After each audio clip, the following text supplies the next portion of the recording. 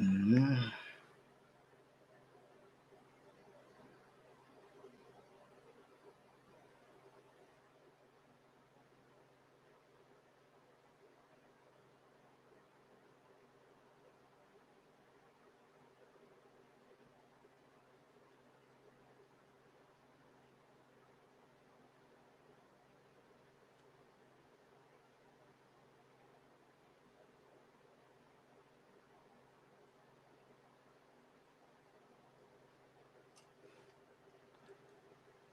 Just give her some time to get on. So what they gave in the language exam, Tangini? Just give her some time to get on. So what they gave Tangini? in the language exam? Sir, what is that? What they gave in the language exam? Oh, summarizing email, Mm-hmm. um, argumentative essay, and story writing. Okay, okay, okay. That's good. That is very good. Well, so summarizing, yeah, summarizing and what else? Email, They give an email too? yes, sir. Uh, okay. So you have to write the subject Story, and then go ahead. And what else? story writing and an argumentative essay. Argumentative essay. Okay, all Yes, right. sir. All right. So how you feel how you think you did on it? I think I might have got my one. Wow. Okay, great. Wonderful. Well, I hope the same will be said about tomorrow. Just have to stay calm, take that deep breath, pray tonight, pray tomorrow before you begin that exam. Don't just jump into the exam like that. You understand? Yes, sir. Yeah. So you pray tonight and so forth, and just be calm. Just be calm, and God will take care of you. All right. So I don't know where Lexi is now, so we're just going to have to start because Lexi was the one who had received the link, and I don't know why she don't start us yet. So we're just going to start our devotional session before we get into the class. All right. Just want to say good night to our viewers on YouTube. We have promised that we would have continued our continued the work on starting from question number 4. Sincerely hope that we can um, you know complete it. All right, and we're going to work towards completing it. If we can finish by 6:30 thereabout, then of course we'll join Mr. Foster's session. So we'll just jump from here and then join Mr. Foster's session. So we're going to start with devotion. All right. So we're going to look at our scripture reading for today. It's coming from the book of Proverbs as usual, which is today is what date? Today is the 6th of July. So we're going to look at Proverbs chapter 6, and I'll read in your hearing. It says, my son, if thou be surety for thy friend, if thou be surety for thy friend, if thou hast stricken thy hand with a stranger, thou art snared with the words of thy mouth, thou art taken with words of thy mouth. Do this now, my son, and deliver thyself. When thou art come into the hand of thy friend, go, humble thyself, and make sure thy friend. All right.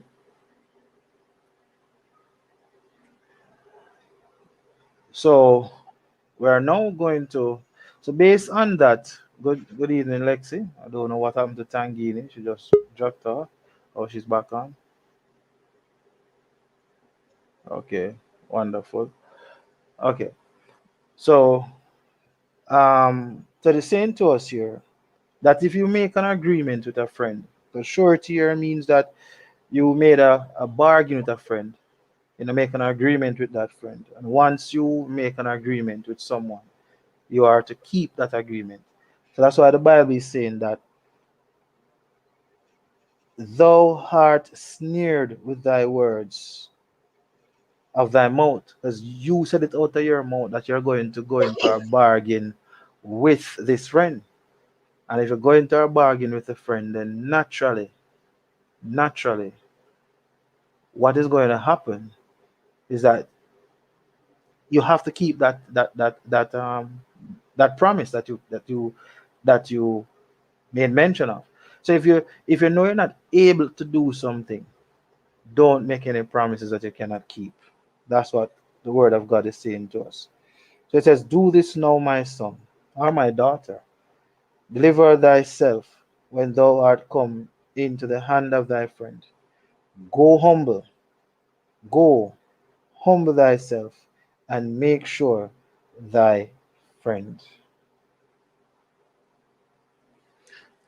All right. So do not make promises that you cannot keep. All right. So we're gonna pray now. Tangini, can you say the first prayer, and then this is our last day. So just please say the first prayer for us, and then I'll say the next prayer. If Lexi feels to put in, jump in up something for us, that would be nice. Um, Tangini, go ahead, please. Heavenly Father, Lord, you're worthy, Lord. There's none like you. We come before you one more time because you're great. Nothing that we have done while we're here. Lord, as we're about to start this session, I pray, Lord God, that you'll have your way. Touch our teacher, Lord God. Guide him as you will. Continue to guide us as students. Help us to learn what we'll be, or to remember what we'll be taught tonight, Lord God. Have your way again. In Jesus' name I pray. Amen. Amen. Loving Father, we give you thanks, dear God, for sparing our lives to live to see another day. You have said in your words, where two or three are gathered, there is your spirit. So we welcome your spirit among us today, dear Father. We welcome you among us, and we just ask that you will forgive us even now for our sins that we may have trespassed against you knowingly or unknowingly. Father, you said let our words be short. And in short, we're making as just a request to you. We give you thanks for the exam that has gone past. And may your name be honored and be glorified in that exam. But tomorrow is another task. This exam, many fear it, but we know that it is easy when we have you on our side. So I want you to let these students across the Caribbean here with us in our stream, those students who are on YouTube, pray, oh God, that you'll be with them just the same. Help them as you have heard Tangini ask. Help that they will recall that which they have studied, that which they were taught. And I pray that you help them to read the questions slowly and just depend on you, O Lord. Father, you have heard our voice, you have heard our request. So I'm asking that you'll give them that opportunity to pass this exam tomorrow. And may your name be honored and be glorified in this exam. So when they should leave this exam, they should leave confident, knowing that the Lord have heard the prayers and have answered the prayers. So dear Lord, let them leave with a testimony to say, I may not have been feeling 100% prepared before, but when I trust in the Lord, I was more confident and I was successful. Leave them with a testimony, I pray, oh God. In Jesus' name we pray. Amen. All right, let's go. Good night, Stacy. Good night. Good night. Nice seeing you again, Stacy. All right. So we're gonna play our little math song, and then we're gonna get into question number four. I don't think you probably have got any time to go through the past paper because I saw you got home. So let's go. Solving problems in so many ways. Number sentences are easy anyway. And with easy techniques makes us do our best. Modern math today is just the best for us. We're on the top of the world, solving down on the land of numbers, learning concept by discovering. It's the love that we found right from very, very start. Come be happy and have fun in our class.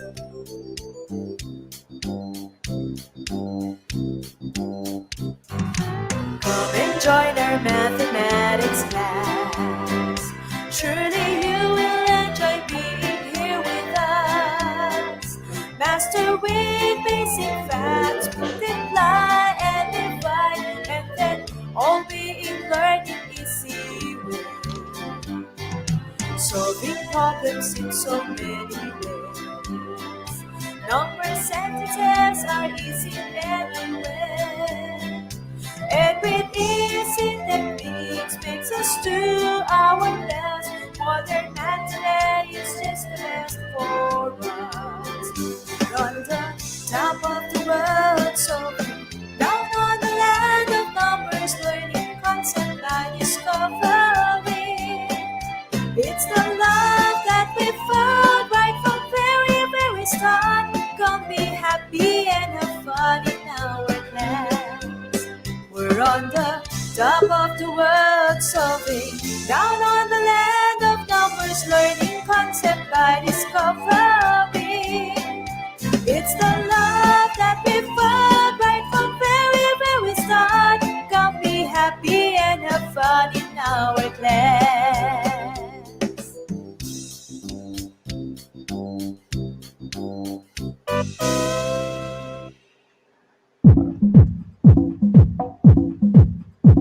All right. So we're gonna get into our class now. I just want to say good afternoon again to Stacy, and if there's anyone else there, it'd be nice just to know that you actually will, you will do what you should. All right, so we're gonna go to our first question.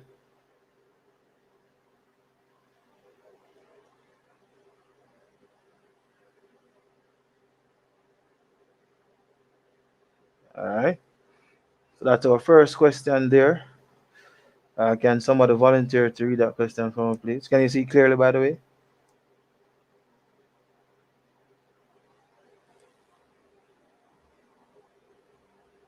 Lexi or Tangini, can you see it clearly? Yes, sir. Mm-hmm. All right, could you read what's there for me, please?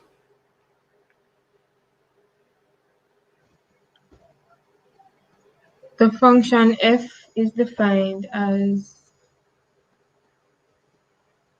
f of x is 3 minus 2x. Okay. All right, that arrow means mapped on. It means mapped onto. All right. All right. So you can say you can repeat it. It means map onto. The function f is defined as f of x mapped onto 3 minus 2x. Okay. Good. All right. Continue reading now.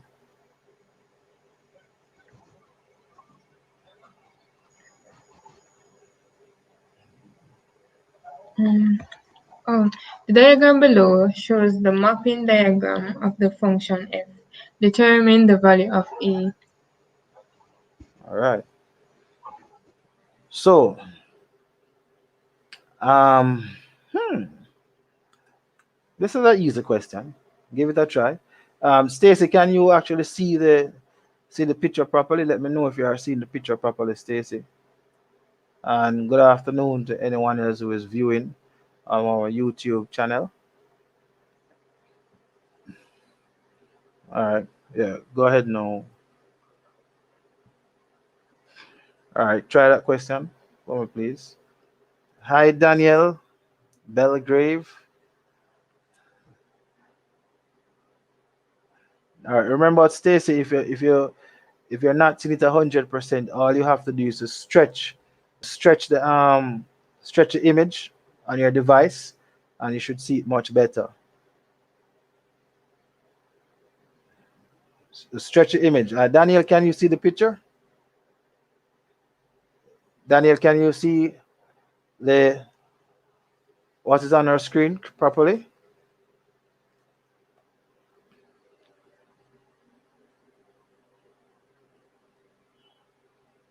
Let me see if I can. I think that's much better now. Okay. All right. Good. All right. So try to figure out what's the answer for A. All right. Anybody get the answer yet? Come remember. So we don't have the time all day today, right? Simple. It's a simple question, you know. Simple question.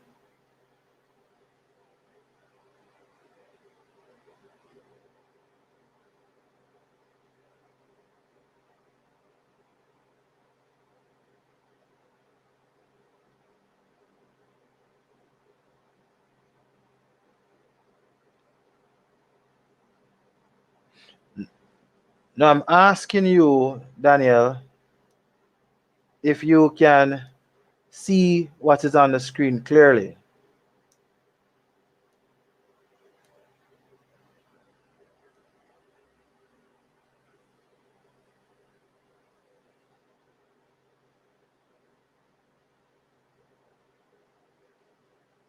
Okay. You're saying, can I see A? What do you mean? What do you mean if you can see A? I don't understand that question.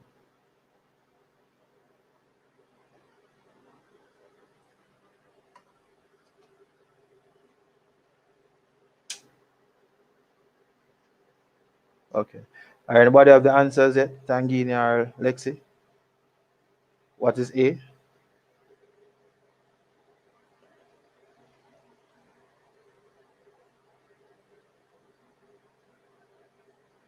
Uh, Tangini can give it a chance. Good afternoon, Ruben. Welcome back to CDP Labs Video Services. All right, good afternoon. Oh, okay. This is the question. This is a question itself, Daniel. This is the question itself.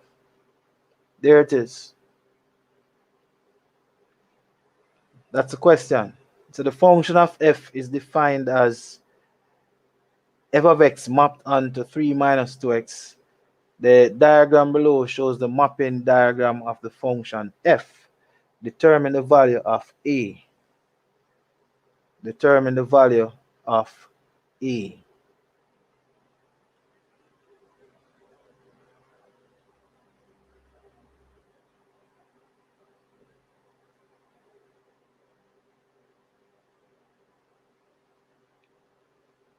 Determine the value of a. So I wanted to try it first before we go through it. So try the question first before we go through it.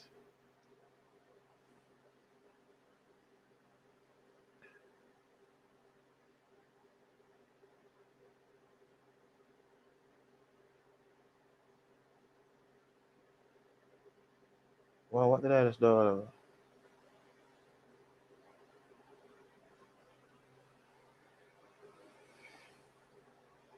Tangini, you have any internet problems?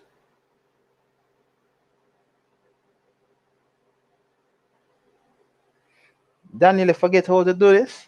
All right, just use if you use the other information, you can see have an idea exactly what was done. Just do whatever comes to your mind.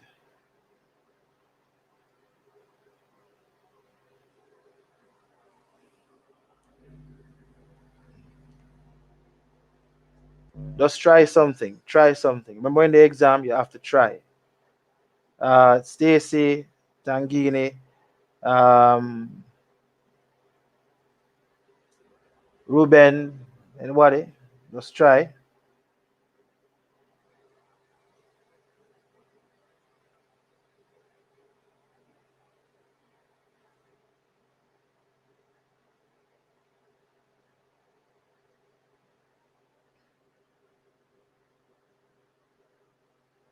All right, so Stacy's asking if it is 6. Well, no, no, it's not 6. It's not 6 at all.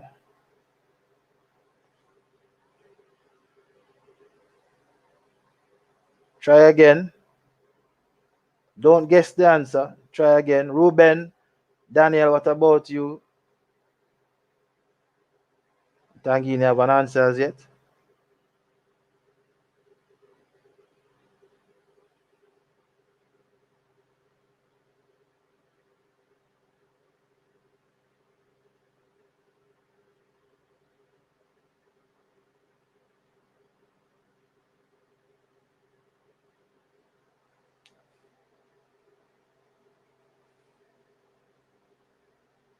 All right. So Daniel says 0.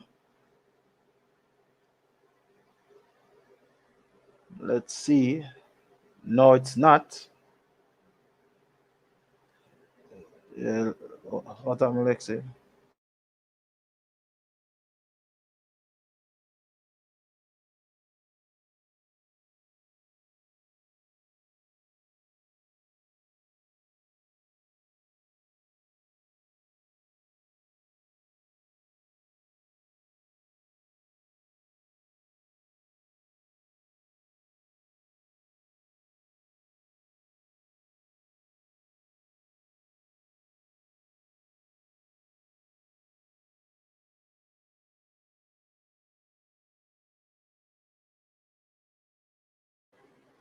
Okay, well, I see the answer. Somebody has the answer.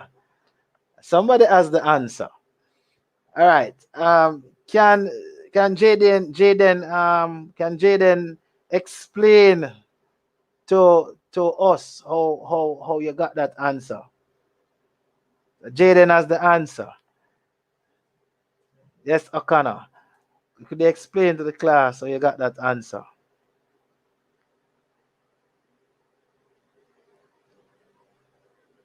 How you got that answer? Explain to the class and tell us how you got it. All right. So here's the explanation coming up. So see, that's what Jaden says. So look at what Jaden did. If you look at what Jaden did, you'll see exactly what is the answer. Can you Tangini, can I see what he said? Are you able to see Tangini? Tangini? Your mic is muted, Tangini, not hearing you. All right. Okay. Not So hearing. that's no, I wasn't hearing. All right, I hear you now though. Can you see what he did? Can you say what you wrote? You saw what you wrote? All right, so good job. Yes, So sir. good. So basically, so what he did was to substitute the value of x. Because if you look carefully on the on the arrow diagram, what you're looking at is called an arrow diagram. So if you look carefully on the arrow diagram, you are to plug in the value. You have to plug in the value. All right, I'm going to explain. All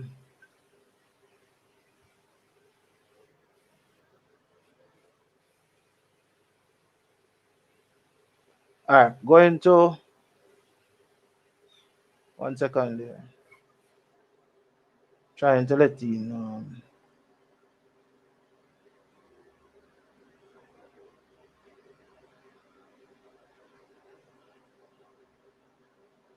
Okay. All right. Let me explain, Stacy. Remember when you're doing algebra and you're given values of x, you are given values of x, right? You are given values of x right here.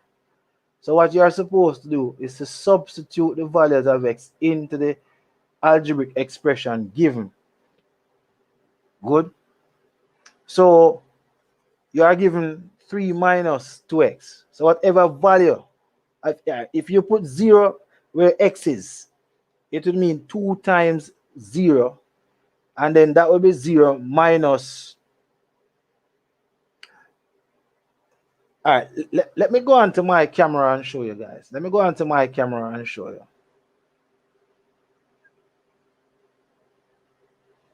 Let me go on to my camera and show you.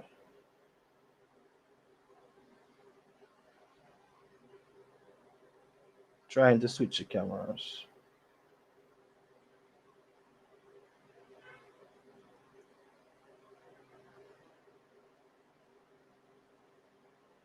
All right. Everybody can see my camera now?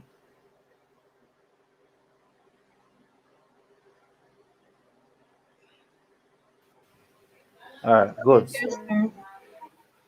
All right. Now, let's look at what he did now.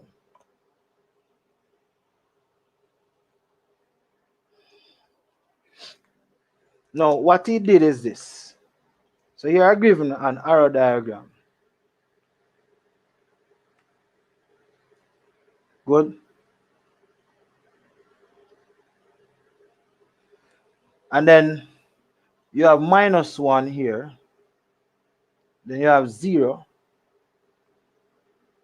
Then you have 1. And then you have 2. Everybody seen it clearly?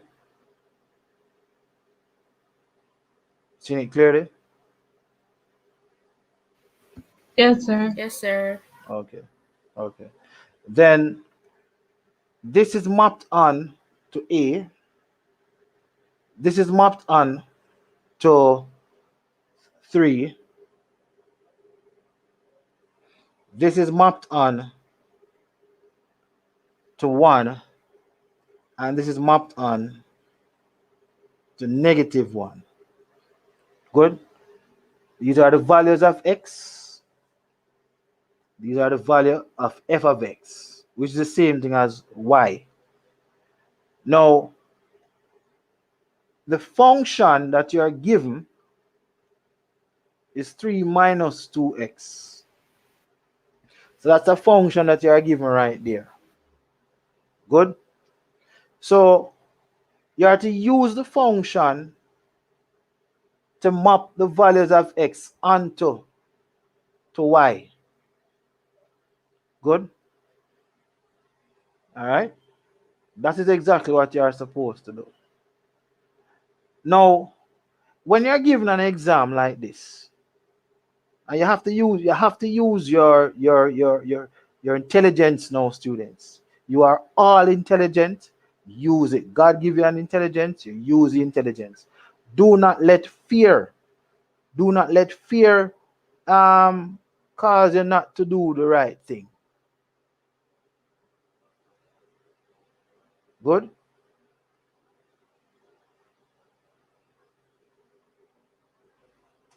Right? Do not let fear cause you not to try. Try something. Try something. So you are given this. You say, all right then. You have to first understand what this part of the expression means. I want Stacy and Daniel, and I want Tangini and Lexi to tell me what this part of the expression means. What this part of the expression means. What does that part of the expression means?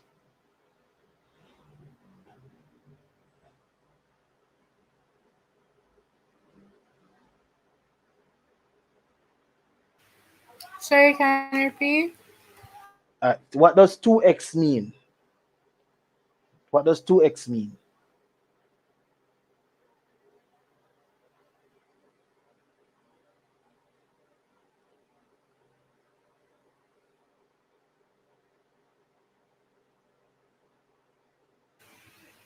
Two times x.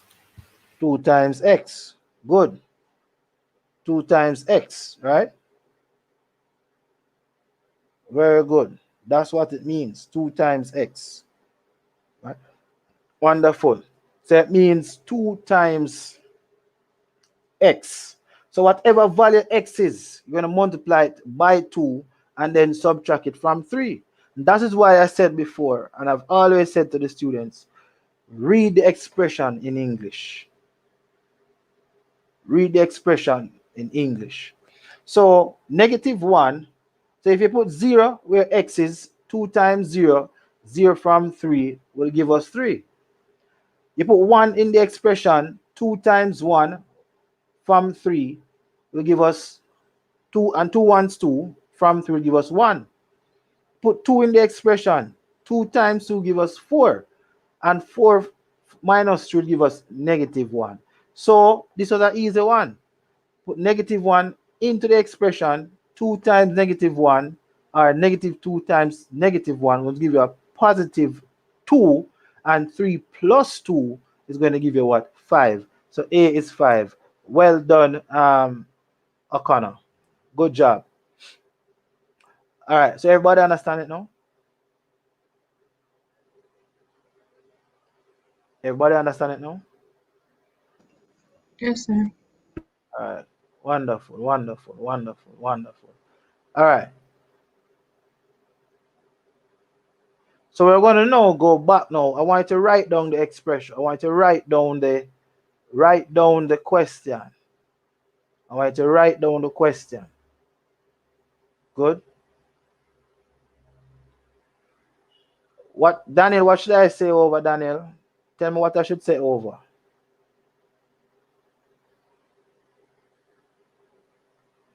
Daniel, what should I say over?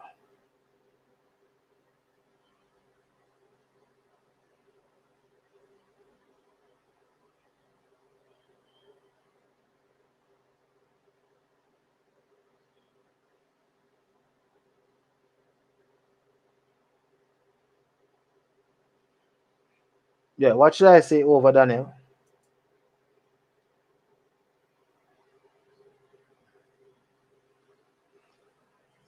Tell me what I should say over.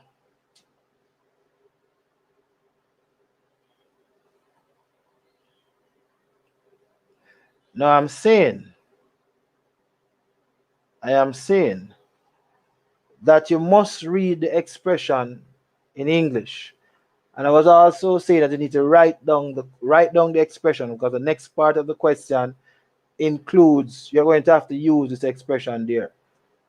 Right? The next part of the question requires you to use it.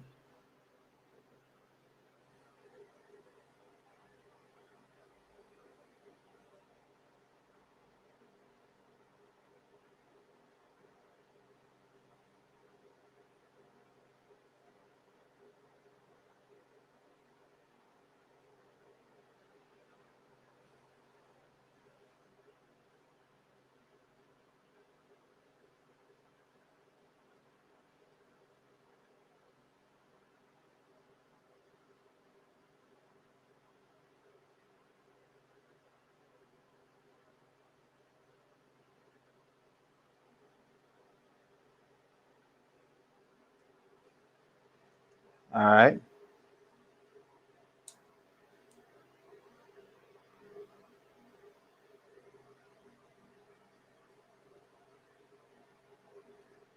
All right, so you have written it off now. All right, so let's move on now. Ready?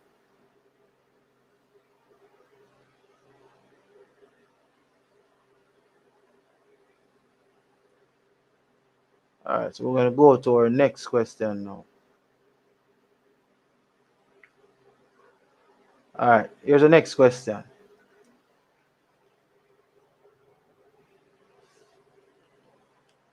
So can you read it from Lexi?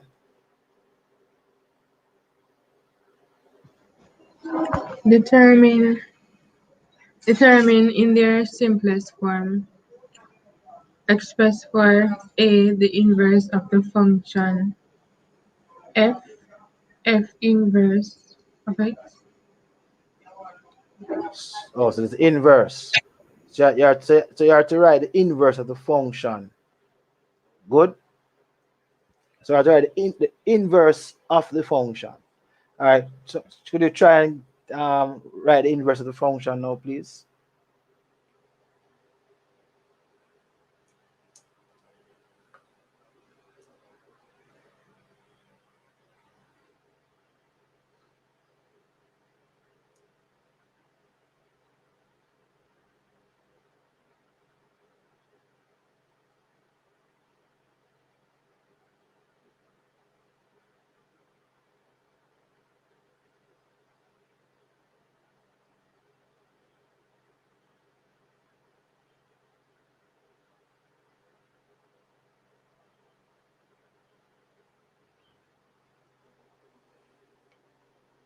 All right.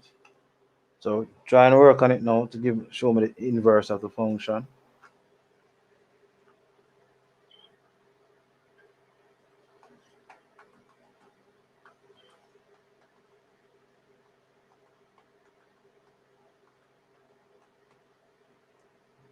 Everybody must try it. Inverse of the function, the same function I was given. All right, so we see an answer from Jaden. Anybody have a different answer?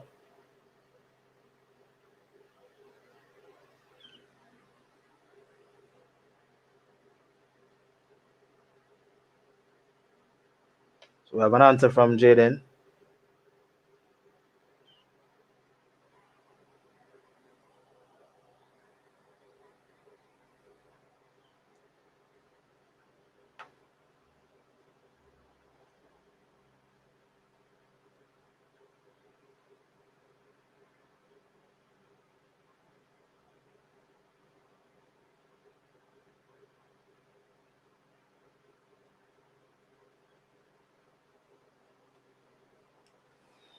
All right, so I see Daniel have an answer as well. 3x divided by -2. All right, Tangi and Lexi, you guys have an answer too? Okay.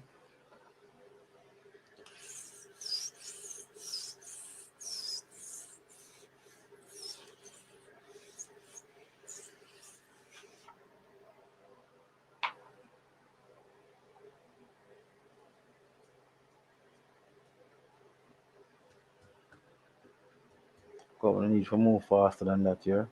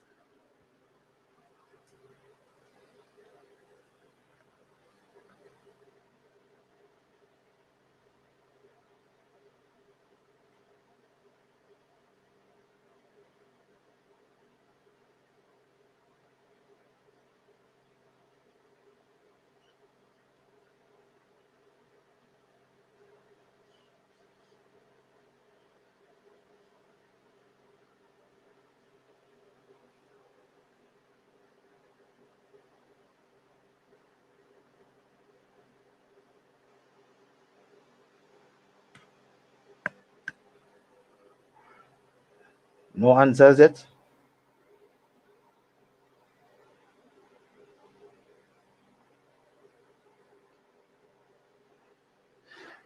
Jeez.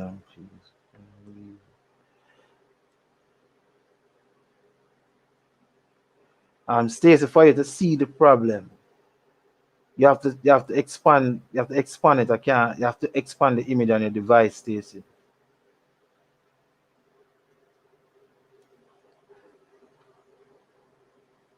Next year, Tangini, you guys have the answers yet? So I type it Where you type it? in the chat. The YouTube chat No, sir, I'm not allowed to type in the private chat. or the private chat? Okay. All right. So Lexi has y is equal to x minus 2 over 2. Okay. All right. All right. So let's see who's correct. Let's go back. Let's go back to my camera.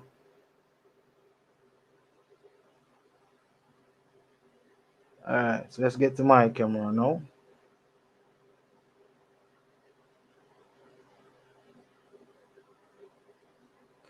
All right. So the function that was given was 3 minus 2x. So f of x is equal to this. Good? F of x is equal to that.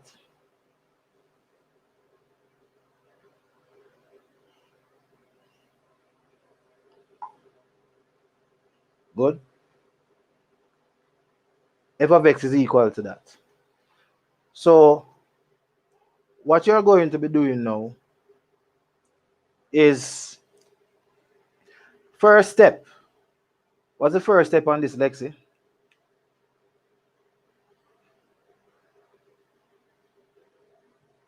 Lexi, what's the first step on this? Change X to Y.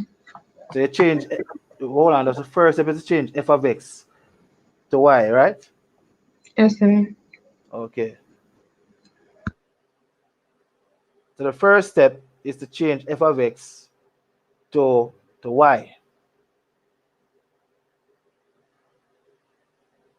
All right. Now, so we change that. Equals to 3 minus 2x. What's the second step?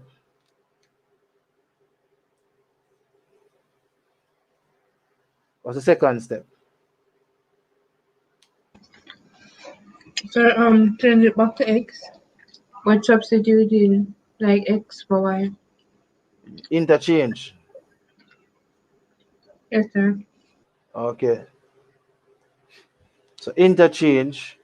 So where x is to put y, and where y is to put x,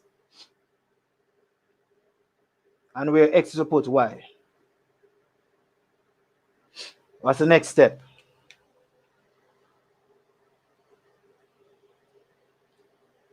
What's the next step after that? So get rid of the value of this farthest away from Y. Get rid of the Value that is farthest away from Y. 3. okay. So we'll be solving for y, right? We'll be Yes, sir. solving for y. All right. So now, therefore, that means we can rewrite it like this: 3 minus 2y equal to x. So minus 2y is equal to x minus 3. And then now you must divide now both sides by -2.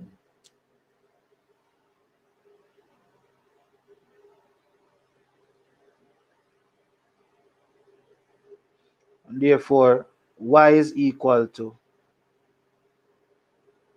x minus 3 divided by -2. All right, you can leave it like that if you wish. Good. So those persons who got x minus 3, those persons who got x minus 3, who got x minus 3, then divided by -2, your answer is correct. So well done again, Jaden. Very good job. A job well done. All right. That is a job well done. All right. So, all right. Job well done, that. All right. Okay. 1 second there.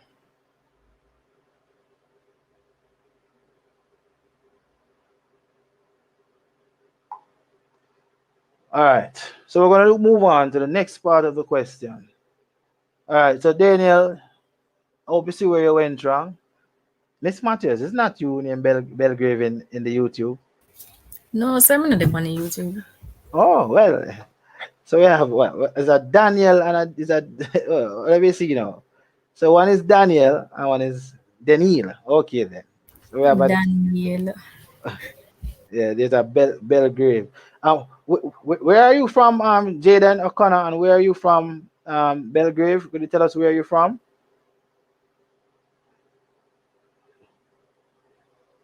All right. So we're gonna move on now to the other part of the question.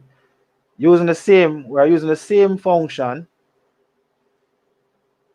Using the same function.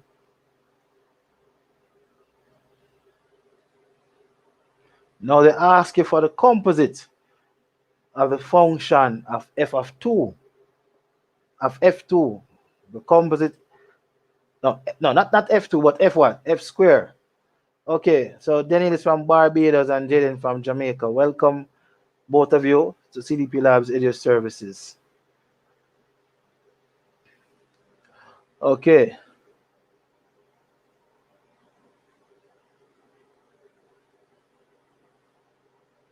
all right, good.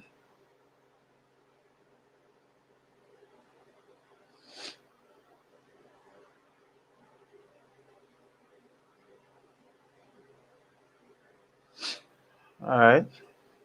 So remember the function that we're looking at is 3 minus 2x. You must find the composite function of f squared. All right, everybody try that one for me quickly, please.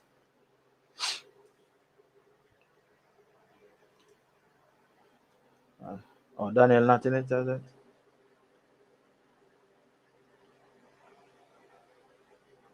All right, everybody try that for me, please. I will have space for one more person.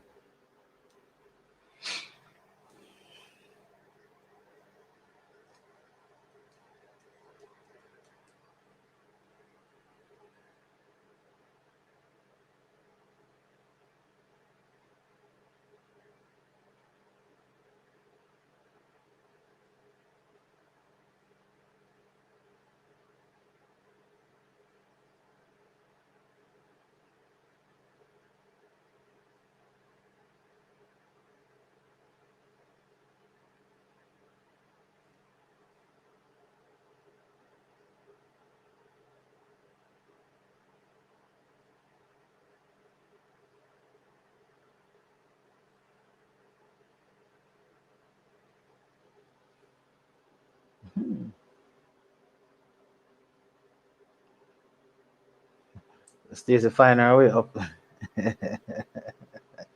right, I think we have our maximum.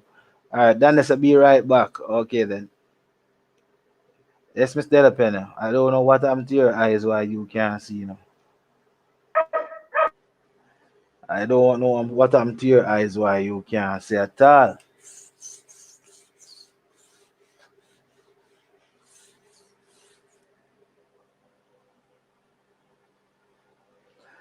All right. Any answers yet?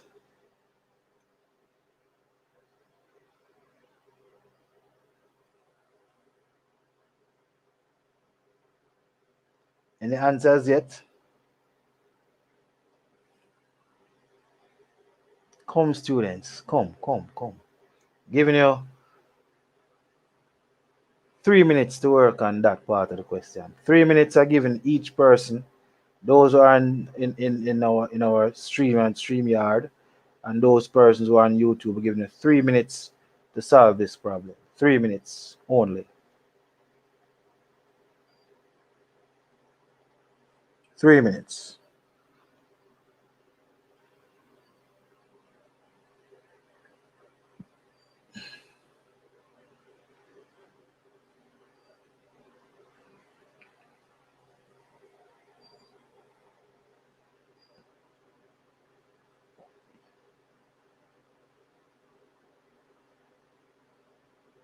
Three minutes I'm giving you.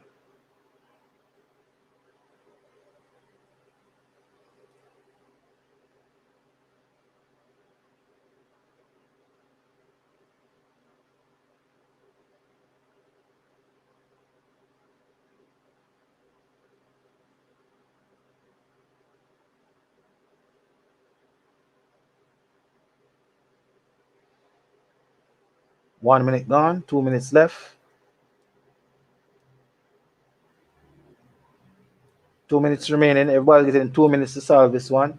Remember, for those who are just coming on, the function that you're working with is 3 minus 2x. The function that you're working with is 3 minus 2x.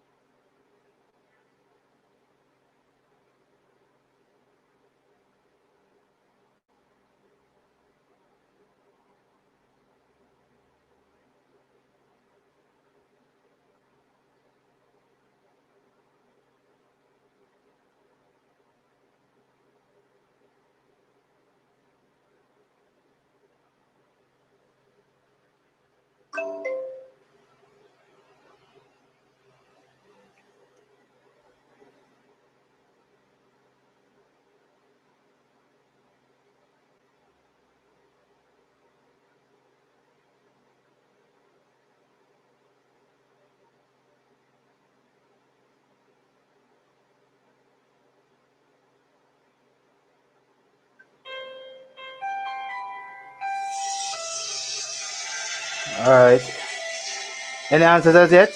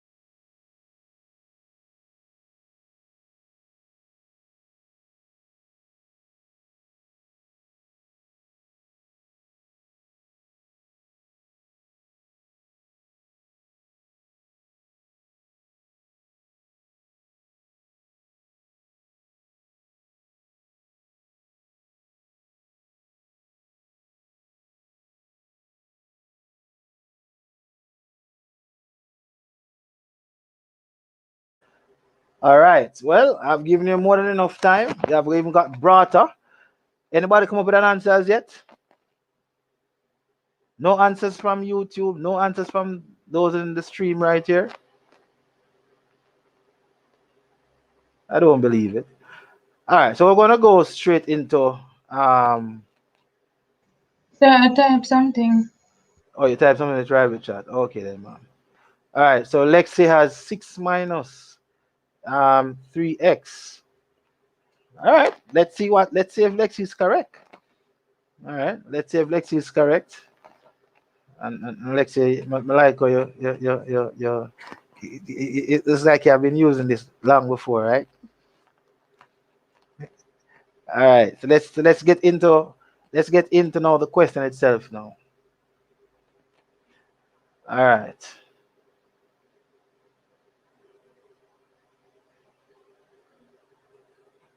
All right. So the function that we're working with, let's look at it now. You say you must find the composite function of this. Now, when you see this right here, what does it remind you of? What does this remind you of right there? What does it remind you of? Daniel, Tangine, Lexi, what does it remind you of? Square. Huh? Come, Tano. So a function into a function. Lexi, I don't want to use memory. Tell me what it reminds you of.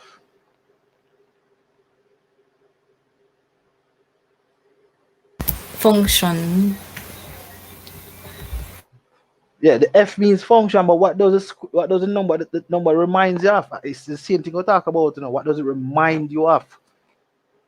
When you see this number at the top of something, what does it? What it reminds you of? Number times itself. Oh, Come again? The number times itself. The number times itself. All right. Exactly. The number times itself. Square. Good. All right, Mr. Owens. Well, you're kind of late, but not so late. We're ending at 7 o'clock to move on to Mr. Foster's stream. All right, so it's just a square in the function. Remember, I tell you now, if it looks like what it looks like, you treat it like what it looks like. Last night was it the fraction? If it looks like a fraction, you treat it like a fraction. This is telling about an exponent, you treat it like an exponent. So they're going to replace f now with the function. The function is 3 minus 2x. This is a function. And you're going to square the function.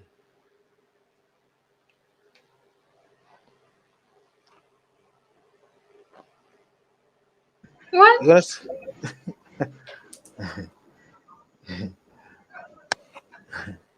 you have to square the function.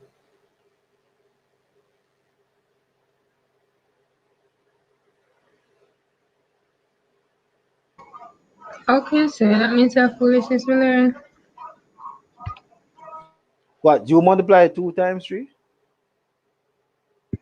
Yes, sir.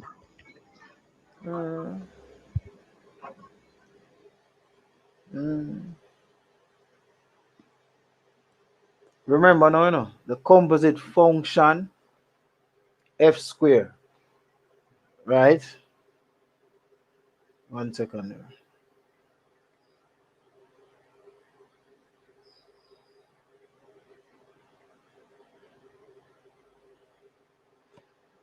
All right, the composite function f square. All right, let us now look at something for that. 1 second there.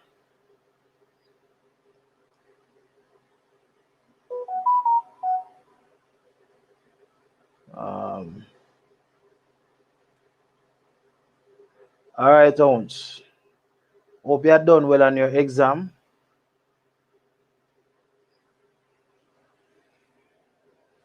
Um,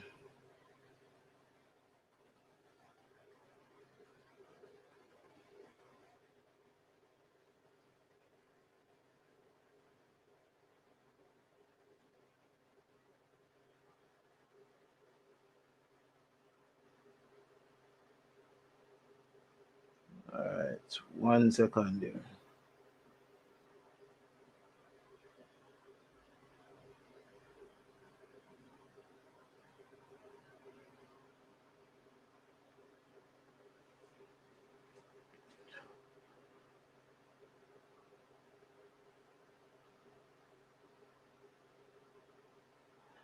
No, no, this is not. This is f square. Now, if you're going to put a function into a function, all right, it can mean probably one of two things. Let's put it as a function into a function. Good. So if if you're going to use a function into a function,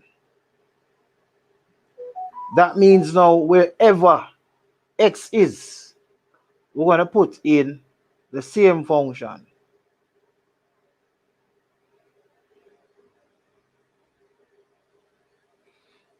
Now this would be a function into a function, don't it?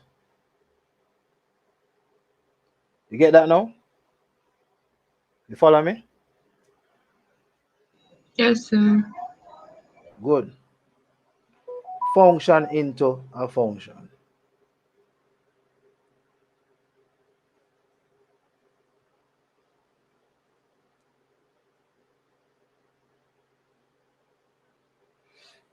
Now, so you have 3. So 2 times 3 is going to give us what? -6. And 2 times this is going to give us what? Positive 4x. Good. Then 6 from 3 is how much? -3. -3. Thank you very much. Plus 4x. Function into a function.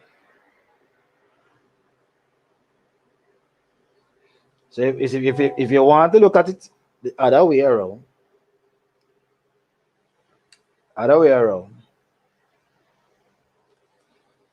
they couldn't be as easy as what it looked like then, right? So function into a function. Function into a function.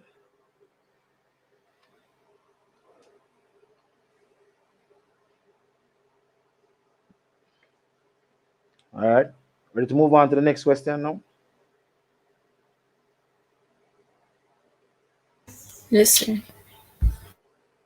All right. Give me 1 second here.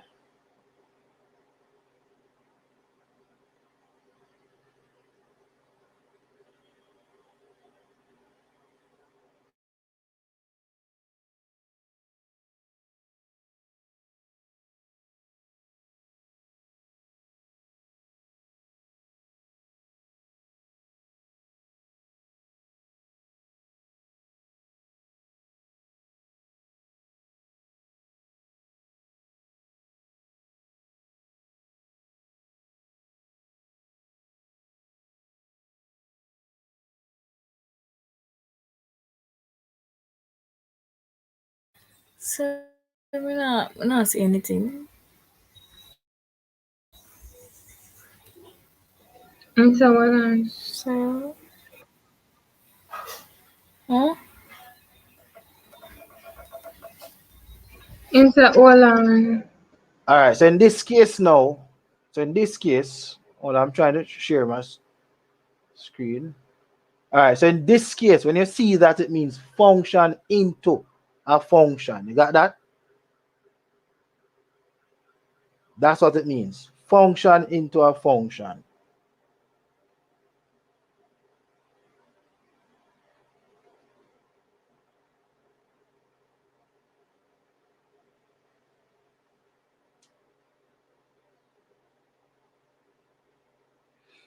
All right. Let me share my screen again now so you can see it. So remember now, when you see that, it means function into a function, which means f of x of f of x. You get that? Everybody understand that? Answer me yes or no, no, please. Yes, Yes, sir. sir.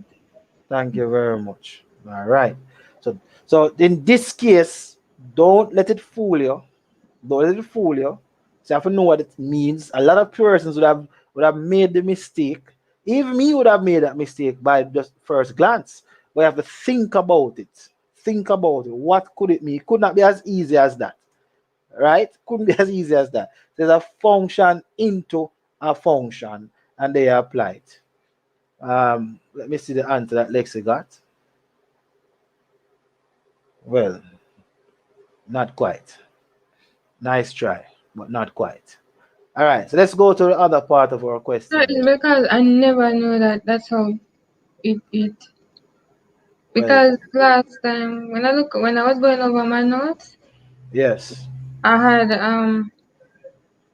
like 2 multiplying by both of them. Oh, no, no, no. That's not what it means. So, It means so I asked my teacher what happened, and she said the way that you do it is the correct way. the way that I did it, or the way Yes, that you did it. the way that you do it. So when you asked the teacher that a while ago, a while ago, A while ago, sir. yeah. So you don't trust me? Okay, then all right. Sir, that, but I just want to know how we're going. Oh, no problem, no problem, no problem, no problem. That means I've been doing a good job all this while then, because I've been supervised. That's good. So right That's now, good. me ready for exam tomorrow because you just work through me in. Okay, well, that's how it's supposed to go. All right, and you will be ready for exams. All right, very good. All right, so let's look at that question now. State the value of f of f inverse. Bam bam. What does that look like? So Well, repeat. see the question on the stream there. The question's on the stream. Right on the screen, I should say.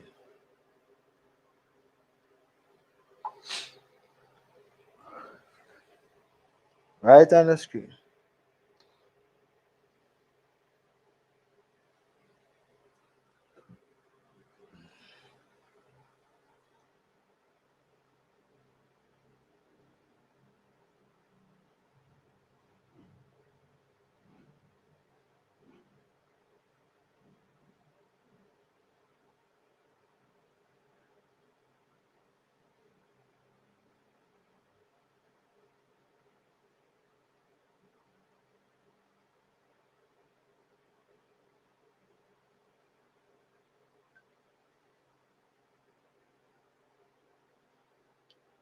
All right. All right. So Owen says he got -2. All right. So Sir Owen's got -2. Okay. So we want to see if he's correct. Anybody have a different answer? Remember, we're using the same function, but could somebody read what it says actually for me? Read what it says for me.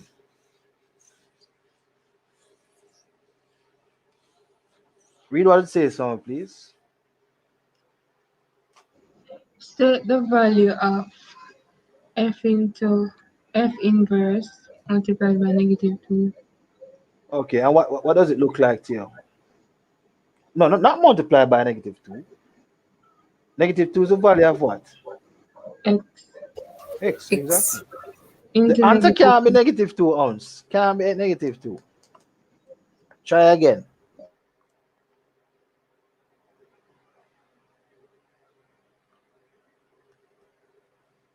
Tell me what it looks like, what it looks like, what the expression looks like. What does the expression look like?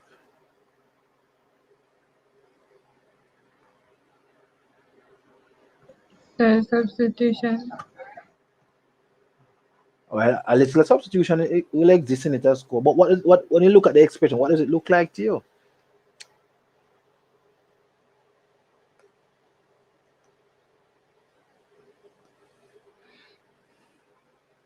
All right, this calls for help. So I'm going to help. All right, so I'm going to help. It calls for help, right? All right, so let us help now. All right, so let's go for help.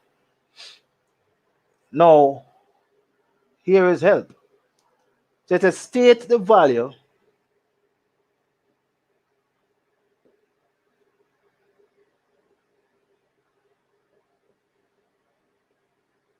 so you're looking for a value of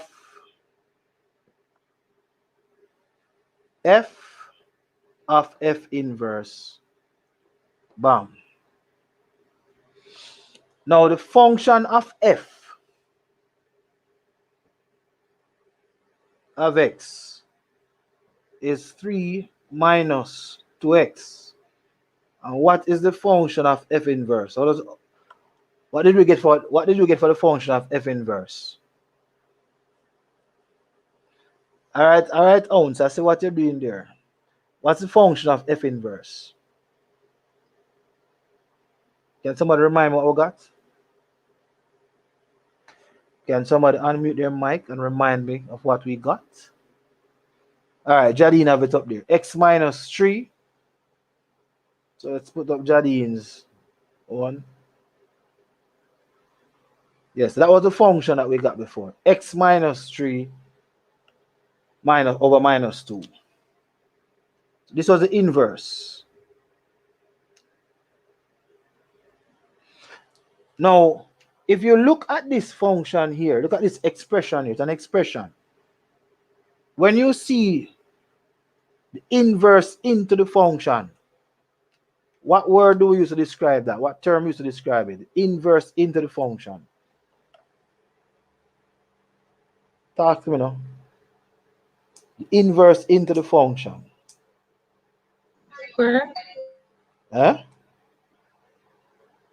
Inverse or a function into a function. But we just did a while ago. A function into a function is a composite function, don't it? Yes, sir. Come on, man. Think, man. Think. All right. So technically, they give us -2 where x is. So you have your x right here. Good. All right. Sir, can you move the comment, please? Yeah, I'm going to move the comments. Okay. All right. Now, so wherever x is now,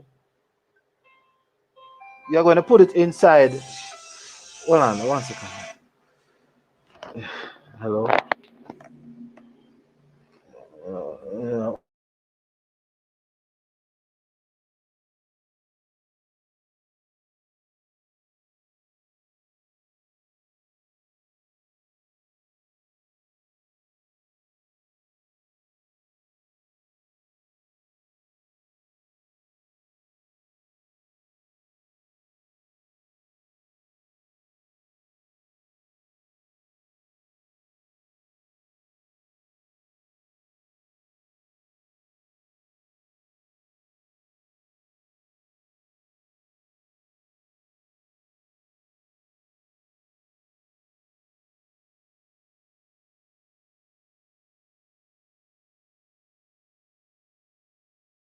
All right, so let's continue. Sorry about that.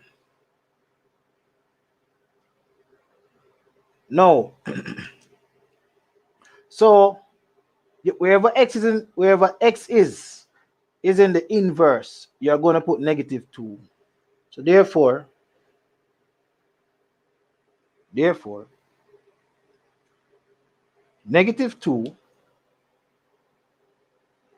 and we're going to see if ounce is correct. Ounce the answer is -2. So we're going to see if he's correct. So we're going to put -2 where x is.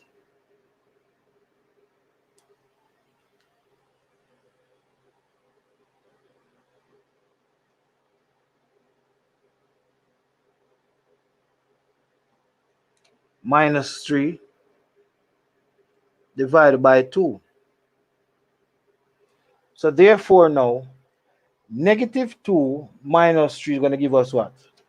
-5 divided by 2. Now that is f inverse of -2. Now, because it's a function, you can now plug in the value, the answer that you get right here, into this function. So where I'm coming from? See where I'm coming from? Yes, sir. All right. Now, so let's go right over here. So 3 minus 2 times negative 5 halves. Yes, so Mr. Ounce, you are correct. Now, when you multiply this by this, you're going to get, oh, no, Mr. Ounce, you're wrong, sir, you're wrong, wrong, Mr. Ounce, you're wrong, Mr. Ounce, you make a mistake. Negative 2 times negative 5 is going to give us positive 5. Positive 5, but negative times a negative. So when I get positive 5, so this cancel this, I get positive 5. So 3 plus 5, then the answer is equal to 8. Good try, Mr. Owens. Good interpretation of the question, but your integers, your computation with the integers may have lost that all important score. So let's go back over it again for those who are just coming on. So what we have here, you have to first interpret the expression. And remember in the exam, don't spend the whole day at trying to interpret something. Move on to something else that is much easier. Then you come back to the question. Do the questions that you can interpret. Good? And then use what you know about the question. I'm going to show you something before I get to the next question. And you must utilize it, students. Utilize what I'm about to show you. All right? Now, the first step is to interpret the expression. This expression is a composite function. Good? It's a composite function. So it is simply saying that it's a function within a function. So I split them, and I utilize the value given, and I substitute, so substitution comes into it as well. Then, when you're using integers, positive and negative in the operations with integers, negative minus give you add the two values, you get negative 5 divided by 2. So now you get the value of f inverse of negative 2, and you plug it in where x is, because remember, this function will go where x is. This function would have gone where x itself is. Making sense? Making sense? Yes, sir. All right. So because we have gone where x itself is, so whatever the value you get for that, you'd plug it where x is, and then you do your calculation, and then 3 plus 5 is positive 8. Let's look at it if it could have been done a different way. Yeah, go ahead. So I'm going to ask, what if? No, man. No, I mean, what if I'd plug it in first? Yes, sir. All right, so I'm going to plug it in first and see if it works differently then. Nothing is wrong, you know. Nothing is wrong.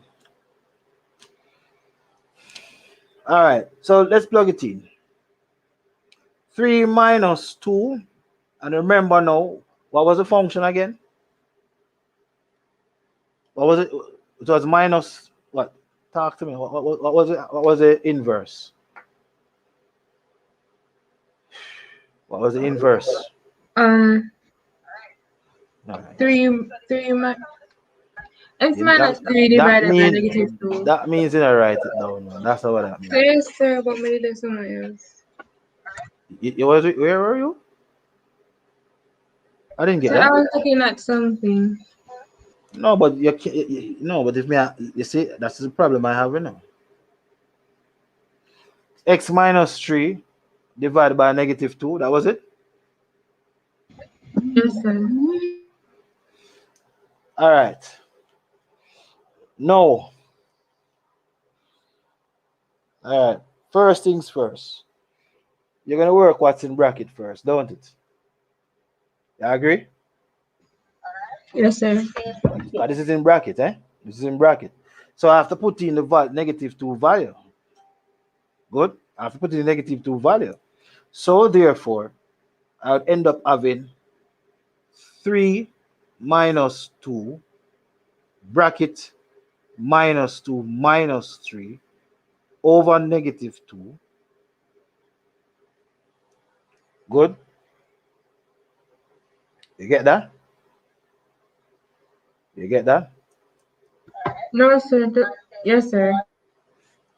Oh, I think I made a mistake somewhere. I think I made a mistake. Yeah, that response might just be correct, Mr. Owens. So let us check it out again. I know. So minus 2 minus 3 will give us what? Negative 5. Good? Good? Nobody not answering me. Poor me. Good, sir. Good. So we have 3 minus 2 minus 5.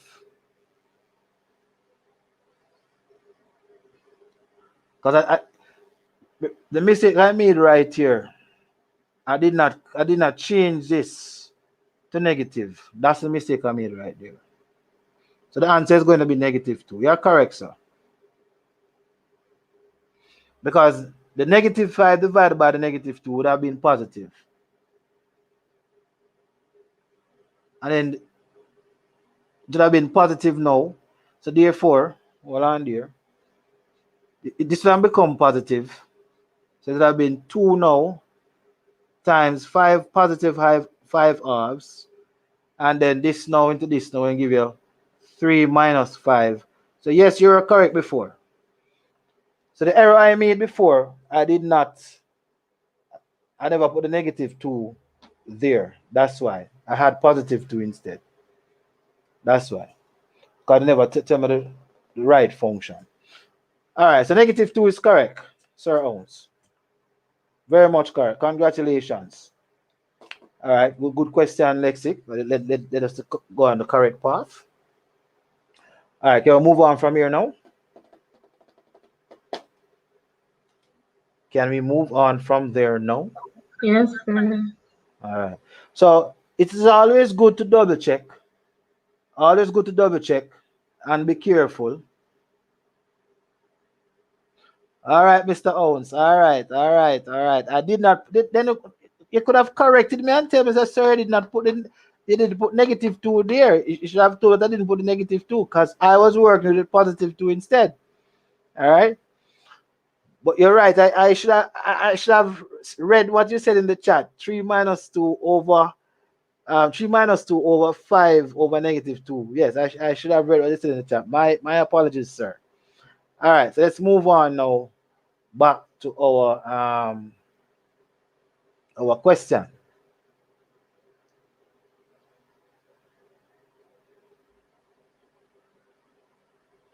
All right. I'll take too long for answer, Alexis. So what do you say?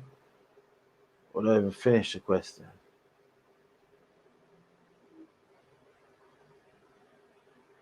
It's soon 7 o'clock. All right, I just wanted to see that. Let me maximize it back again. All right, so let us look at it. So this is a question right here.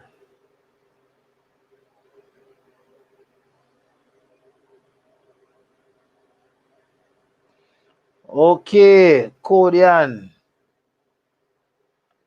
Okay, welcome, Kodian. God bless you. Welcome. Welcome, Kodian. Could you tell us where you're from, please?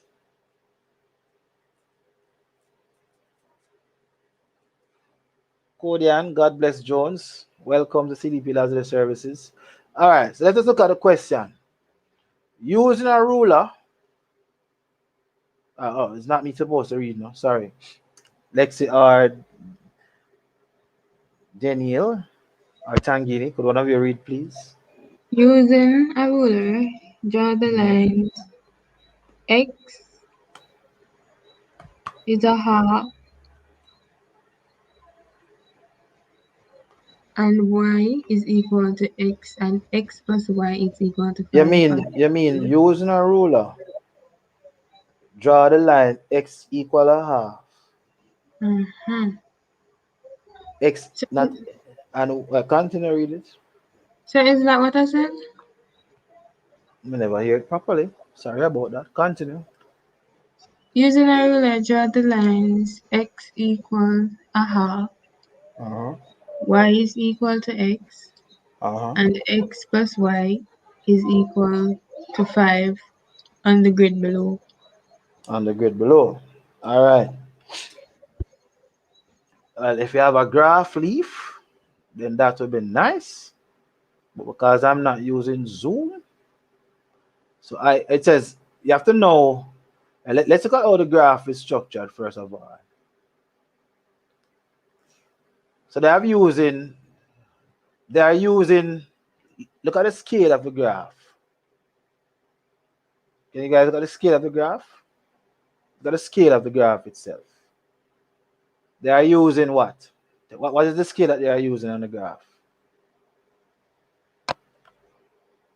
Look at the graph and tell me what the scale is.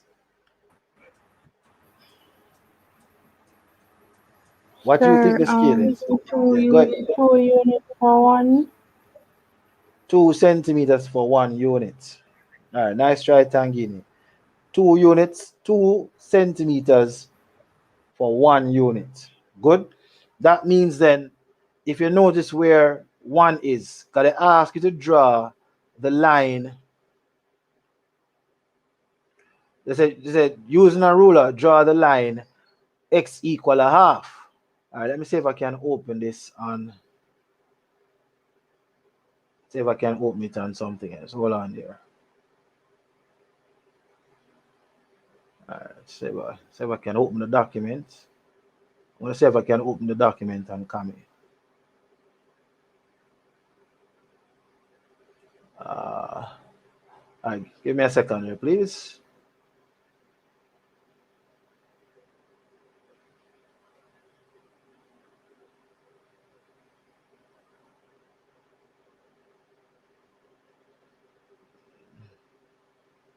One second there.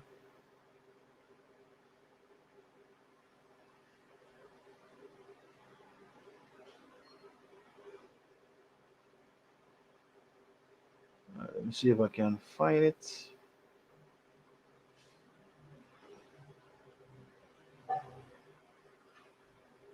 All right, found it.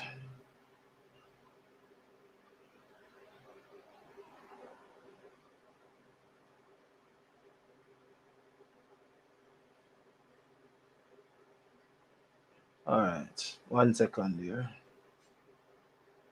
All right, just give me a second. What you say, Hans? So Kimberly is saying x is equal to half would be on 1 centimeter line between 0 and 1. Okay. All right, that looks like it sounds correct. All right, so Kimberly give the scale 2 centimeters to 1 unit. That's very good. All right, so I'm going to try to bring up my thing right here. All right, so let's go with this. Let's share the screen again.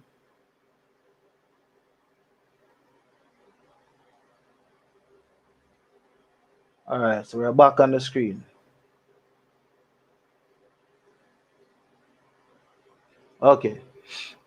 Now, so I have to draw a line now. All right, Kimberly, see what you're saying.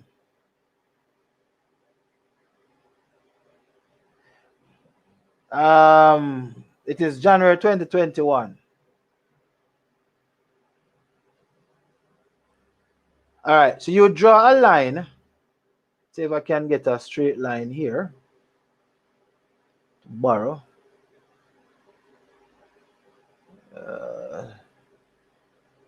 See if I can get a straight line. All right, see if I can get a. Let's use red. Huh? So you draw a line now. It says x equal to a half. Good. X is equal to a half. So you're going to draw a line from here going up. Good. Codian, what device are you using?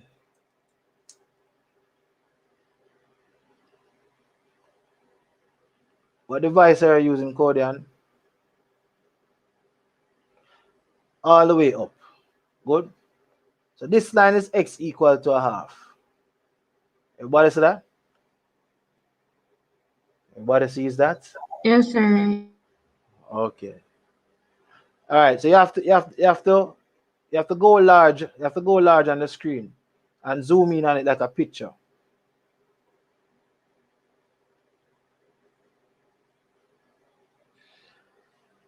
All right. So let's continue.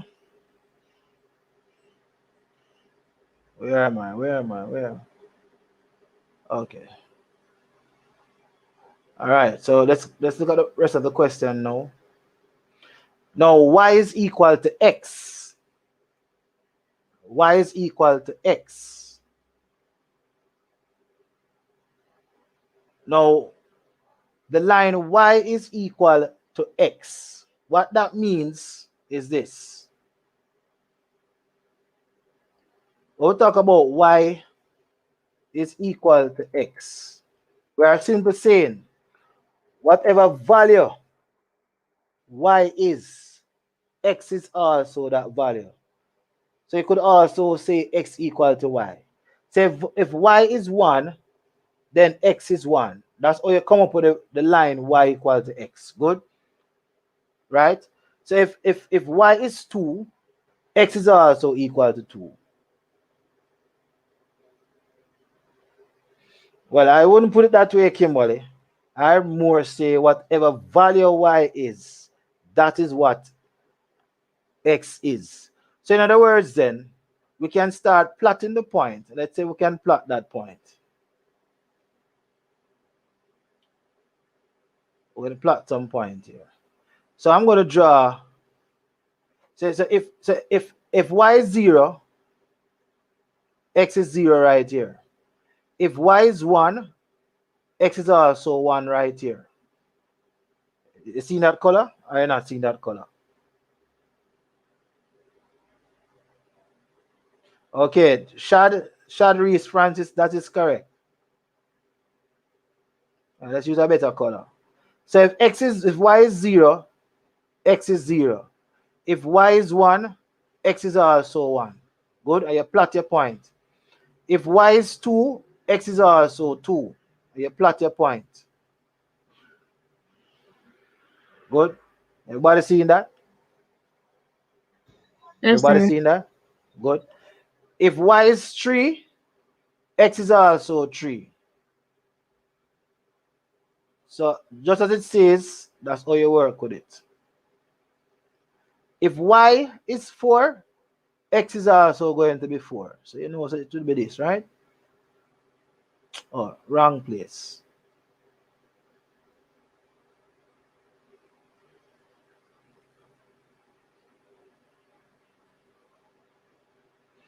Good. So look for y is 4. I know that this is where x is. Good. Good so far?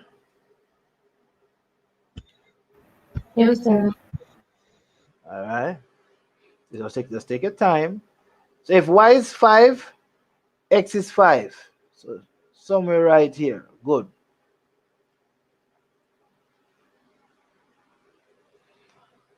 If y is 6, x is also 6. This would be somewhere right here. So, and then now you just draw a straight line. Then you just draw a straight line. Make sense so far? Yes, sir. Yes, sir. All right, Shadris Francis. Yes, you have exam at 9 a.m. tomorrow. That's Jamaican time. I don't know what time it is in Barbados and the other Caribbean islands. But don't worry yourself, man. Don't fret yourself. Everything will be fine. This is how the English exam was quite nice. I'm sure God is going to give you a combo. All right. See if I can find a straight line. Good. Or insert a line, eh? All right. So let me draw my line now.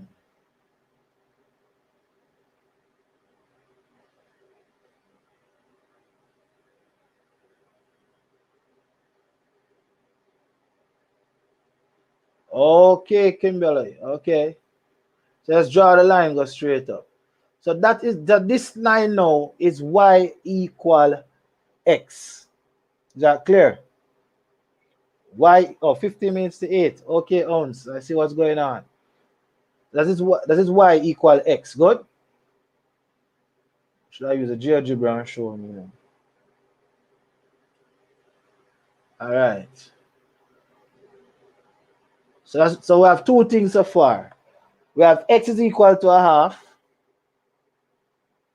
and we have y equal x. Now the next thing now that you need to write now, you draw on the graph using a ruler x plus 5, x plus y equal 5. Now, if you're smart, what you think? Let's see who are the smart persons in the class now. Let's see how very smart you are, because I know you're very smart. If you have x plus y equal 5, what will you do? What do you think you should do? Because when you go in the exam, you think for yourself, you know. Yes, go ahead. I'm listening. Divide Yeah. it by 2. Divide it by 2. No, remember, you know, it is a line. It is a line. So x plus y equal 5. It is a line. It is a line. Remember, it is a line. How does that look? What would you do to find that line? Anybody? Tell me what you do to find that line. X. All right. So Kimberly said draw a line on 5 on 5 each axis. All right. That's Kimberly expression. Anybody else? Anybody else? Come, give me a chance to think. Think for yourself. You have to go in the exam to think just to see me, you know. So I can't think for you at this point. You have to think too. Think for yourself too, right?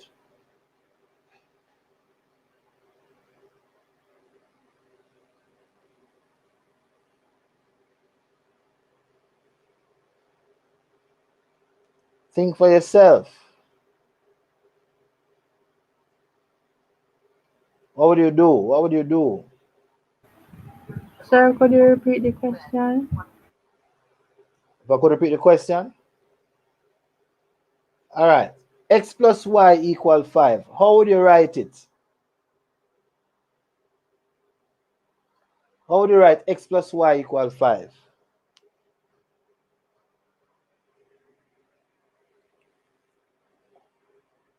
How would you write it? All right, let me show you something. The easiest way to look at it is like this.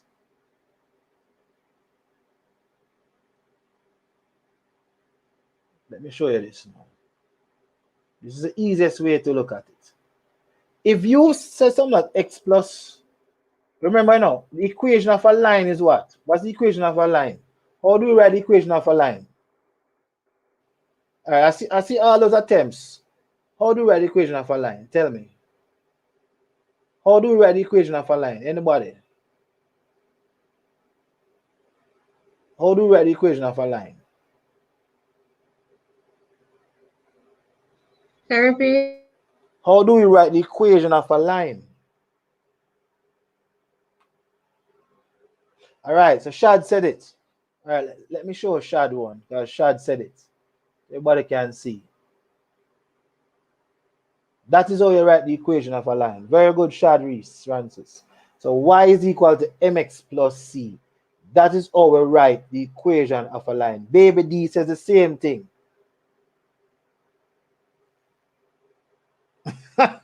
No ounce, you can't do them something that you mean you skip. No man, you can't skip, you mad. You can't skip at all. No skipping thing around here. All right, so let's try again. You have to use up your knowledge, you know. So what I would do now, I would write it now and say y is equal to what? Minus x plus 5. Minus x plus 5. So rewrite it like how it's supposed to write. Yes, Stacy. So everybody know now. So the equation of a line is y equal to mx plus c. So all you have to do is write y is equal to minus x plus 5. So my question to the class now. My question to the class now. Ready for my question to the class? My question, what is m equal to in this equation? Come, use up on the brain now. Lexi, Tangini, Daniel, use up on the brain. Talk. Whatever come in your mind, talk. Now is not the time to stay silent. If you think you're wrong, still talk. If you think you're right, still talk. No, it's not the time. No, it's not the time to think The that you're right. line that you draw first.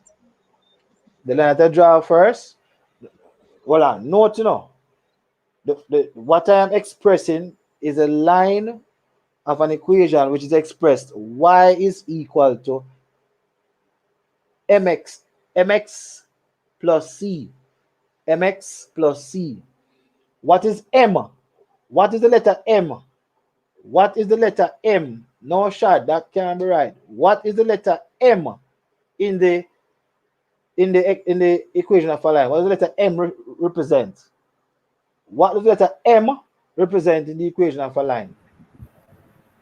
Sorry, the Come, to one. coefficient. What you say, Tangini?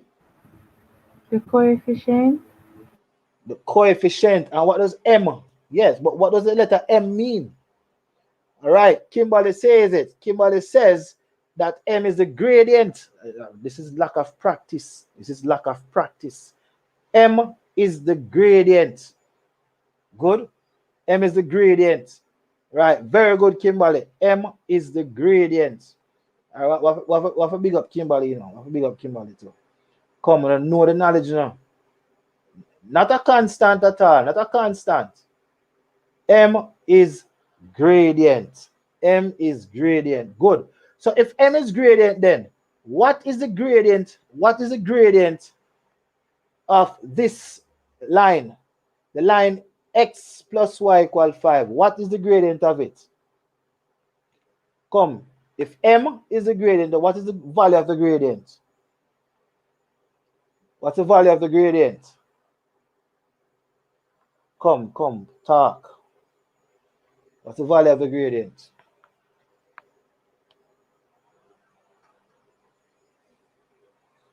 Anybody? What's the value of the gradient?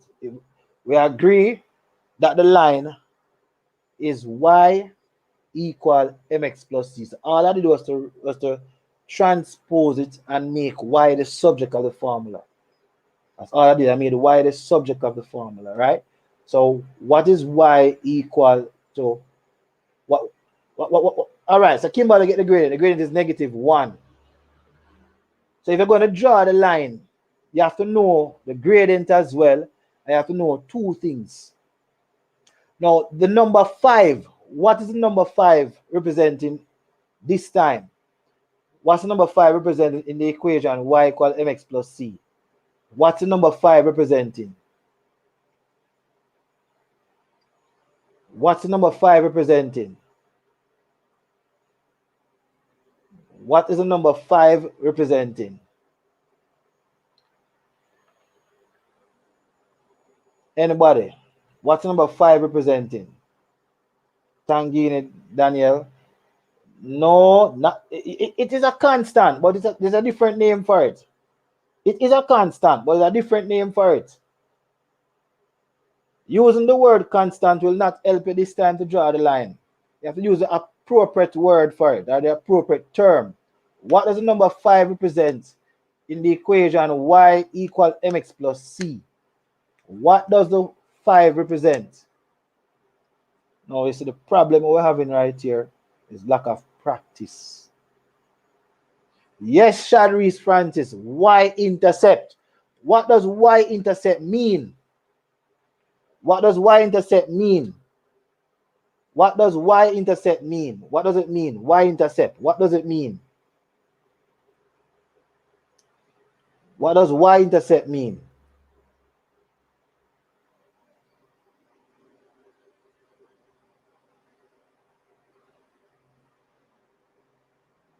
Okay. What does y-intercept mean?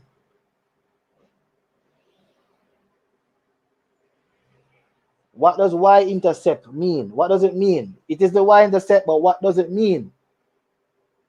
All right, Kimber said the coordinates on the y-axis. No, the point on the y-axis. All right, Shadri said it excellently. Excellent response, Shadri. Where it crosses the y-axis. Excellent. That is what y-intercept means. Where it crosses the y-axis. Good. It means where it crosses the y-axis. That is what y-intercept means. So because you know that the y-intercept is 5. Good. All right. Excellent response. Excellent response. So let's go back now to the graph. And I'm going to share like a secret. That's going to share a secret. So we have to look for, so if the y-intercept is at 5, then x must be equal to what? X must be equal to what? If the y-intercept is at 5, then x must be equal to what? Come, Tangini, Lexi, and Danny. Sorry, is X equal? Yeah, if x is y is 5, what is x? 5. No, man, can't be 5. Can't be 5. Y is already 5. So what is x going to be? If it cuts across the y-axis, and what is 5? No, also it's supposed to 5. Where do you get 5 from? No, man. For y to be equal to 5, look back at the expression. For y to be equal to 5, what should x be equal to? For y to be equal to 5, what Sure, should x half be of equal 5. to? Yeah, go get Tangini. Sure, half of 5. Can't be half of 5. 0. 0. X has to be 0. X has to be 0 for y become positive 5. X has to be 0. All right. Very good, Lexi and Shadris, Francis, and Baby D. All right. So x has to be 0. Good. So would I plot that point now? Right here. Let me draw it. Insert. Or let me draw my things. So would I plot the point 0, 5 right here. Good. Now, we have to know the other one now. So let me ask a question. When y is 0, what is x? When y is 0, what is x? 5. 5? You say 5? Yes, sir. Positive or negative 5? Positive or negative 5? Which one? Positive. Positive 5. So it'll be right here, so. So all we have to do now is join both points. And we're gonna go back over it. Don't worry yourself. We're gonna go back over it. So nobody don't worry yourself.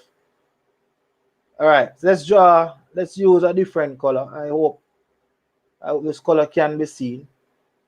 So you draw your line now across to here.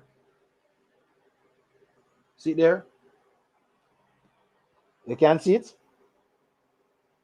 Can you see it? Can you guys see the line? Yes or no? Yes, sir. I have to look. You know, So you can you use know, a color? Hardly, sir. that you Hardly. must tell me, Lexi, you're afraid to tell me you must use a Sir, different I color. can see it, but You can't see it properly. So just tell me to use a different color, Lexi. Come on, man. Are you afraid of? You afraid of me?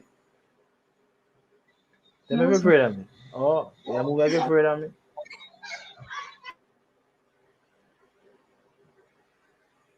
All right, so that's it.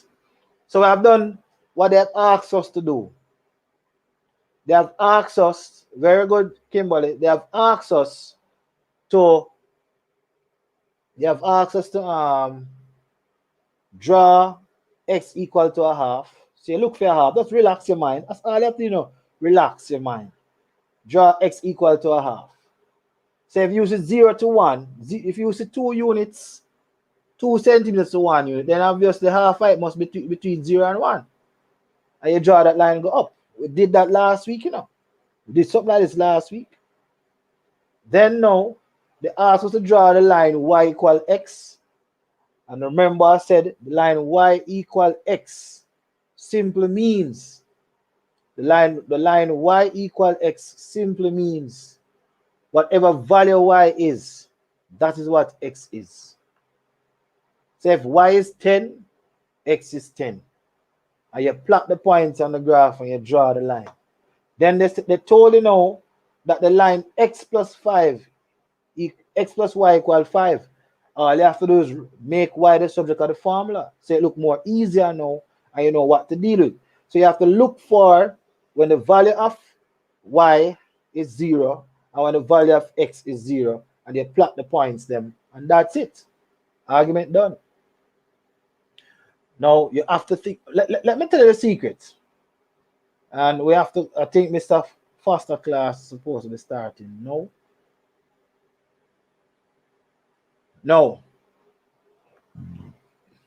This is the next part of the question, final part of the question.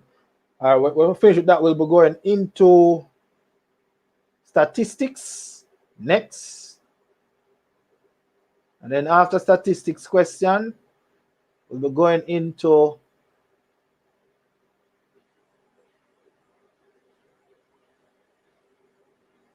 more statistics. And then after statistics, measurements. All right. Lexi, what's the plan? Going over to EduPlus or what? Sir, We're going over to EduPlus or what? what is that? Mr. Foster. Sir, anything you're doing? All right. I'll soon head over to there. All right. So now, I think he gave me the link. All right. Let me see if I find it again. He gave me the link. So I'm going to send the link over to you and Tangini, okay? You Alexi? Yes, sir. All right. So we're gonna hold on. Just give me a minute, folks. I'm gonna send it in WhatsApp. So you see the meeting ID and password there. Let me send it also to Tangini, and you guys will send it to Daniel and so forth, right? Yes, sir. All right, good. All right. Now, how far up you draw the half, sir? All the way to the top, Stacy. All the way to the top. All right. I hope those on YouTube had already subscribed to EduPlus Brother Foster last night as we collaborate. So he'll be taking up. He'll be going on next. All right. So let me complete this question, and then we'll all join him on his live. All right. So let's go now. All right, Codian. You subscribe to us as well as EduPlus, Codian?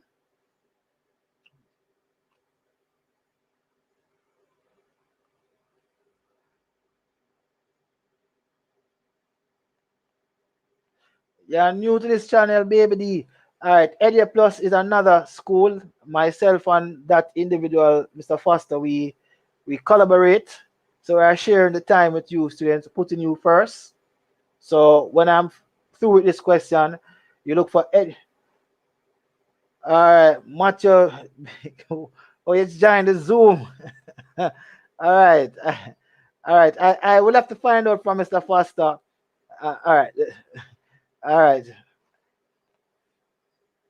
Just type in Edu Plus, Brother Foster, yeah. Edu Plus, Brother Foster, and you see it come up. All right. I, I will try and my best to see if I could put the Zoom link in our chat here. But you could also subscribe to this channel. I'm not sure the minimum number of persons. All right. I will send the link. I will send the link. I will send the link, Shad. I will send the link. All right. Let me finish up this question first, though. It says on the grid, label R. Label as R the region where X is greater than or equal to half. X is greater than or equal to half. So we know where half is. X is greater than or equal to half. Now, question now. X is greater than, so you have to use the three parameters where X is greater than or equal to half. Now we know that where X is great, this is where X is, half is, good? Yes, Foster, yeah. Brother Foster. So it is Edu plus Brother Foster. Right? So where we have this now, we have this is where half is. And you spread across, all the way across here. So good. Then now where y is greater than or equal to x. Now y equal to x now. Is this where this line is? Now, if y is greater than x, let's say that y was 3 and x was 1. It would have been on this side, true? It would have been on this side, right? Answer now? Answer now? Yes, sir. All right. So what this question is really asking, you have 3 lines on the graph. Is where basically where these 3 lines, basically the region where those 3 lines borders, that is where the answer is. Where the 3 lines actually borders. Good, which is right over this, right here. This is where it borders. And let me put it in. Where the 3 lines borders. All right, so it's drawing, right? But text. So capital R will come right here. Right there. That's the answer for that part of the question. Good. All right. Now, yes, and you can shade it in as well. Good. All right. So that's basically it from CDP Labs. So we're gonna move on to now. We just want to encourage you guys to I will be joining his link as well. I'm gonna join it now. But I just want to encourage you guys now to pray before you go to bed tonight. Pray before you go to bed tonight. Good? Pray before you go to bed tonight. All right? All right, I am hearing that Mr. Foster start already. Let me log in.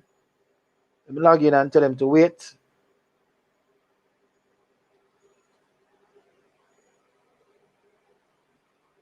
I'm going to log in to him and tell him to wait. Just give me a second, please.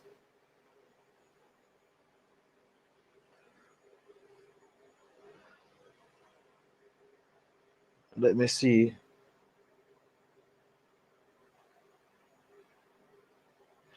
Just waiting to get on.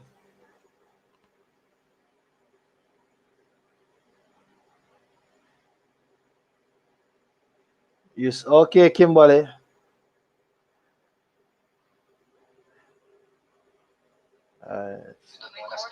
Mr. Foster.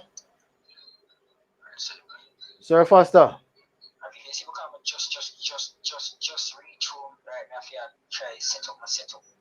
Oh, you don't start yet. You don't start yet, Mr. Foster.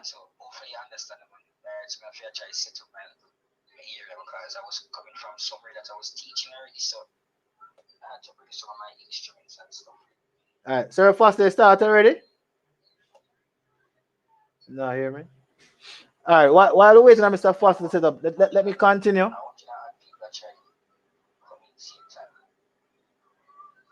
Foster. Mr. Foster.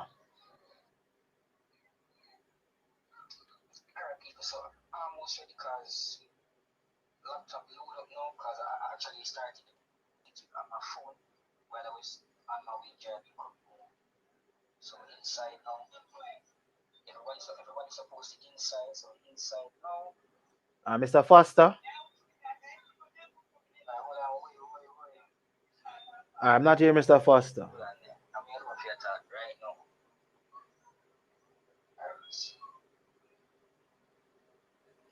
All right, I'm not here, Mr. Foster, just yet. All right, let us continue to the question. Let us continue to the question.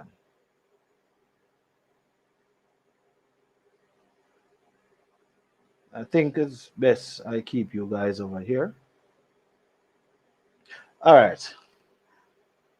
All right, let us continue with the question. So we're now into the statistics question. All right, we're now into the statistics question. Now, before we go any further, as I said before, let me say welcome again to all the persons who are in our new subscribers. Good, welcome to you guys. Thank you for supporting CDP Labs and the services so far with your subscription. Please do not unsubscribe. Okay, we're trying to reach a certain number so we can make our fees more good. Good. All right. Okay. So please continue to support our channel. All right. Let us continue now. All right. So back to the question. Can somebody read the question for me, please? Myself and Mr. Foster are the same question. That's funny. All right. Let's move on to question number 5. Tangini or Alexa, could you read for me, please? Daniel. Sir, I'm hardly seeing. You hardly seen it? Yes, sir. Seen it better now? Yes, sir. All right. Read for me, please. 60 students took an algebra test, which comprised 50 multiple choice questions. The number of correct answers that each student obtained is recorded in the table below. Mm-hmm. All right. So 60 students took an algebra test. 60 of them, 1 to 60. That's how we are seeing 8 persons viewing this channel. So just imagine we were 60 persons who are viewing this channel, right? Now it says 60 students took an algebra test, which comprised of 15 multiple choice questions. The number of correct answers that each student obtained is recorded in the table below. Now, so number of students who got 8 questions correct were 6. 14 students got 9 questions correct. 2 students got 10 questions correct. 6 students got 6.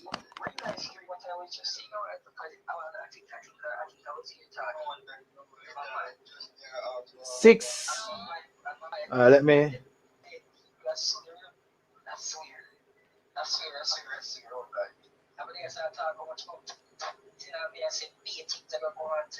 Wait, 1 second there. 1 second. Sir Foster. Sir Foster. Sir Foster. All right, him not hear me. All right, let us proceed, students. We're gonna proceed. We're gonna proceed from here. Where's Lexi? Tangini, get in touch with Lexi, please. All right, let's continue from here. So the number of students who 6 students did 11 correct questions correct. 2 students did 12 correct. 11 got 13 correct. 9 got 14 correct. And 10 got 15 correct. Let's look at the questions now.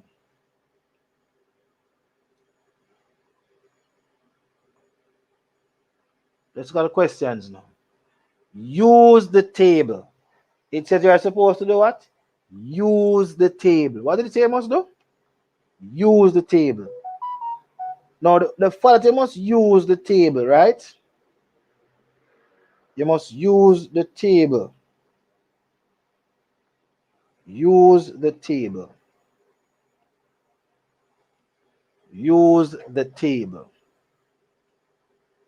Use the table and determine the number of students who had exactly 13 correct answers. How many students had exactly 13 correct answers? All right, I saw Shadris come up with the answer.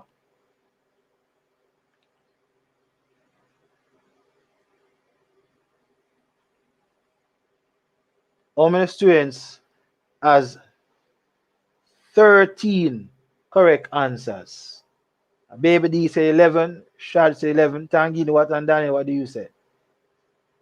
Tangini, Danny, what do you Sir, say? 11.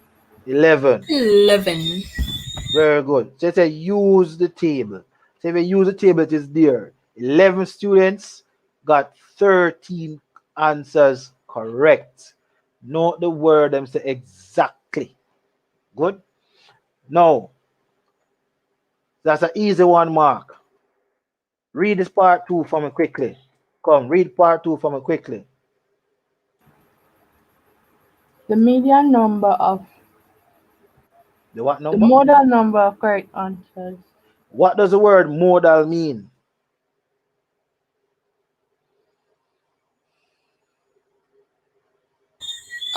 Sir, a mood I wanna occur the most, no? Come again? No, me not think it I want the number will occur the most, or it You're I want. correct. You are correct. The number that occurred the most. You are very much correct. Very much correct on that. Good. The number that occurred the most. Very, very much correct on that. Now, next question. All right. Very good, Shadris Francis.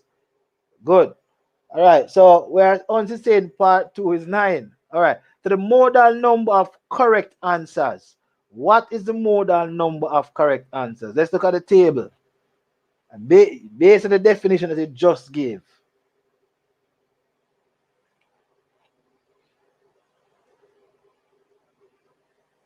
So the one that appeared the most. Which correct answer appeared the most? I don't know. You're not seeing the table properly? Yeah, Sir, none of them occur the most. You're Sir, number sure? You're sure? Look good on the table. a number of answers or number of students. Which answer appears the most? Which answer appears the most? After none of them not appear the The most. number of correct Oh, answers sir, appears the most. 9. 9, then a 14 is the highest number. So it must be 9. Yes, Daniel. 14 is the highest number, so Oh, it must be 9. gee. It's in the 8 part, you see. Mine, you know. Mine. All right. So let's proceed now. And them say use the table. Now, this one now, the median number of correct answers. What would you do to find the median number of correct answers? What would you do to find the median number of correct answers. Any ideas? Median na when you find the number at the one in the number will occur in the center. Like if you arrange it from ascending or descending order, you're supposed to find Excellent. What, you wake up. You wake up, Daniel. it. Daniel, wake up around here. Yes, Daniel, wake up around here. Yes, you have to arrange it in the what? Ascending from, from the small to the biggest. Good. So question then now. My question now. Could you arrange it for me, please? Read quickly. Answers are number of students. You have to do number of students first. Oh.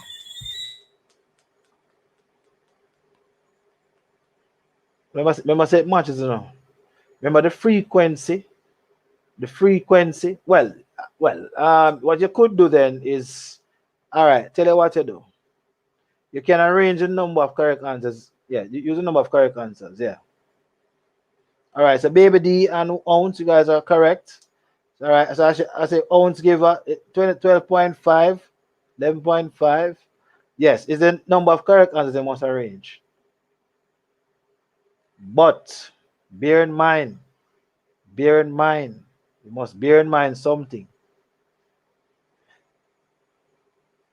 Must bear in mind something though. It's a lot of numbers again, right?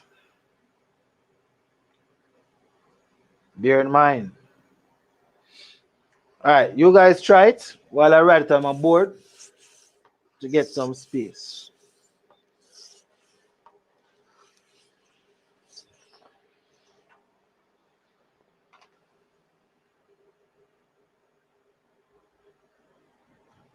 I see some answers coming up, but we're going to check and ensure it's correct.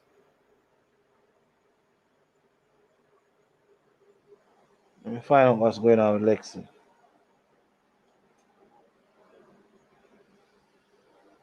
All right, so we'll start off with the lowest number is what? 8. Okay. All right, Mr. Bennett. We have another maths teacher in the house here. Good evening, Mr. Bennett. Lexi, where are you? Okay, hurry up. Go in statistics, hurry up.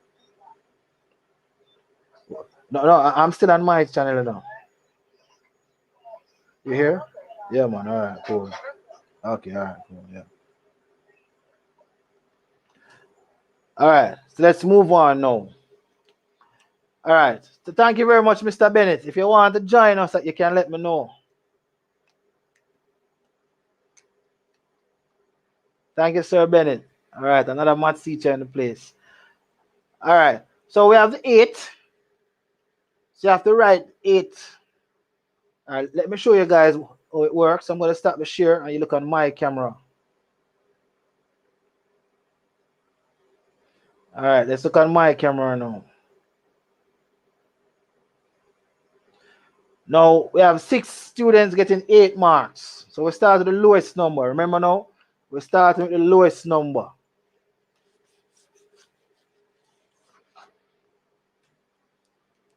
So you have 8, comma, list them.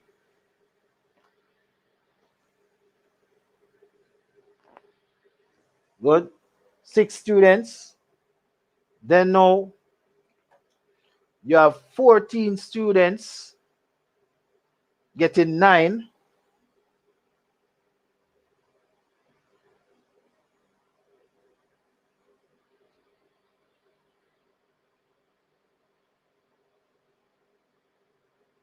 So you have 14 students getting 9.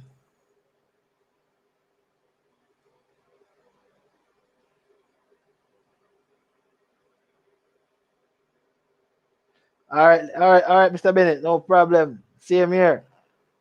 All right. Now, so we have 14 students now doing 9. So you write 9 14 times. So it's 1, 2, 3, 4.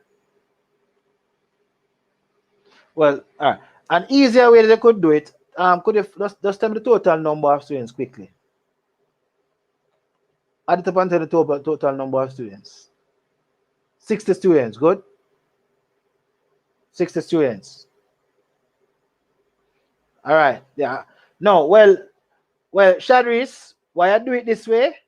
Because you want to ensure that the answer is accurate. You want to ensure that the answer is accurate. Good. So it's easier, or I shouldn't say more better, to list it if you can. If you can. Now, half of 60 is how much? 30, right? Half of 60 is 30. Everybody agree with that? After Yes, 60 yes. years. Half of 60 is 30. Good. Okay. No. So if we are going into so 6 plus 14 is how much? 6 plus 14 is how much? 24. Plus 14, Yeah, 6 plus 14 is how 24. much? 20, 6 plus 14 is how Oh, much? 20, 20. Now 20 plus 2 is how much? 22, 22. 22. 22, right? 22. 22 plus, where are we now? 6? Right, we're at 6 now. 22 plus 6 is how much? 28, 28. Good. All right. So we're at, and 28 plus 2 is how much? 28 plus 2 is how much? so 28 plus 2, Yeah. 30. 30. Oh, 30. So what that means now? That means now, the 30th number. The 30th number is going to be what? 12. Based on the table. Let me draw about the table here. All right. Let me just share about the screen. Let me share the screen instead. So I'm doing the shorter way now. Right, Mr. Right, Shadris? Doing the shorter way. But remember, if you have the time, you go back over it again and list them. But the shorter way now is simple this. The shorter way is simple this. Where is it? No. So you add up everything. No, but Shadris, we're gonna get to there, but I have to show them that first, right? I have to show them that first. No, so the total is 60. Good, the total is 60. So watch me now, The total is 60.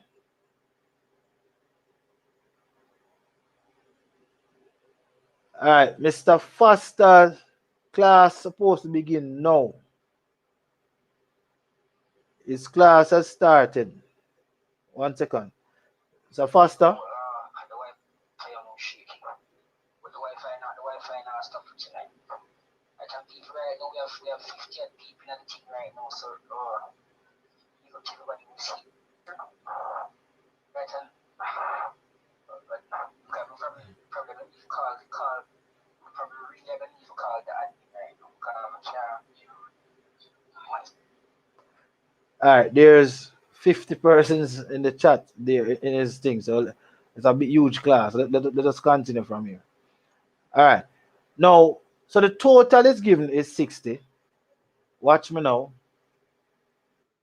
Now, to get the middle number, you have to find half, where the half line is.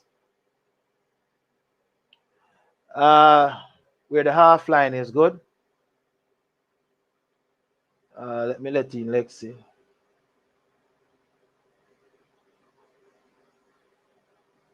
All right, where the half line is. So you have to find half of the 60. Everybody following me? Yes, sir. Good. So you have to divide that now by 2. That's equal to 30. Now, by adding cumulatively, by adding cumulatively, we recognize that 6 plus 14 plus 2 plus 6 plus 2 right here is where the half line is. But do remember now, do remember that 60 is an even number. So it cannot be that 12 is the middle number. But there are two of the 12s. Good? So the 30th number is half. Now you have to look at the two numbers in between. So you have the 29th number and the 30th number. Now the numbers before 29 would have been 28 numbers. Agree? Everybody agree with that? And the numbers after 30 would have been what? 30 more. Agree? And the answer is yes or no. Yes, sir. Good. So what I've done, all right, let me share my camera and show you.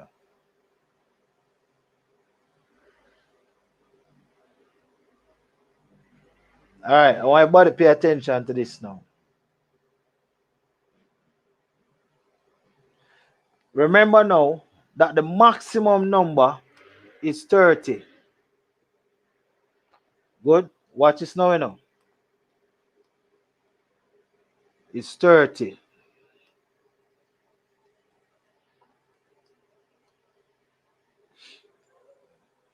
Now, watch me now. We have to find the 30th number is where half would be. But if you're going to find the two middle numbers, good? And let me show you something. If you have 1, 2, 3, 4, 5, and 6, the two middle numbers here would be 3 and 4, don't it? You agree? Do you agree? Students, you guys are hearing me? Is everybody hearing me? Yeah, me here now. Good.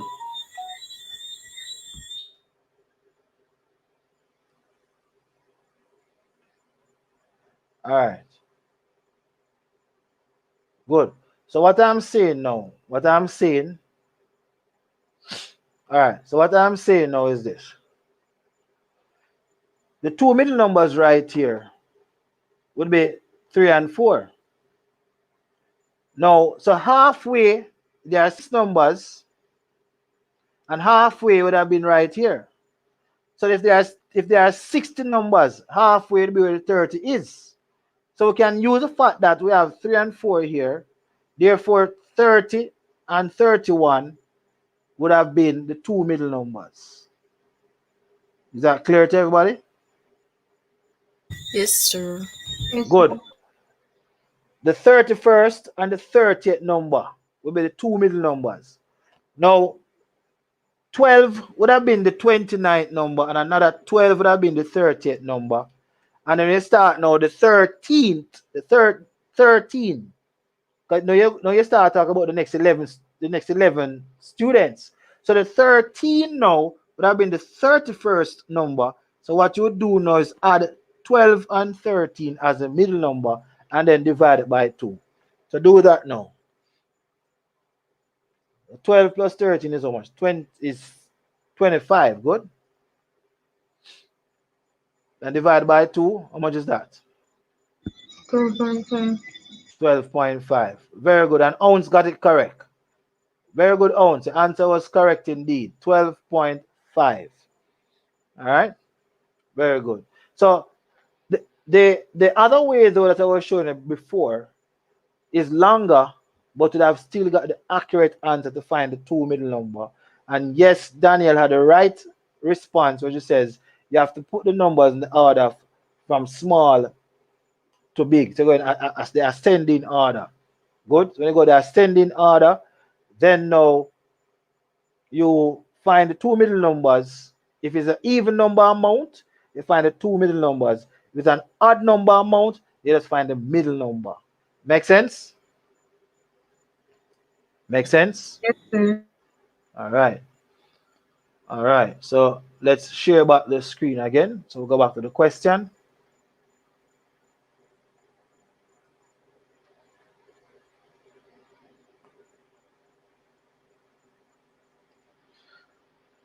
All right. So let's move on further now.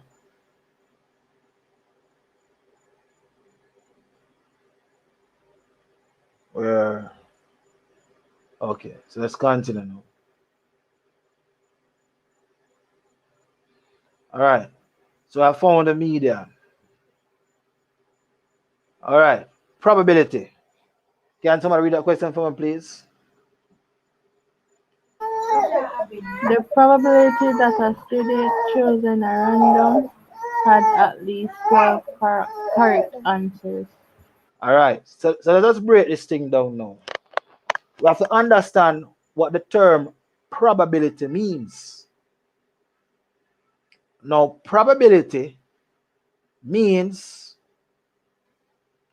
frequency of something over the total number frequency. All right, Ounce is going far. Ounce is kicking up on the statistics. Very good. Over total frequency. And I'm going to explain.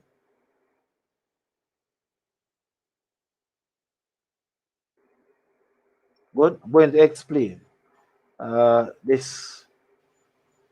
See if I can change the font size. Kind of.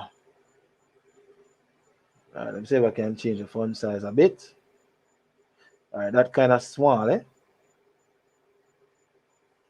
All right, big enough. So you have to now find the total frequency. That's the first thing. All right, so Shadris get 8 over 15. Okay. Now we have the first time we have to first find the total frequency. Good. Find the total frequency. Now, what is the total frequency? Let's show you how you find the total frequency now.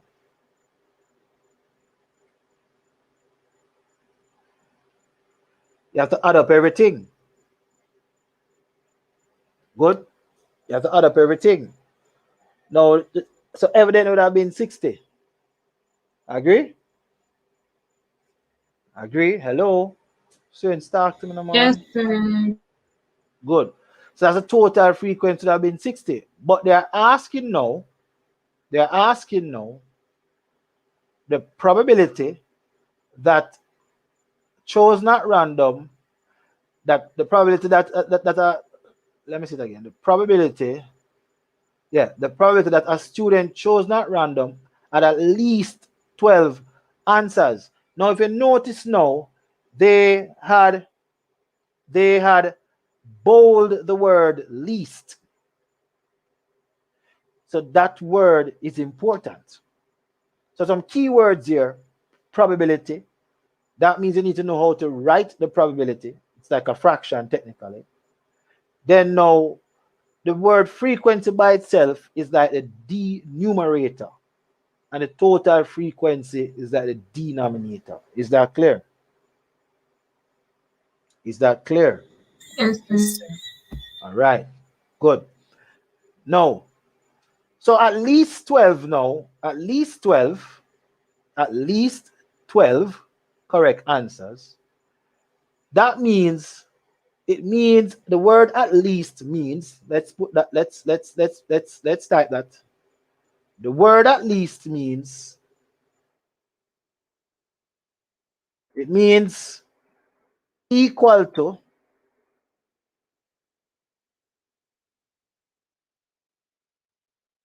or greater than.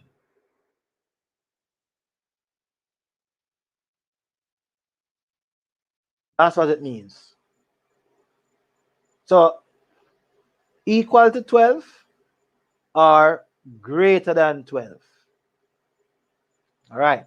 So therefore now, how do we use it? The table now to get that answer? And I can bet they are going to ask us for the mean average. Seriously? No, they don't. Okay. Okay.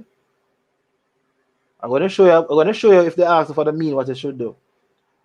No. So at least 12. Let me see. Where is it? Let's go back to the question. So the probability that a student chosen at random had at least 12 correct answers. So it can be 12 or more. Now, two students got 12. Got 12. You see that? Everybody see that? Just answer to me. If you ever ask a question and you hear me, please to answer. All right. Now, so two students got 12. But we say at least means equal to or greater. So you can't use 12. Because if you use 12, you are saying how much get 12. The frequency has to get 12. But you have to say the frequency at least 12. So you have to now move from 12 and add up. You're going to add 2 to 11 to 9 to 10.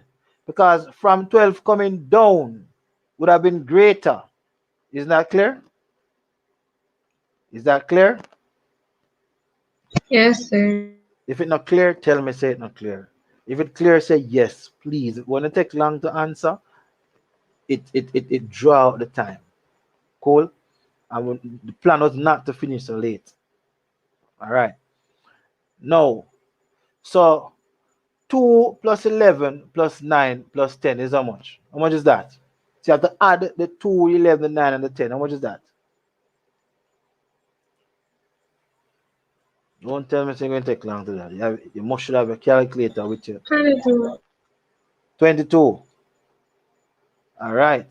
So you're going to write that 22 now.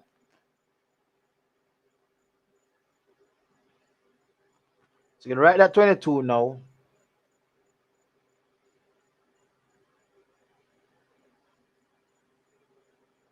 $22 or 32? Which one? Who's correct? 22. 22. Shad, or you get 32?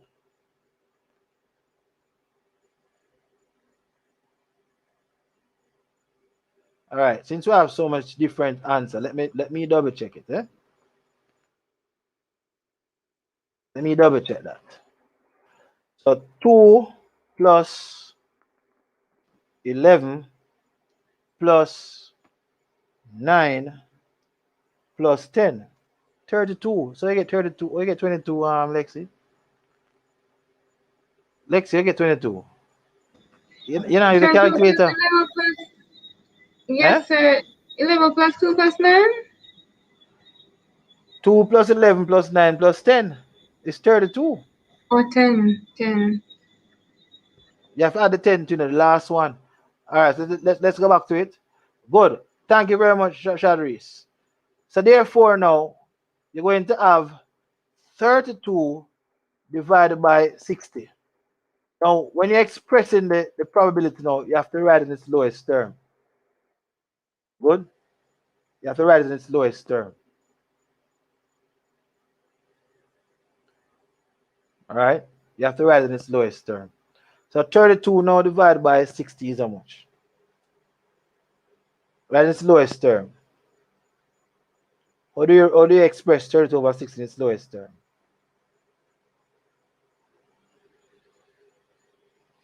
Sir, repeat. Or do you express 32 in its lowest term?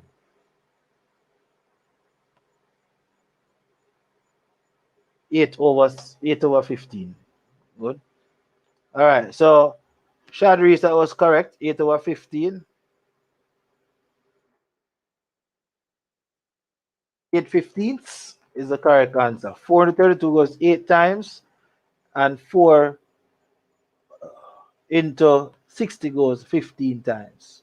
All right. So Shadris, break it down and say 2 into 32 goes 16 times, and 2 into 30 goes 2 into 60 goes 30 times, and then continue to break it down further, and the final answer is 8/15. All right, very good, Shadris and company. All right, so let's move on now to the next part of our question.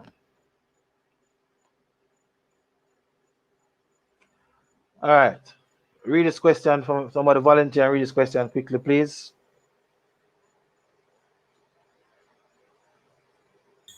A group of students wrote a physics examination. Each of the students achieved a grade 1, 2, 3, or 4. The pie chart below shows the results. All right, so let's examine the pie chart now. Let's examine the pie chart. So, based on the pie chart, 117 degrees of the pie chart represents 39 students. Everybody see that?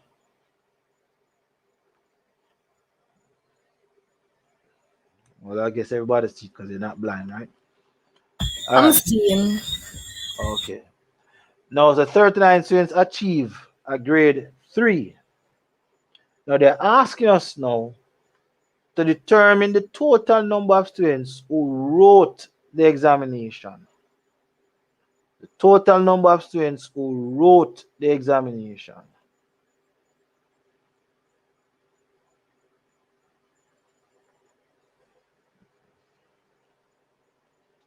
Now,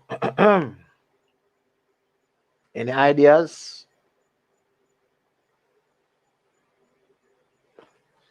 Any ideas? So you want to find what? The total number of students who wrote the examination. Come, try and figure it Church out. of 60. No, no, no, no, no, no, no. You get mad. You get mad. 39 students got grade 3.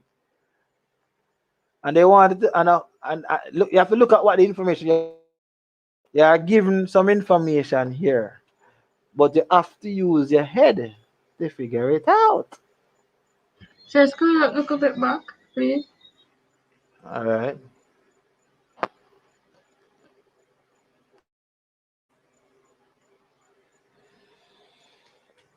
So own slope on that one, yeah. And Shadri slope on that one yeah, too.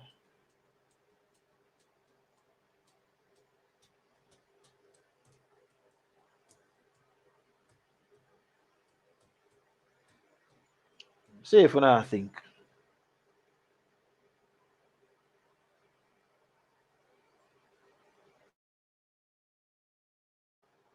Scroll down. Where do you say the final answer? The Scroll total down. number of students, the total number of students who did it. Uh-huh. All right, we'll see some answer coming out. Oh, it's not easy though. Like people expression them. Hold on, let me get in tangy.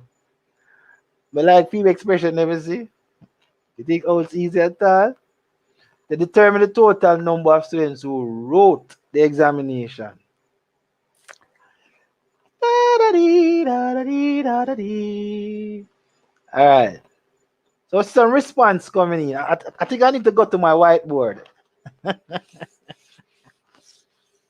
But you have to assess the triangle, the circle first.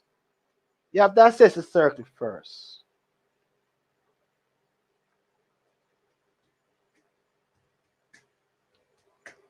You have to assess the circle first. Now, what information was given? Matthew Biko. All right, so Matthew says I will divide 39 by 117. Hmm. But why? Why would you divide 39 by 117? And then multiply by 360. All right. So we hear so Shad's all right, let's see what the answer's coming down.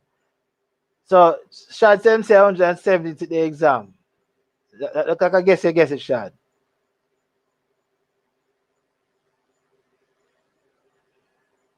So Shad is saying 39 is 1/3 of the pie. You sure about that? How you get 1/3? How you get 1/3? How you get 1/3? And then Matthew says, I would divide 39 by 117, then multiply by 360. No, how you do that? No, you can't do that, Matthew. All right, ons get 70. All right. Now I want you to look at look at the pie chart carefully. Look at where this grade 4 is. What angle represents grade 4?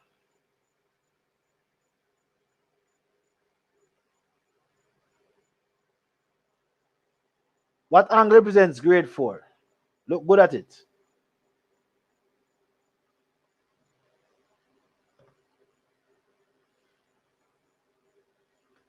What angle represents grade 4?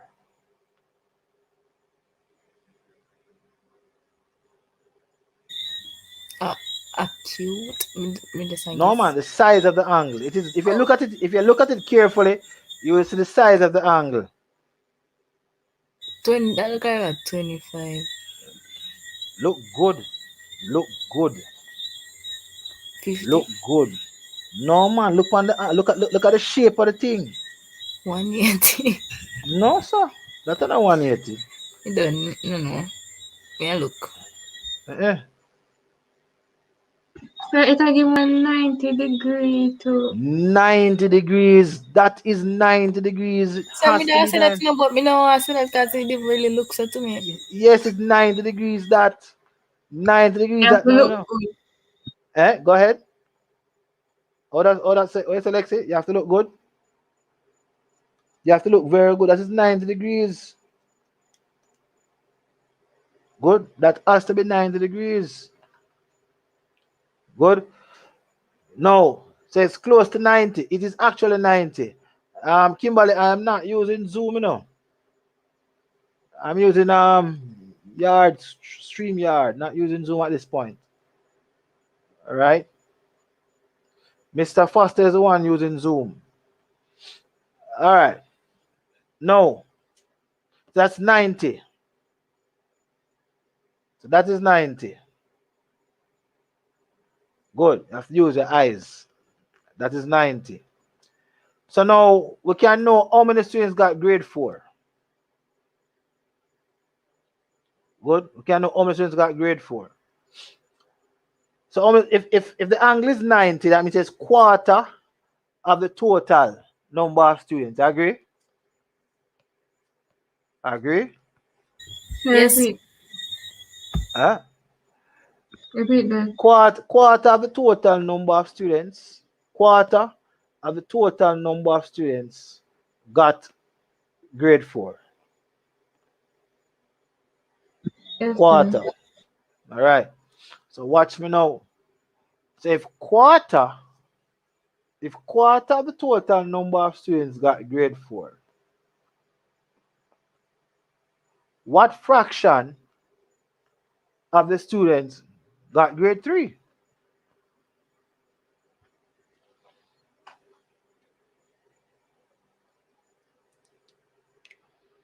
So 90 degrees represents quarter of the total.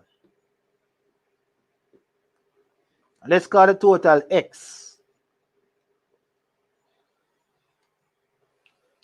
Let's call the total X.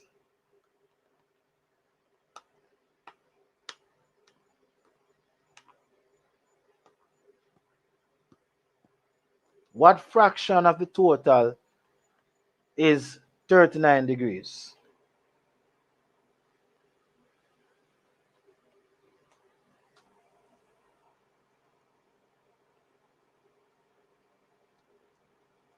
Anybody have an idea?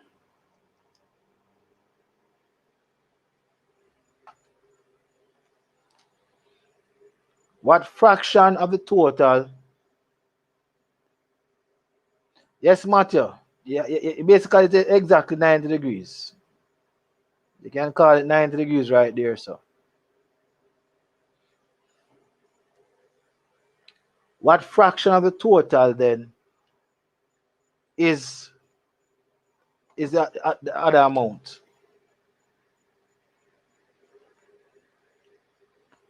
What fraction of the students got grade 3?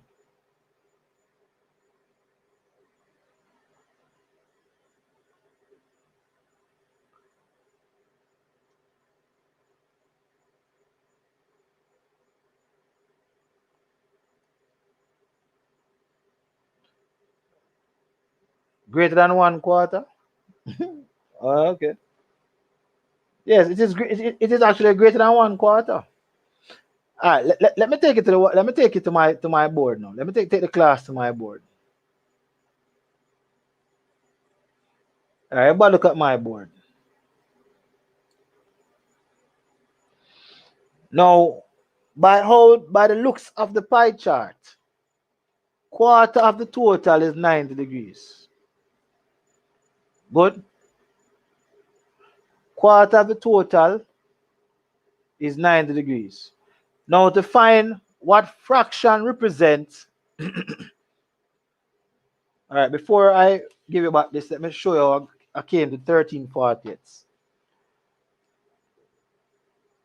Now, what fraction of the total number of students represents the 39 students or the 117? You'd have to write 117 over 360 degrees, and you reduce that to its lowest term, and you're going to get 13 over 40.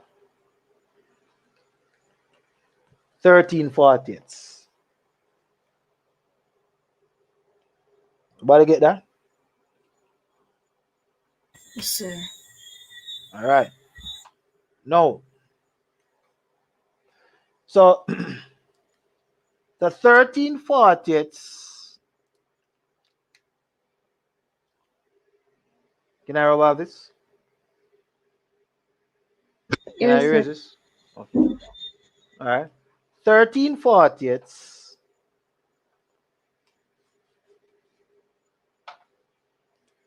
So 13/40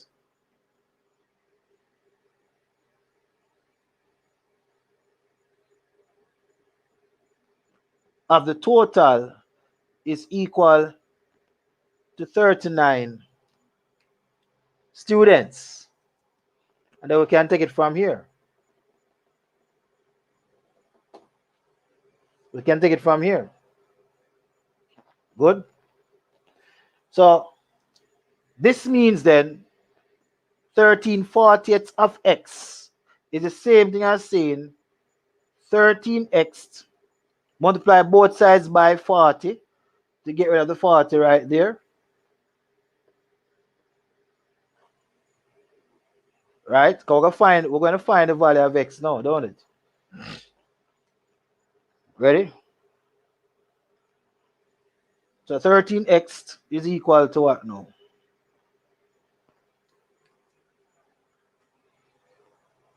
39 times 40 is how much? 1,560.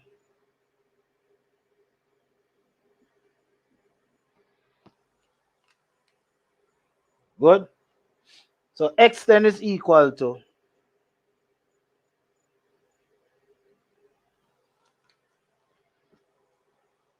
x now is equal to 1,560 divided by 13. So x is 120. Excuse me, sir. So when I'm friend them ask if you can join. If you can join. Yeah. All right, yeah. As long as, yeah. So we can only hold 6 person in the stream yard because it's the first time I'm trying it out. You understand? Yes, sir. Yeah, yeah, you can join. All right. Now I want you guys to relax a little bit. I want you to relax a little bit while I wait until the next person to join. That's why you must be wondering how sir come up with that answer, right? All right. I want you to relax a little bit, and I'm going to explain it. Hope everybody is hearing me. If you are hearing me, on YouTube, just tell me here. Just say hearing. Just say hearing. If you are hearing me on YouTube, just say hearing. Good. Now, I want you guys to relax. I don't want you going to the exam to memorize anything. Memory is not the thing here. You're going to use your eyes and you're going to say, Lord, show me, help me. Ask God to help you. Ask Him to help you. Ask God to help you. And He will help you. Just trust Him, man. I've done this. I remember I was doing I just giving you guys a break by sharing some experience with you. I remember I was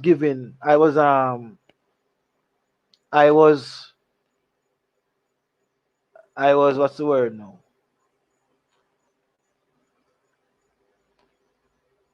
Yes.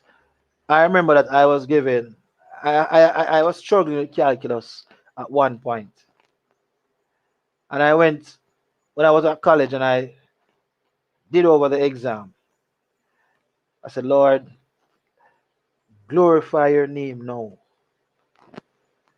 And I worked and I worked and I came out of that exam doing very well. I think I got probably a B or a B plus in calculus too.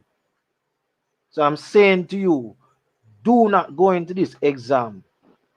God does not like when we doubt Him.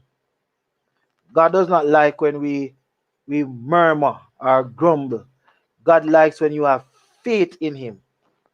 You have done your part. You have been practicing maths. You have been attending maths classes. You have doing everything that you need to do. So all you need to do is to trust God tomorrow morning.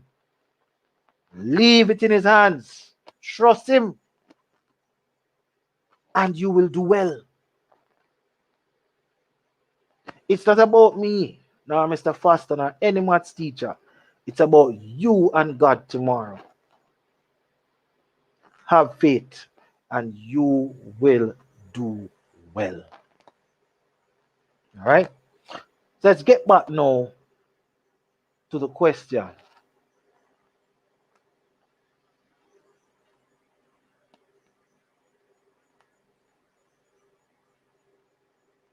So, all right. So what we did now,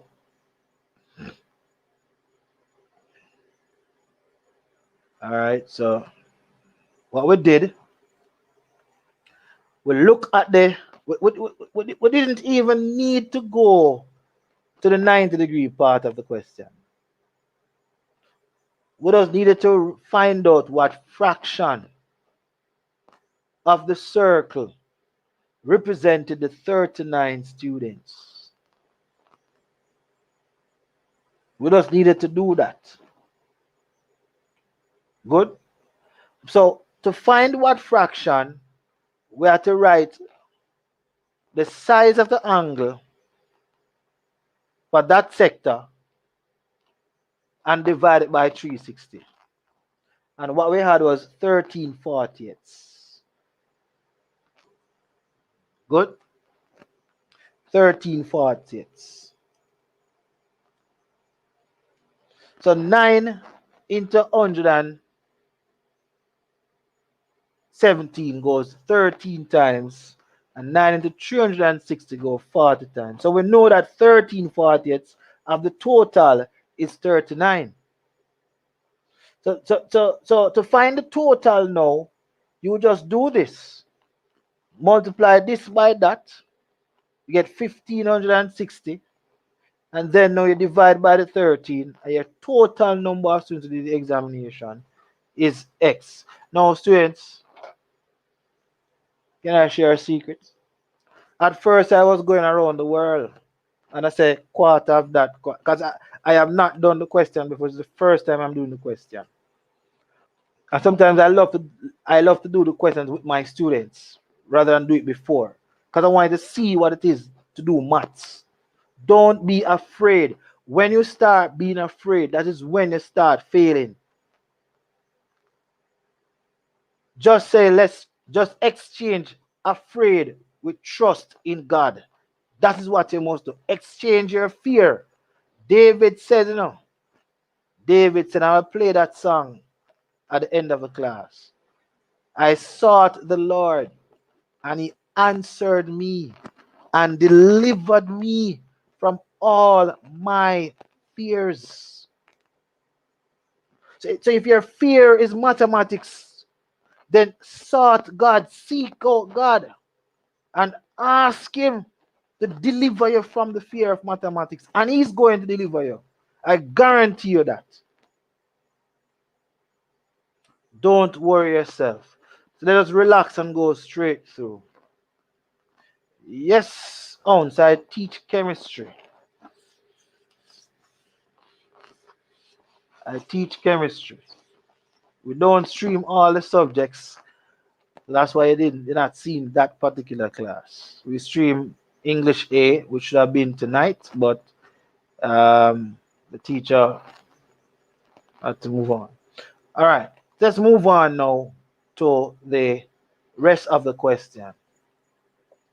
And I'm confident that you guys are going to do well. I am confident. So when you do well and you get your results, just know you give God all the glory. It's not us. All right, so that's part one. So we got the answer, 120. All right, can somebody volunteer now and read part two, please? Yes, Psalms 34, Ruben. Very good. You found it. Yes, Ruben. Very good. The ratio of number of students who achieved a grade oh who achieved a grade 1, 2, or 4 is a 2 to 3 to 4 to 3. A student passed the examination if he or she achieved a grade 1, 2, or 3. How many students passed the examination? All right. Very good. Now we have to manipulate this question. Let's manipulate the question. God be the glory. The ratio of the number of students who achieve a grade 1, a grade 2, or a grade 4 is 2 to 4 to 3. A student pass the examination if he or she achieves a grade 1, 2, and 3. So the question is, how many students passed the examination? Now, let me ask a question.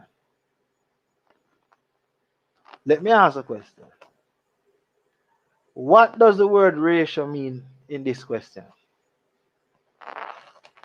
So note, I want you to reason it out. What does the ratio mean in this question? Like, it's like the total number of students. All right. So you are seeing the ratio 2 to 4 to 3 would represented the 120 students, right? Yeah. All right. So but the question now, it says a student passed the examination if he or she achieve a grade 1, 2, or 3. Just tell me what you would do. I just want to hear what you would do. What would you do? Tell me what you would do. What would you do?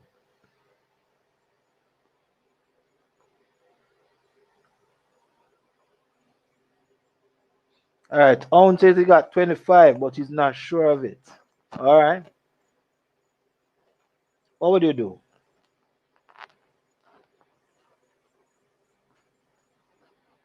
Anybody?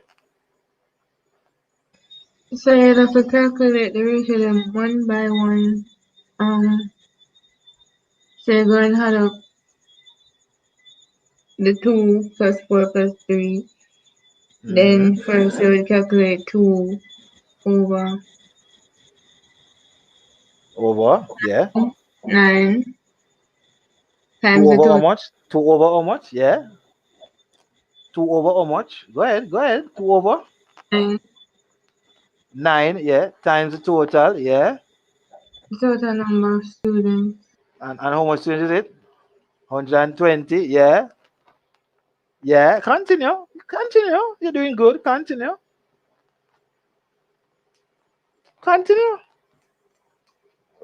Lexi drop off. All right, Lexi drop off. All right, Lexi was doing a very a wonderful job.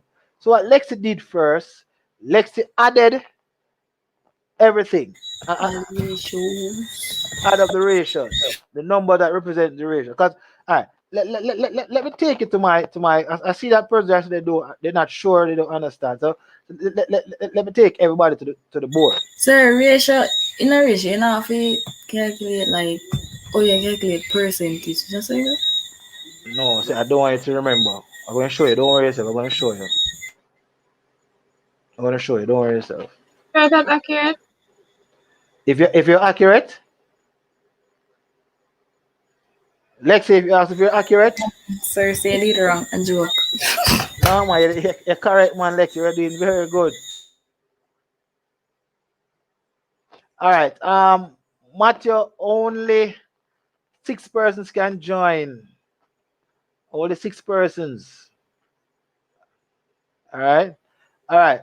So for the ratios, you're going to add up everything. Well, let me explain to you why you add up everything. Lexi, you still there? Yes, sir. But you never finished talking.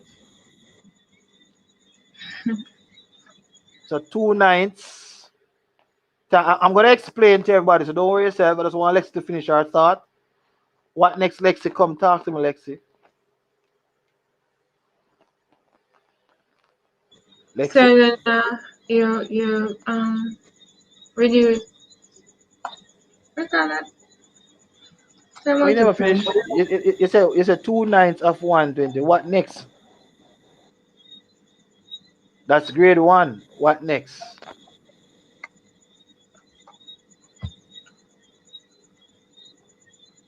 Then I go do the same thing for the other one.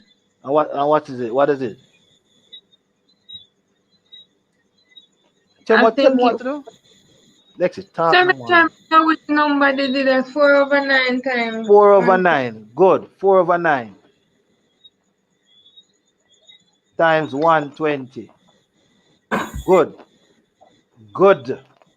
Very good. Very good. Very good. Yes, very good. It's a Lexi problem. Lexi better make sure you know let down God tomorrow. You know. Have some faith. All right. Have some faith. So I'm gonna explain it to everybody. So don't worry yourself. I'm gonna explain it. So don't worry yourself. Mr. Bernard will explain it to you. So don't worry yourself. And they divide by 9. Well, well, you have to write the answer. You have to write the answer to the nearest whole number. All right. So 2 plus 4 is what? 6 plus 3, 9. All right. So, but we could do this now. We could say 6 ninths times the total, and 6 ninths is the same thing as what? We could add the 2 and the 4, right? So 6 ninths is the same thing as what? What is 6 ninths? 2/3. You agree? You agree? Sir, repeat, please. You could add the 2 and the 4, and you get 6 ninths. Oh, yeah, yeah. Good. So 6 ninths of it. Oh, So 6 ninths is the same thing as what? 2/3. You agree? Yeah. So 2/3 of 120 is how many students now? 80. So 80 students pass the examination. I'm going to explain to everybody now how we came up with all of this. Ready now?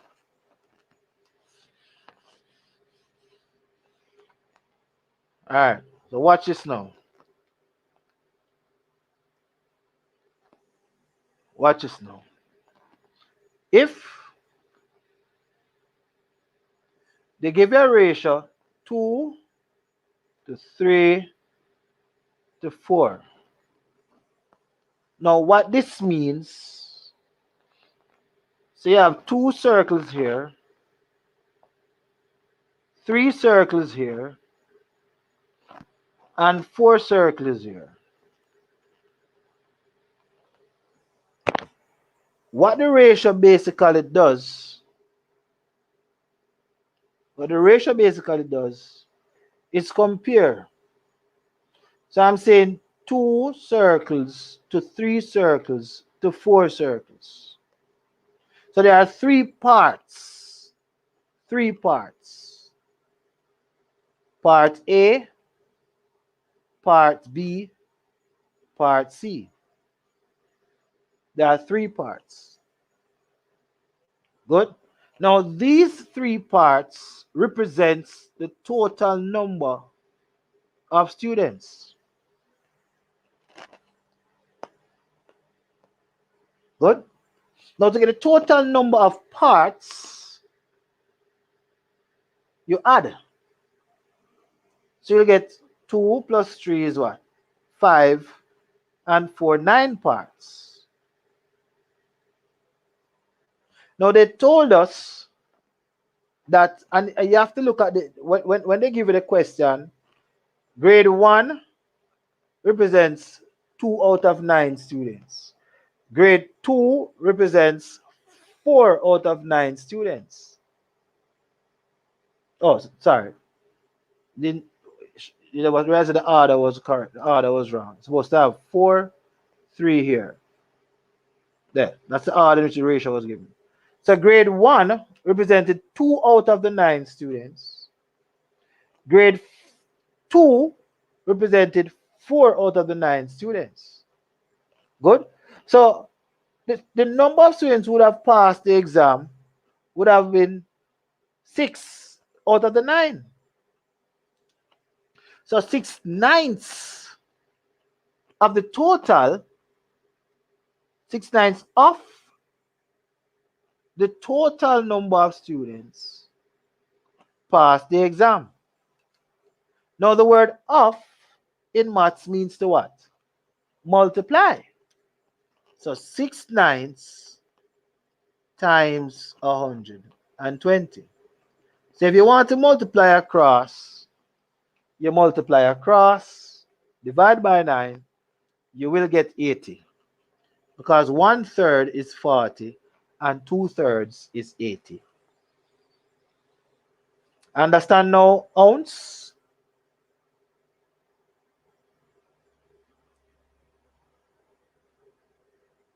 Everybody understand now? Yes, sir. Yes, sir. All right. Ounce, you understand? I'm not seeing ounce not responding.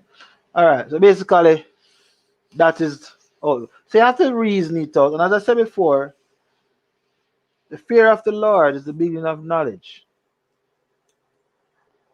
And you must trust God tomorrow. You pray before you go to your bed tonight. And you trust Him. Be like David. Be like David. All right. So the final part of that question says, determine the value of the angle for the sector representing grade 1 in the pie chart. Let's look at it. So let us go back.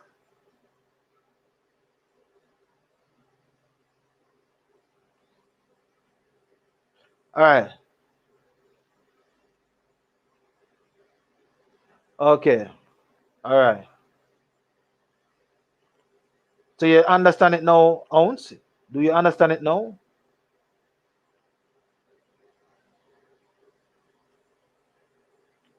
All right. So it says determine the value of the angle for the sector representing grade 1 in the pie chart.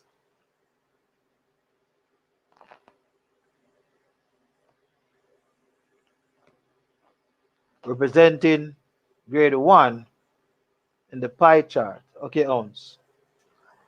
Now, note based on the ratio,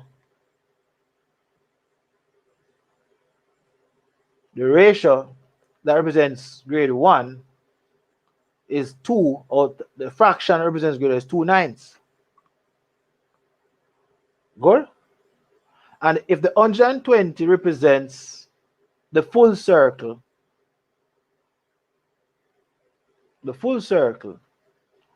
now so 2/9 of the full circle, which is 360, they have to find 2/9 of 360.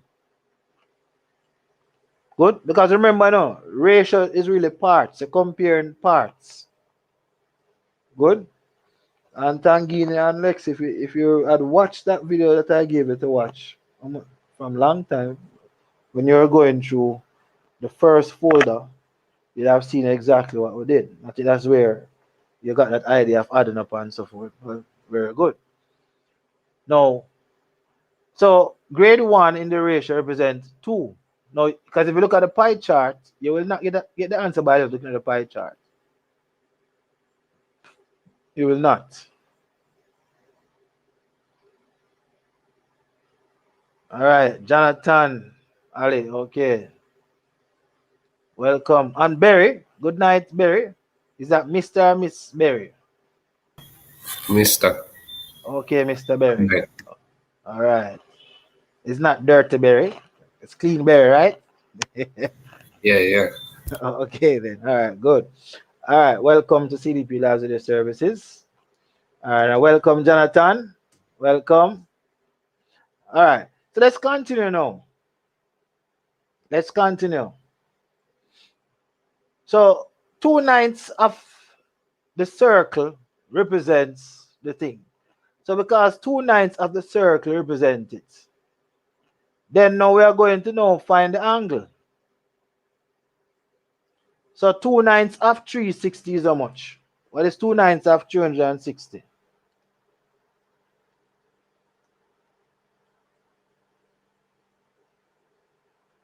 What is 2/9 of 360? 80. 80. So that angle is 80 degrees. All right. So that's it for that question. Now, CXE kind of pretty too smart right there. So, all right. So now we're going to the big question, magic question, lovely question. Big question indeed. Tangini type of question. No, not Tangini. I mean Lexi type of question. All right, Lexi, do the honors and read it for me, please. Ah. Go ahead and read it. The diagram below shows a rectangular tank with a base of 50 centimeters by 40 centimeters that is used to store water. The tank is filled with water to a depth of 15 centimeters. All right. Calculate the volume of the Hold on, Lexi, man. That's not all we talk about it. We take with time, Lexi. We take with time, remember? We take time. We don't run through it. Good? We take with time. Take a deep breath now, Lexi. Everybody take a deep breath. Everybody take a deep breath. Take a deep breath. Count to 4 when you inhale. Then let it go. Yes, ounce. I'm keeping the screen. I'm not going to let it go. I want everybody to try. Calculate the volume of water in the tank. All right. Try working it out now. Take your time.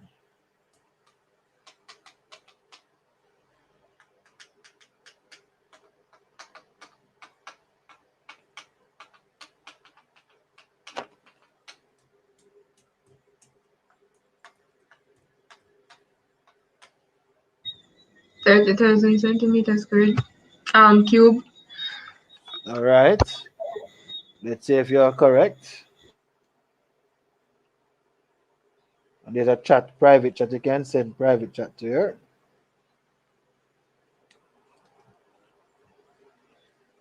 All right. Okay. Who said 30,000?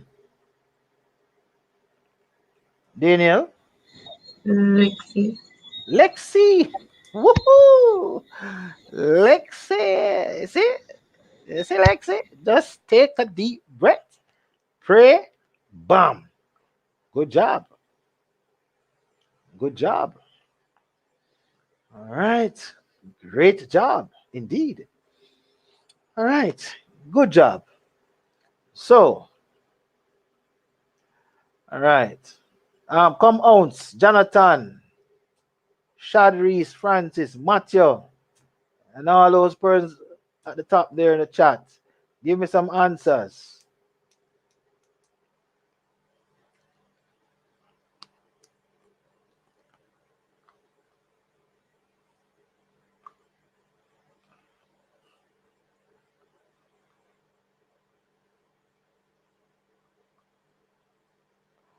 Okay. All right. So Shadri says it is indeed 30,000. So, all right. So we apply the formula. Apply the formula. Once you come on to volume, good. Like that, Jonathan. You have to put on the centimeter cube. Like that. All right. Hold on there, brother Owens. All right. We'll go help Owens now. We'll go help out Owens. We'll go help out Owens. Uh, 1 second, please. Yes, Nadia. You, you just came from abroad. Yeah, but when I look at stream and all, I'm come back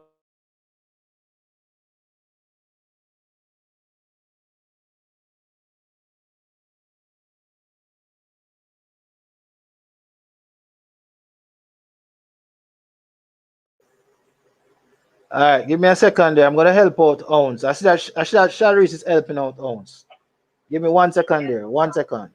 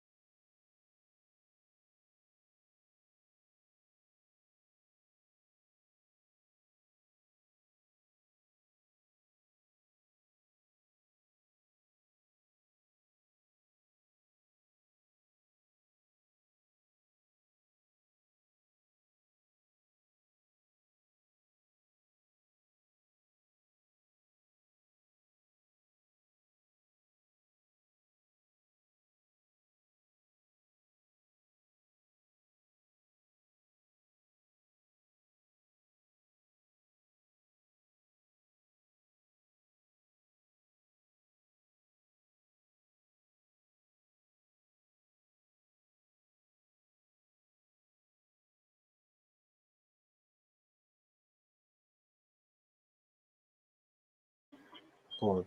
All right. Sorry about that. I see some lovely conversations going on there. I like what's going on. I see helping.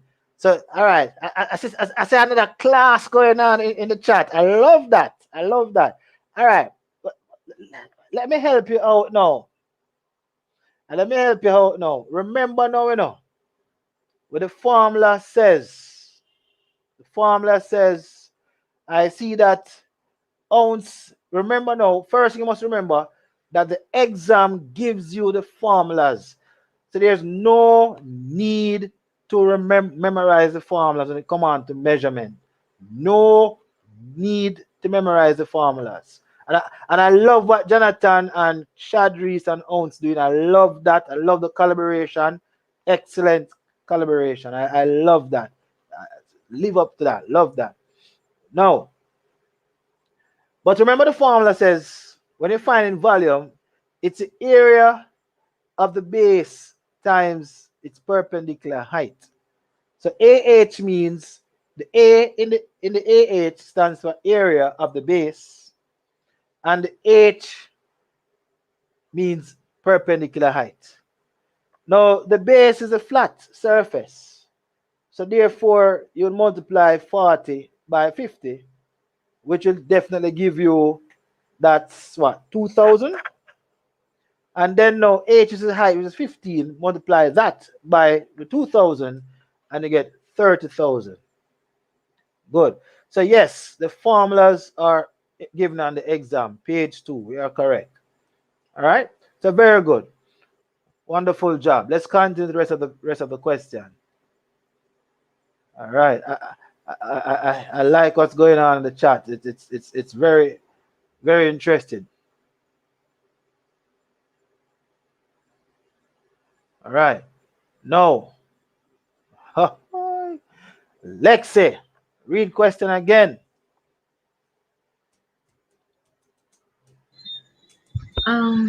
The cylinder, no, the cylindrical container shown in the diagram below is used to fetch more water to fill the rectangular tank.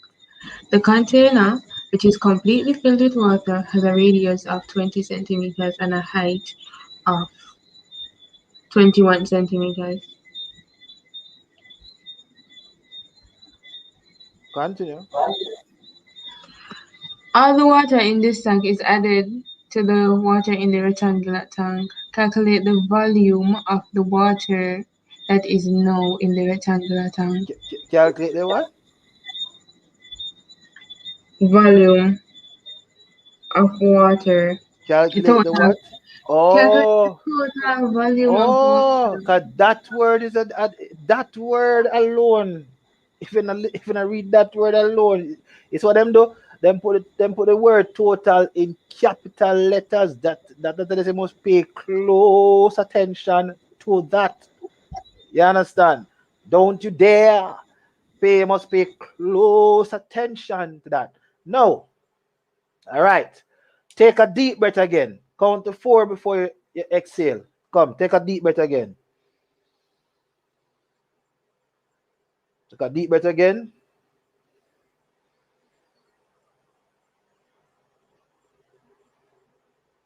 Exhale. One more time. Take a deep breath again.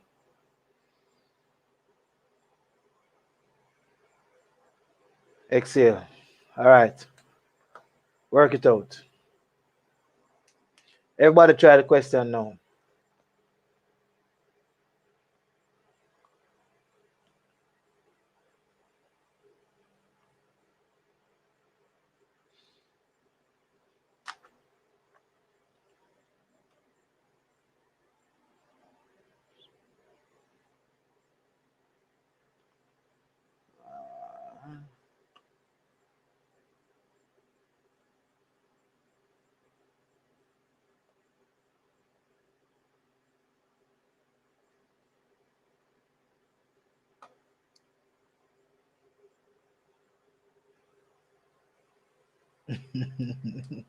Shadris, I up for the people and thing. Okay, Shadris, I get you.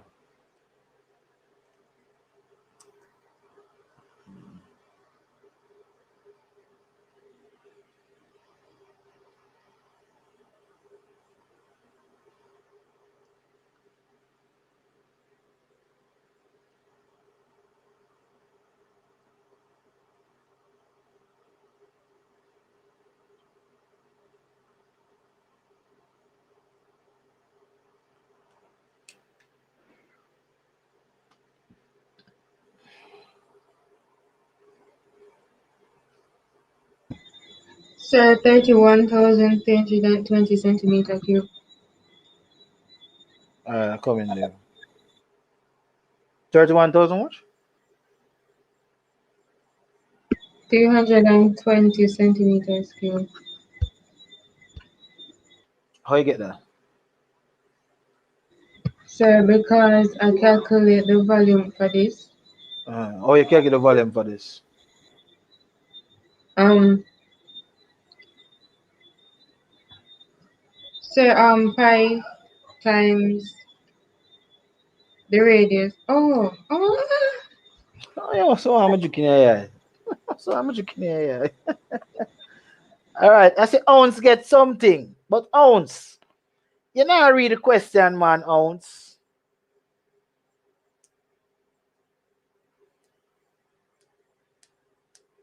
You not really question ounce.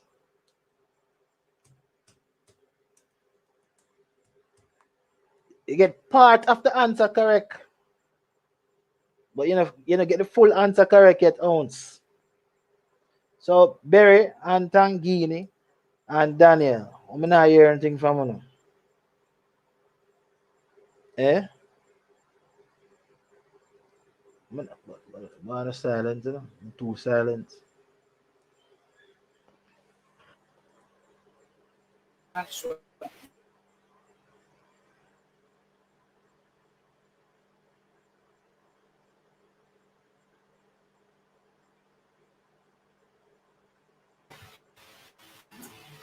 Sir, I'm not sure if this is right, but I got 840. 800 and how much? How much again? Yeah, go, what you say again? How much you say again? 40. Oh, you get 840. Sir, 840. Yeah, but tell me what you get 840. Explain to me how you get 840. Sir, I multiplied 21 centimeter by Uh-huh. 40, which is By 40.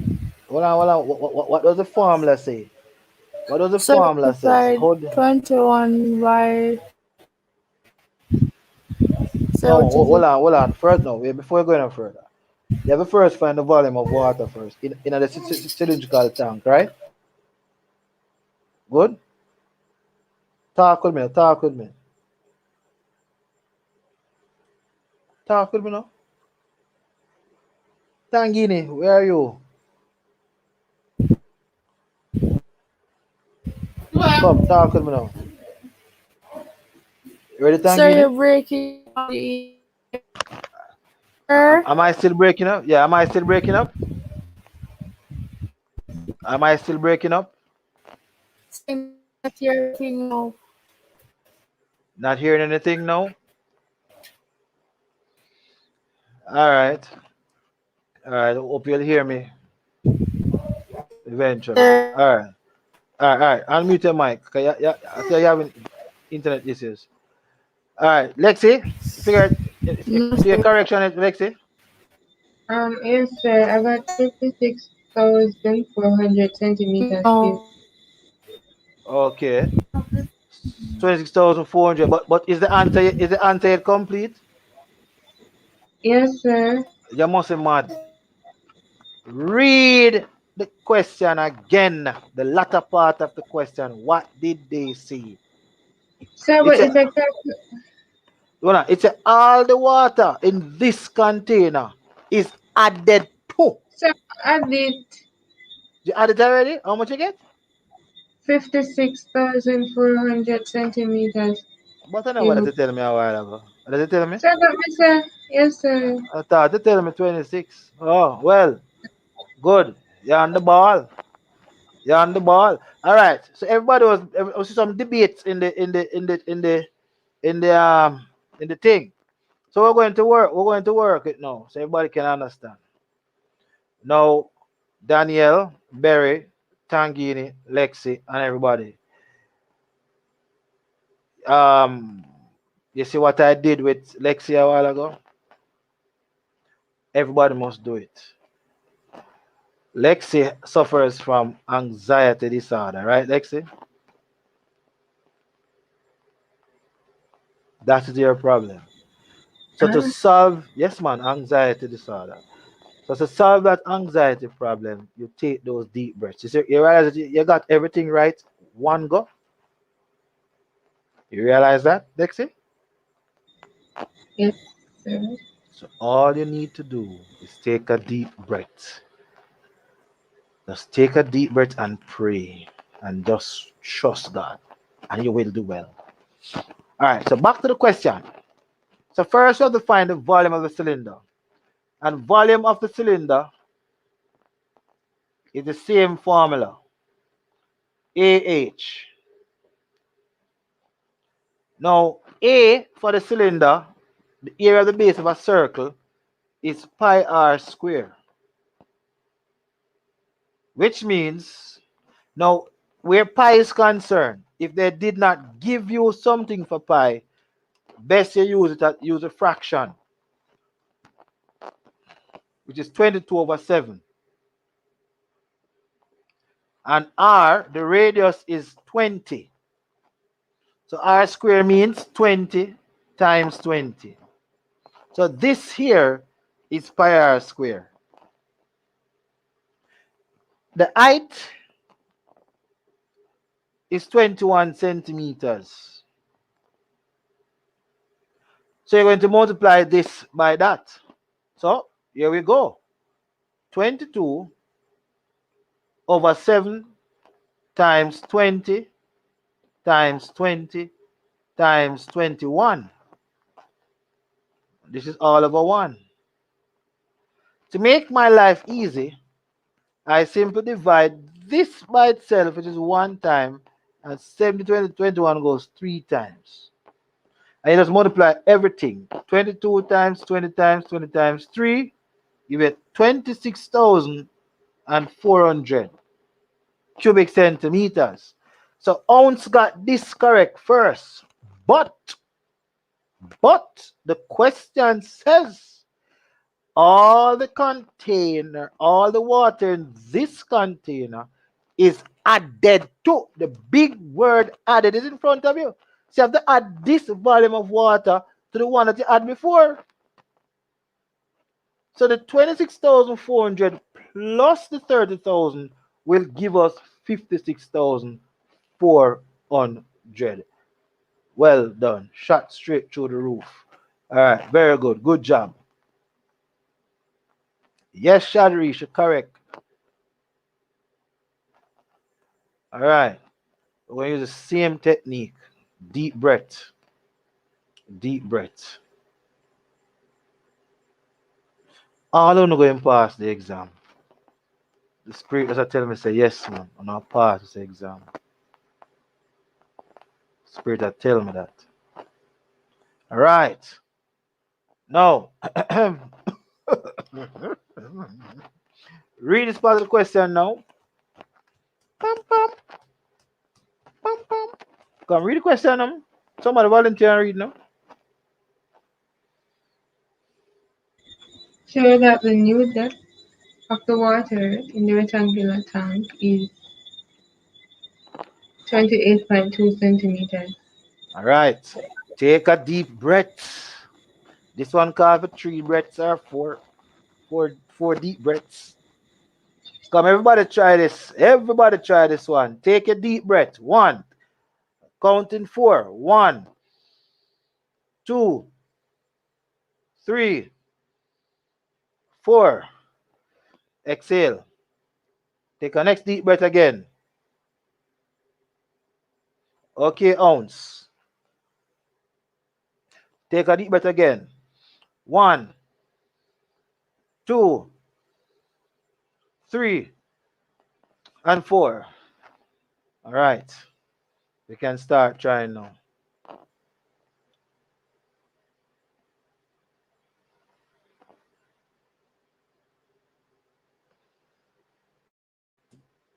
Dun, dun, dun, dun, dun, dun.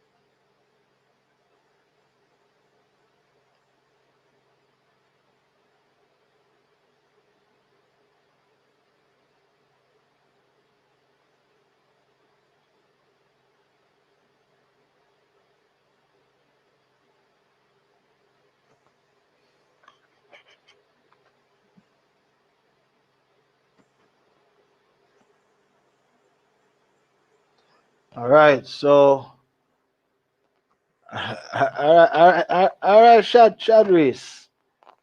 All right, that's the idea. That's the idea.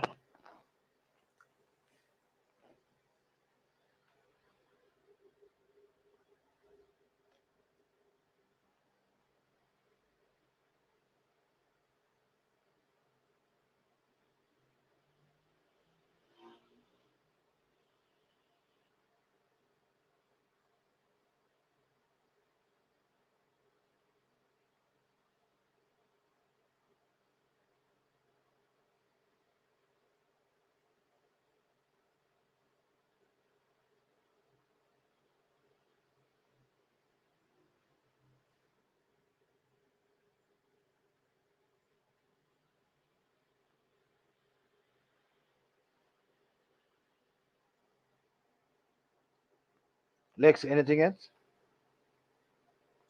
No, sir. Mm-hmm. Okay.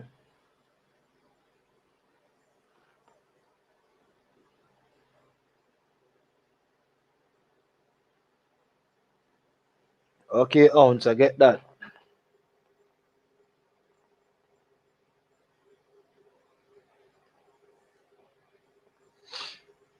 All right. Wrapping up at 10 o'clock. So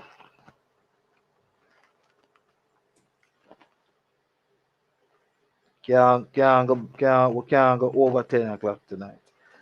All right. All right. let us go through this question. Ready? And then you probably will go through. You might be thinking whatever we're thinking. All right. Let me see what's next on the paper. Uh, we'll skip out question 7. That is really for you guys to do on your own. I'm going to go to the vectors and matrices quickly. So we have one more question to do, ounce.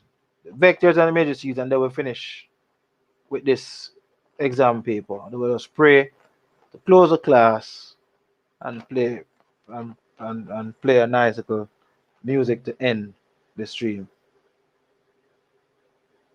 All right, Shadris. Which country are you from, Shadris? Are you from Jamaica or are you from another Caribbean country?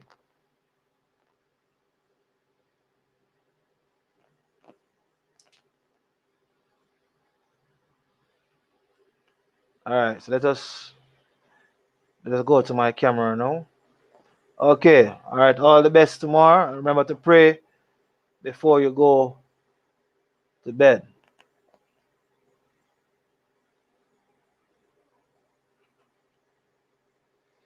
All right, let's go to the this now.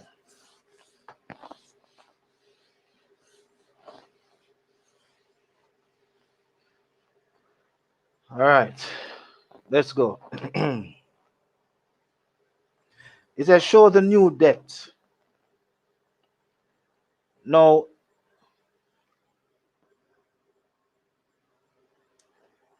okay, ounce.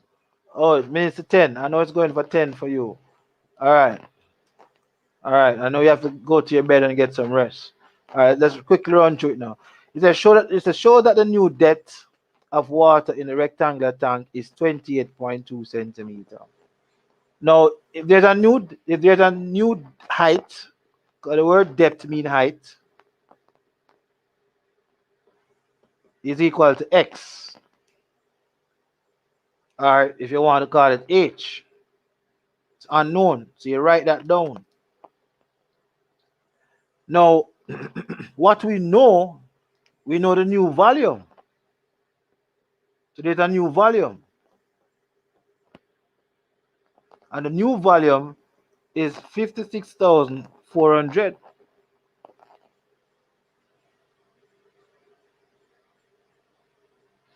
Now, but what is remains the same is the base.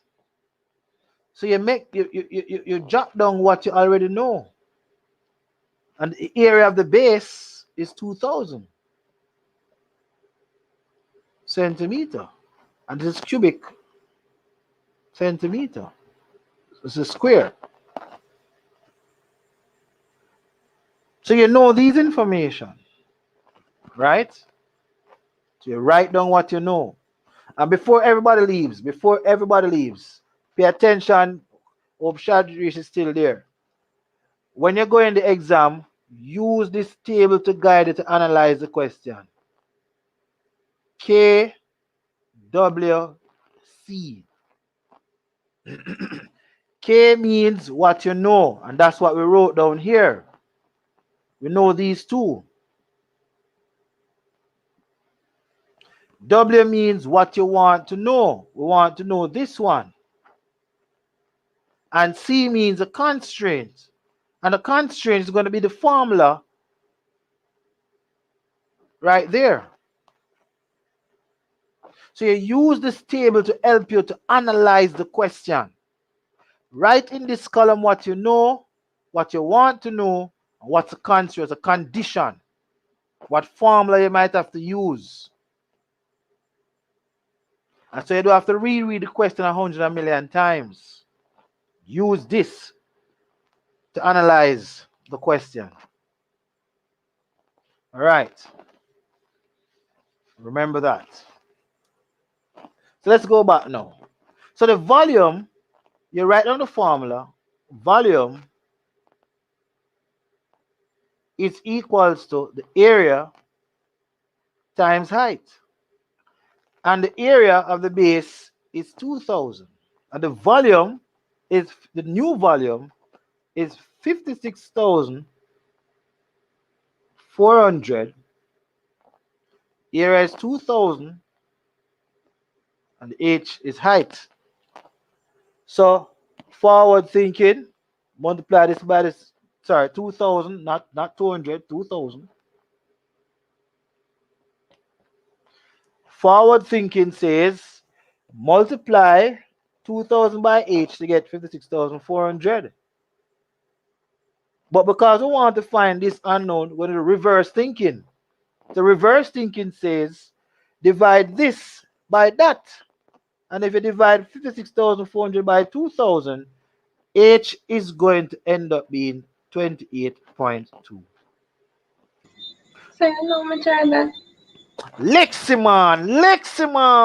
I know you had the answer, Leximan. I know you had the answer, you know. I knew you had the answer, Lexi. God put it in my mind. Yes, Shadris, make 80 subject of the formula. God put it in my mind, Lexi, to introduce you to the breathing mechanism. I know your problem. And so far, you have been using the breathing mechanism, and it's led you to 3 consecutive right answers. You say if tomorrow come, I take breath. Me and you. Be confident, Lexi. You're going to pass the exam. Last year, I told a student who had 2 weeks before human and social biology. And for those who are listening in, we'll be streaming live our human and social biology starting Wednesday, tomorrow night. We'll be streaming our human and social biology class tomorrow in preparation for the exam for next week, Wednesday. Now, listen to me now, Lexi. Listen to me now. Just breathe. Pray. And God will respond. God will lead you tonight. Let me show you how God works. I was invited to a meeting at a Zoom meeting at a particular church, and there was a mental health doctor, and the doctor taught us about the breathing mechanism that will break down nervousness and anxiety. That was God working to have me go there to have me to come and tell you guys to just trust God. Just trust God, man. And I said last year I tell a student that listen, you're gonna get a grade 2. I told her she's gonna get a grade 2. She was 2 weeks before the CSEC exams. And she packed 2 years of work in 2 weeks. with a strategy, and she followed the strategy, and she got a grade 2. All right. Yes, Sharice, Excelsior. No have nothing on my pass. All right. So you're going to pass exam. You're going to pass exam. All right. So, so that's the part for the answer. So we're going to move on quickly now to the next question because we need to get to vectors and matrices to wrap up our class. All right.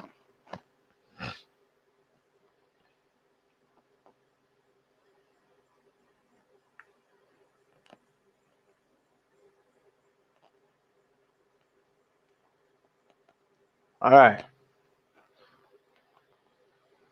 All right. So again, deep breaths.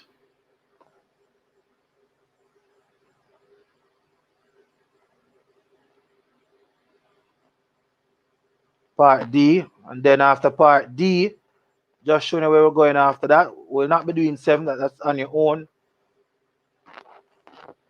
Okay, then we go straight to vectors and matrices, and then that's the end of the class. All right. Then we pray. I wish everybody a good night and all the best. Let me go back up. We all are going to pass the exam, man. I guarantee you that. Guarantee you that. Just trust God and stuff. Come, same deal. Read.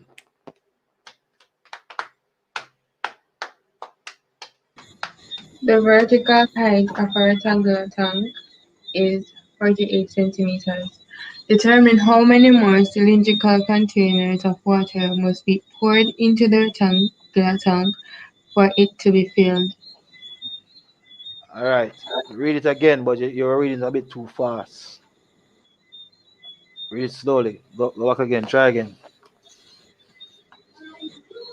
The vertical height of a rectangular tank No, no, no, no, no, no. You're missing out the all important word. Start again. the vertical height of the rectangular Good. tank The is suggesting that we're referring to the same tank. Make sense? is Good. Continue now. Continue now. Continue de- now. determine how many more cylindrical containers of water must be poured into the rectangular tank for it to be completely filled. All right. Deep breath. Deep breath. Take a deep breath. Count to 4. 1, 2, 3, and 4. Release. Next deep breath again. 1, 2, 3, and 4. Release breath. Now, before you go to the question, one other thing I want you guys to do tonight, see yourself passed in this exam. This is how God works. Ben Carson. Ben Carson was terrified about his science exam. I think it was in university, a chemistry exam. And he prayed. And our Almighty God took him through the exam the night before he did the exam. That's the power of God that we serve. And I'm telling you, if you learn nothing tonight, remember to pray tonight and you will pass your exam. I leave everything to the glory of God. And that's why we have a devotions every week. Don't leave out God, young people. Remember him tonight and he will remember you tomorrow. Remember I told you that. All right, we're going to run. Try the question. Try the question. Then I'm going to run through it. I'll give you 5 minutes to try the question. Then we go straight to vectors and matrices question, quick and fast. And I like what's going on in the chat. I like you guys are going, wishing you all the very best. Pray for each other. Pray for each other. And the rest of the Caribbean, we want to have a good result across the Caribbean tomorrow. We will have a good results across the Caribbean.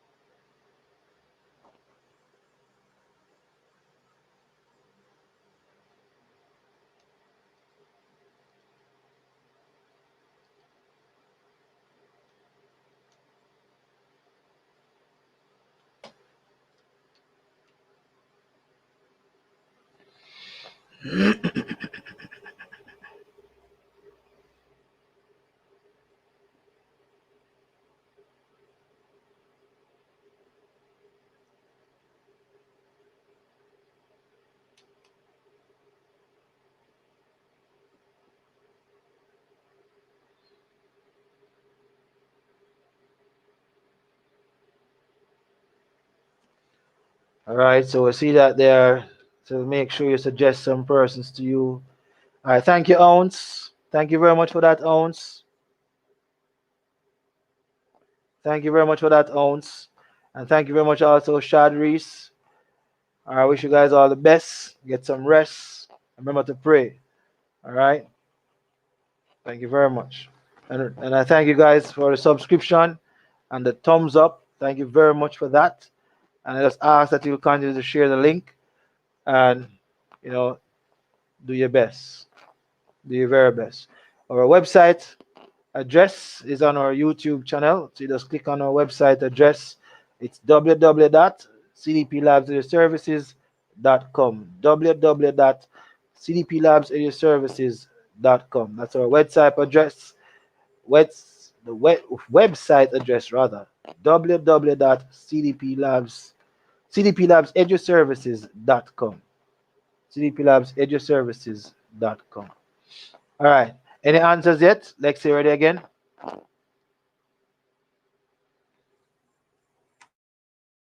Ready again, Lexi? So,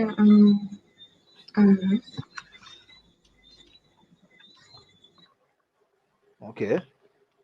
Yes, man, Lexi, you have it. Go ahead. Lexi, we have it, so go ahead.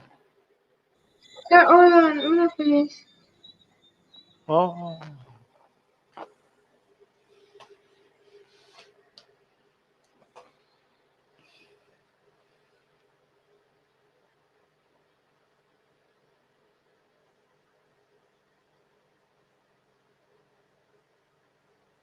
All right, I see an answer come in the chat here.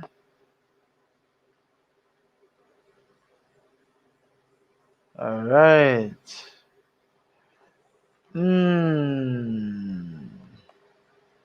Oh, that was long time. A long time these answers coming. Okay.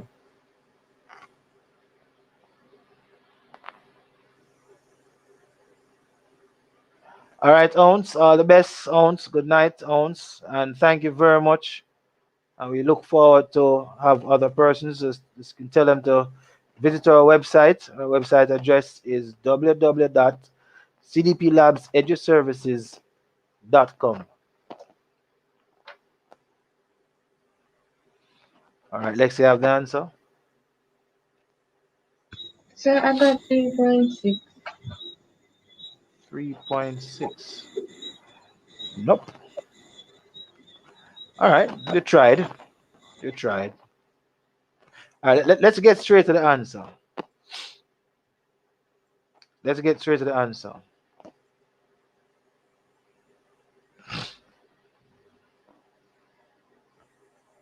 Now, the question says the vertical height of the rectangle. So they give you the height of the rectangle,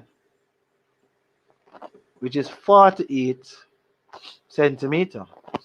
So if you have a new height, you must also have a new what? Volume. True?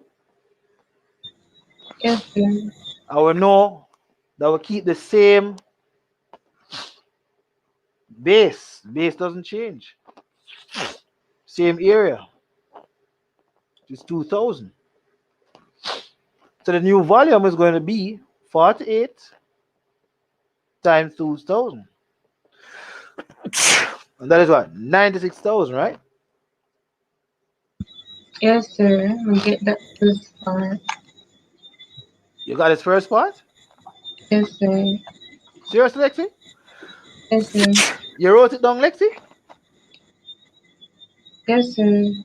Let me see, Lexi. Lexi, let me see it. I want to see it. I would love to see Lexi. Turn the camera and show me.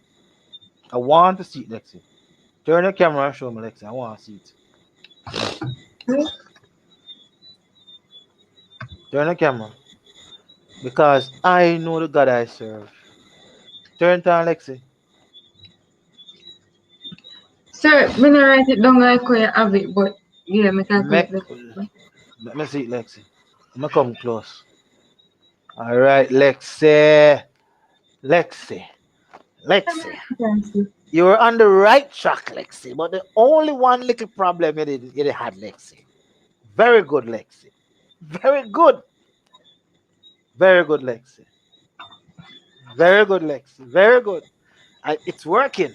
It's working. Solid as a rock. So watch this now. So the question asks, determine how many more cylindrical containers of water must be poured into the rectangular tank for it to be completely filled. So you must understand where it is now is 5,600 subtract, and the difference is going to be Ah, mm. the difference. It must be the difference. It now as this amount, as the new volume. So the difference amount going to the volume of water. But my bad. Finish it. You have to subtract this first. All right. So minus that. Sorry, 96,000 minus. Look like you're correct. You get 39,600. I guess I got this to right. Divide now. Divide by 26,400.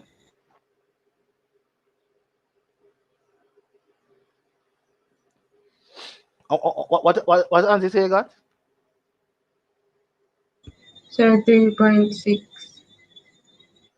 All right, 3.6, almost there. I got 1.5, 1.5 more. Where went wrong? Where went wrong? So I never subtract the 56,400 from the 96,000. Oh, you divide this by this. Yes, sir. Okay, you're supposed to subtract it first. Cause you don't know how much left. You understand? All Okay. right. So that's why I read it carefully with English this time. Definitely with English.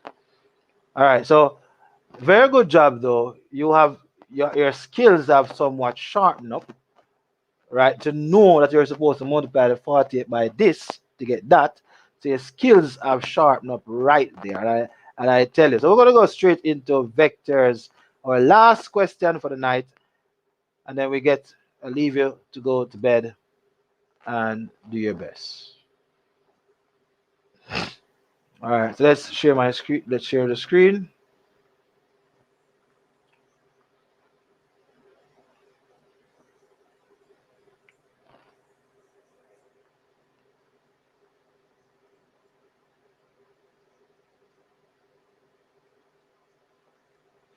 All right.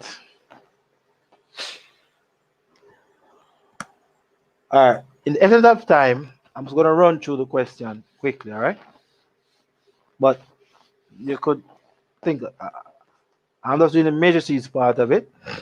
You go have spend a lot of time on vectors, but let's see how it goes though. Now, read that question quickly for me.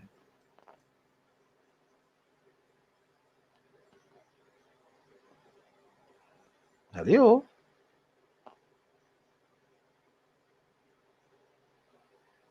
Lexi, you there? So Yeah, read it for me quickly.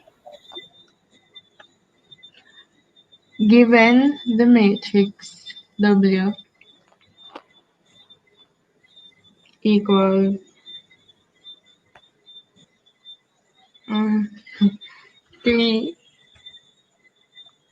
6, and 3, 6, negative negative 3, 6, negative 2, and 5 determine such and such, right? is Okay. Alright. In the essence of time, I'm just gonna run through it for you guys, alright? Just write it down quickly. If I finish write it down before you, then I will do it. I just want you to go to bed early tonight.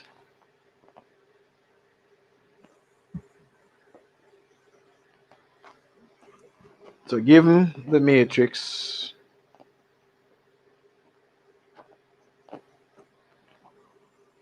W is equal to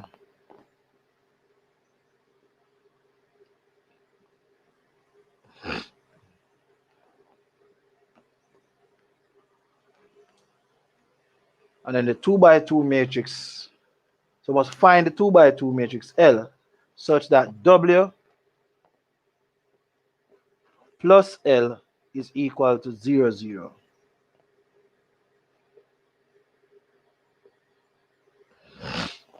All right, let's get to the camera now.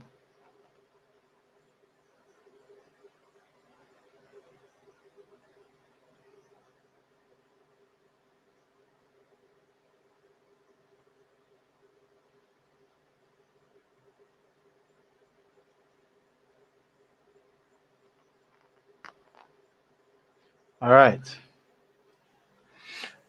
Now, you want to find L. So L is like X. Eh? Let me write this part up the top there. So we're winding down now. So W plus L is equal to 0, 0, 0, 0. All right. So this is W. Now 3, 6, 5 plus X, Y, X, Y is equal to 0, 0, 0, 0. Now this must correspond with this to get this. So 3 plus what number will give me 0? What's the answer? 3 plus what number will give me 0? Now, before going any further, when there's a 2 by 2 matrix, a matrix is named by M by N, row by column. So there's 2 row, 2 columns. 2 row, 2 columns. That's what 2 by 2 means. 2 rows, 2 columns. So it don't mean 2 times 2. Is that clear? yes, sir. All right. I'm getting tired now. So this added to this, so 3 plus what give you 0? Negative 3, Negative 3. Good. 6 plus what give you 0? negative 6, Good. Negative 2 plus what give you 0? positive 2, Good. 5 plus what give you 0? negative 5. Negative 5. Straight. That's the answer.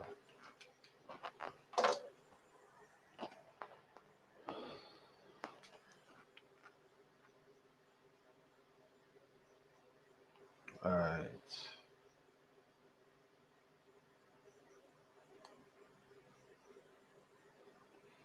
Now let's look at part 2 of the question. Let's write it down. Barry, still there? Yes, sir. Okay. All right.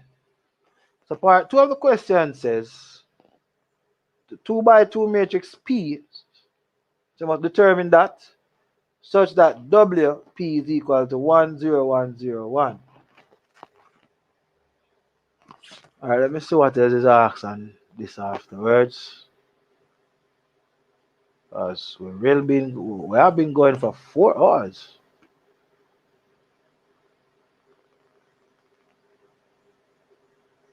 All right. All right, tell you what I'm going to do.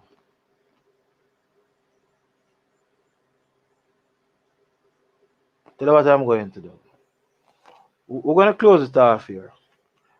But I'm going to give you the link to my matrices video. I'm going to watch those two and attempt to do the question on matrices. Is that clear? Okay. Yes, sir. All right. Is that clear? All right. Yes, sir. So we're going to end right here. I don't want to go to the bed too late. I want to get sufficient rest. So, sir, when we go to the video then? The video not so long. All right. All right. All right. All right. All right. Let me go through it. Let me go through it. I'm going to go through it. Just write down the question and I'll show you what to do. So far, I'm satisfied so far, and I am confident that you guys are going to pass the exam. Very much confident. So I have nothing to fear. WP is equal to 1, 0, 1, no, 0, 1. And I want to find the P. So I'm going to show you something now. Let's go to the, you finish writing it off? Everybody finish writing it off? Finish writing it off? Um,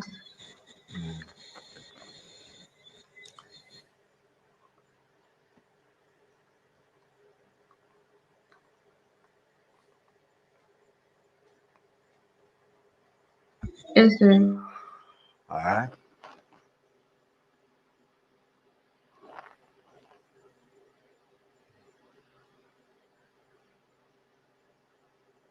All right, let me tell you about this little thing about matrices first. When you're adding matrices, it's simple addition. Let me show you something. Talking about addition first, right? When you're adding matrices,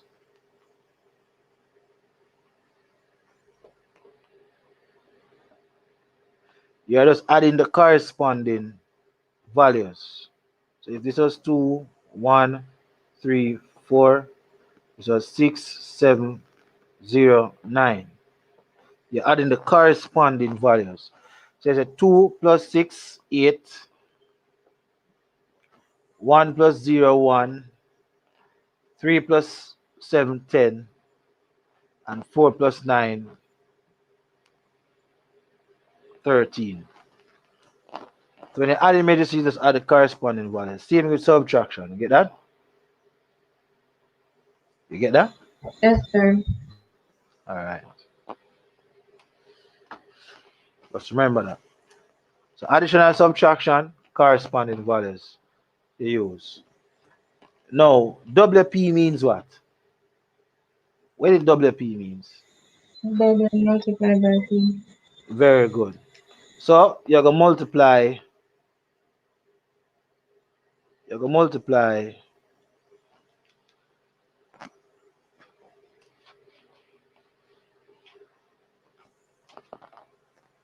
Now, when you talk about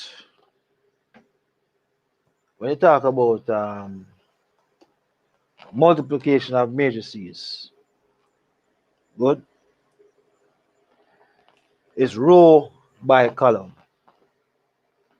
row by what? Column. Column. So W, they gave us W before. And I'm going to show you what I mean by row by column.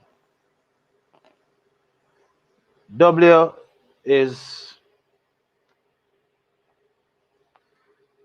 3, -2, 6, 5 times P. But we have to know what P is. So you have to do X, Y, X, Y. It equals to 1, 0, 0, 1. Now, it can work out to be some kind of, like you can use or call it, the method you can use is what you call it, the like you can use the vector method to solve simultaneous equation because it will appear to be that way. Understand? So row by column. Row by column. So watch this now, multiplying row by column.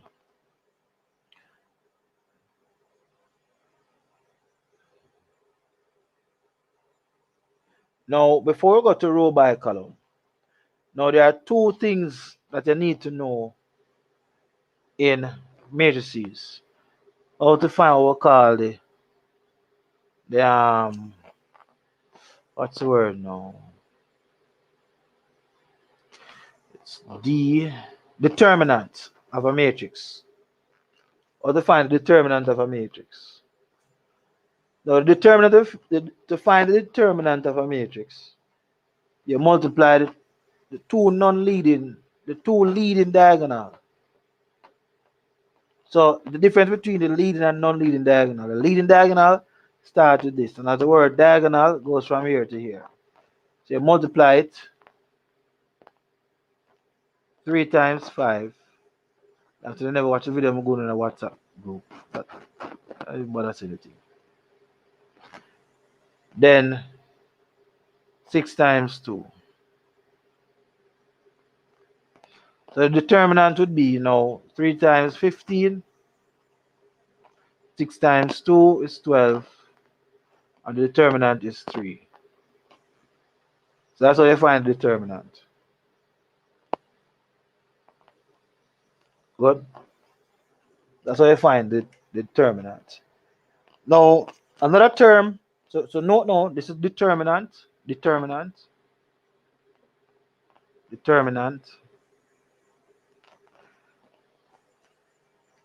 So I'm just showing you the basics so far.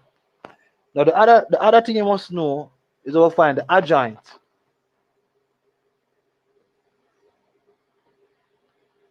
The adjoint.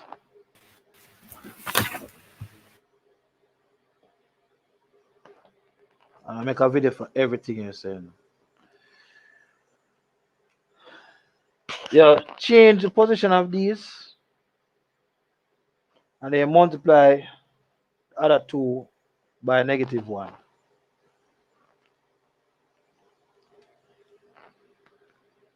So the 5 go where the 3 is, and the other thing multiplied by negative is -6, +2.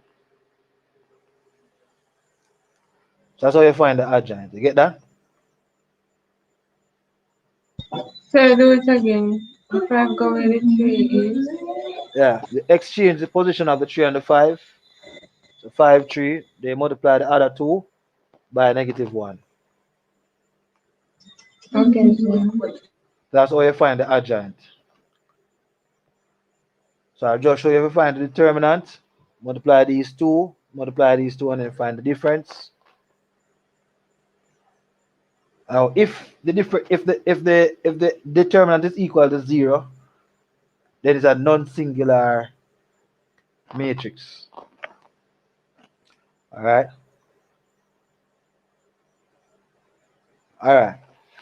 Now to find the inverse now. Ounce, that was quick. Ounce. Now to find the inverse of a matrix, because that is what you really need to use to solve the problem. All right. To find the inverse now of a matrix, because to find this xy thing, you have to find the determinant of this. Find the you have to multiply this by its inverse. Multiply this by its inverse to get that. That's why I'm telling you these things. To find the determinant of the matrix, you multiply this by this, then subtract it, then subtract from it the product of this and this. The adjoint switches spaces, they multiply the other things by -1. So the inverse now,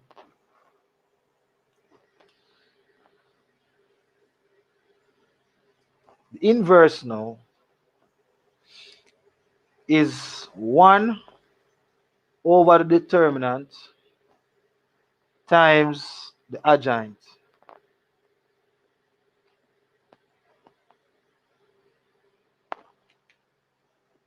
The adjoint. All right, see your ounce, the adjoint.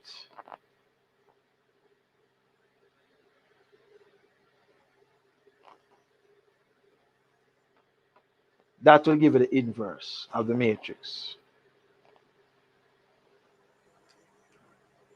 So the determinant is 3, so 1 over 3, and the adjoint is 5, positive 2,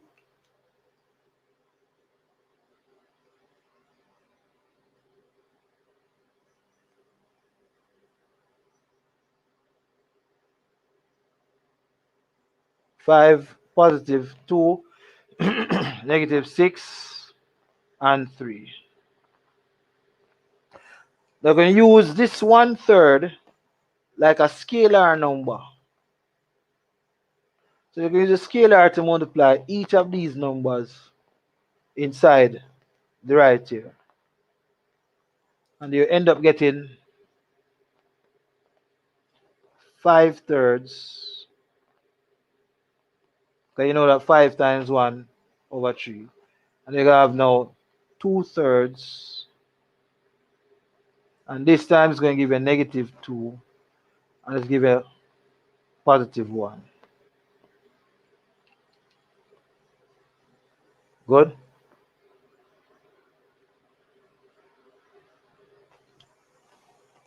So now this now is what you have to do to multiply with this.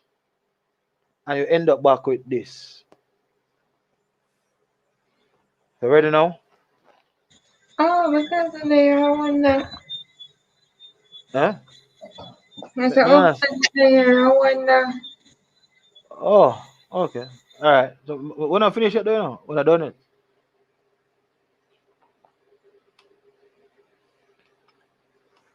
So now, so this now, so 5/3 over 2/3 minus 2, 1. So we use row by column now. Ready now? Ready for row by column now? So row by column. This corresponds with that. So remember, can I rub off this part now? That part also. Rub off this part. Rub off this part out here. So must write off this already.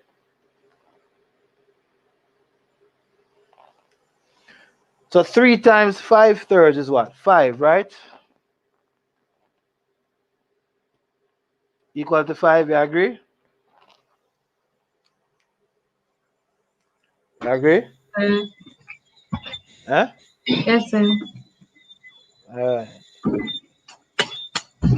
5.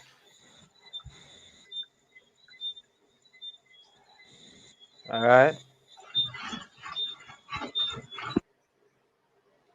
Now 6 times this is how much?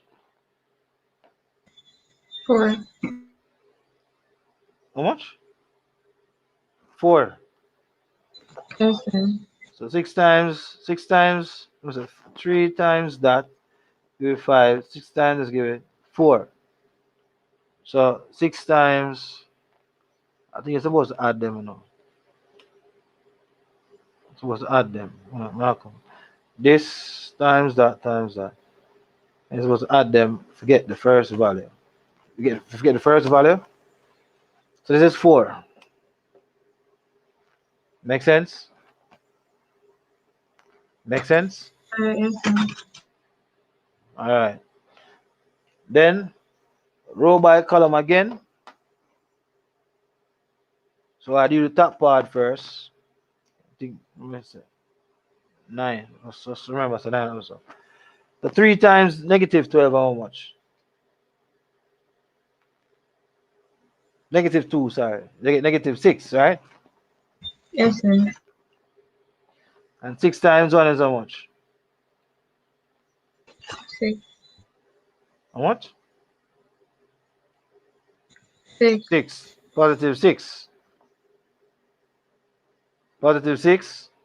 6 ones, positive 6. And you add the two of them, you get what? 0. So I already get the 0 already. See it now? Is everything Yes, I come now? Huh? yes, sir.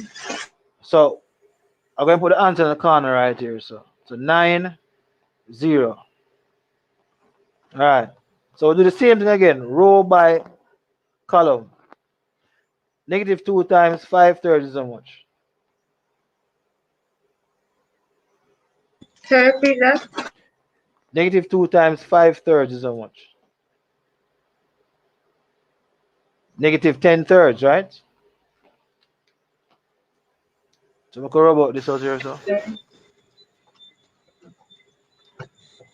negative 10/3.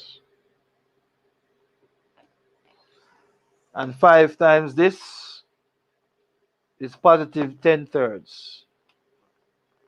And when you add negative 10/3 plus positive 10/3, you get 0 again, right?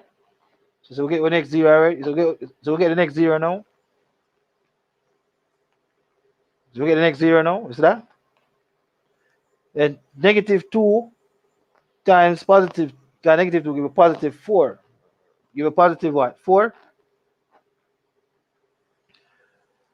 And Yes, then 5 times 1, positive 5. I will get 9. So this is going to be the answer. 9009. I'm going to prove it to you now. Ready now? yes, sir. Ready. So when I multiply this by this now, because this is supposed to be L. So if we multiply this by this, I'm supposed to get back this. Ready? So watch this now.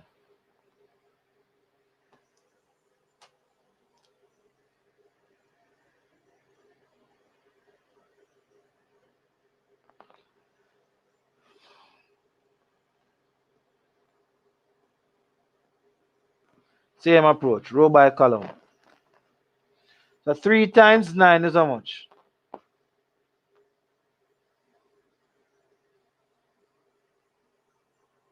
27. Should not take so long now.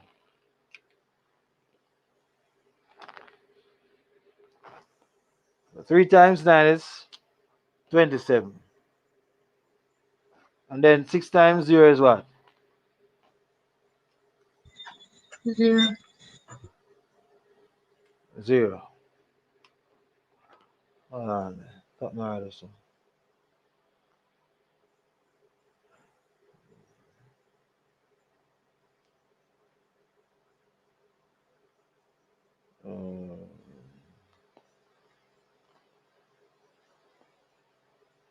Uh, hold on. Something matters. Something. 3 nines, 27. 6 times 0 is 0.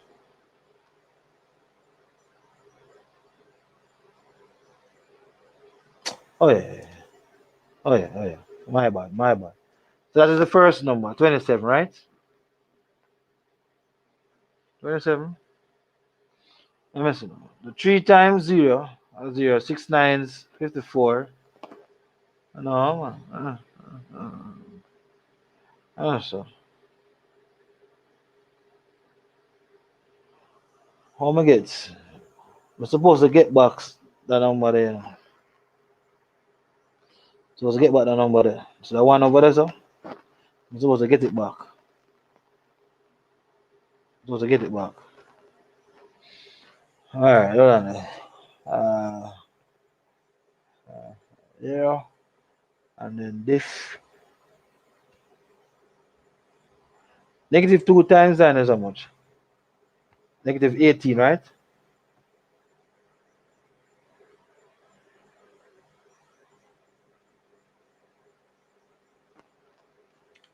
Row by column. 3 9 77 yeah, that make a mistake somewhere now. I make a mistake somewhere. Make a mistake somewhere. So this times that, this times that, this times that, this times that, plus this times that. I make a mistake somewhere.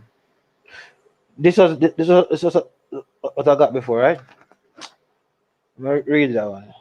Mistake makes somewhere. No mistake I make somewhere. Alright, put back this another thing. Put back this tonight. So the inverse. Alright, so 3 times this give 5. 6 times give how much again? 4. And 5 plus 4, 9.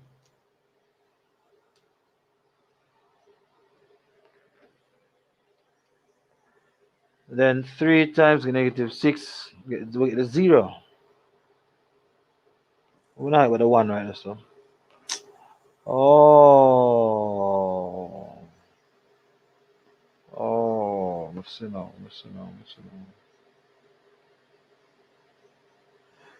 Oh, let's see what I'm going around.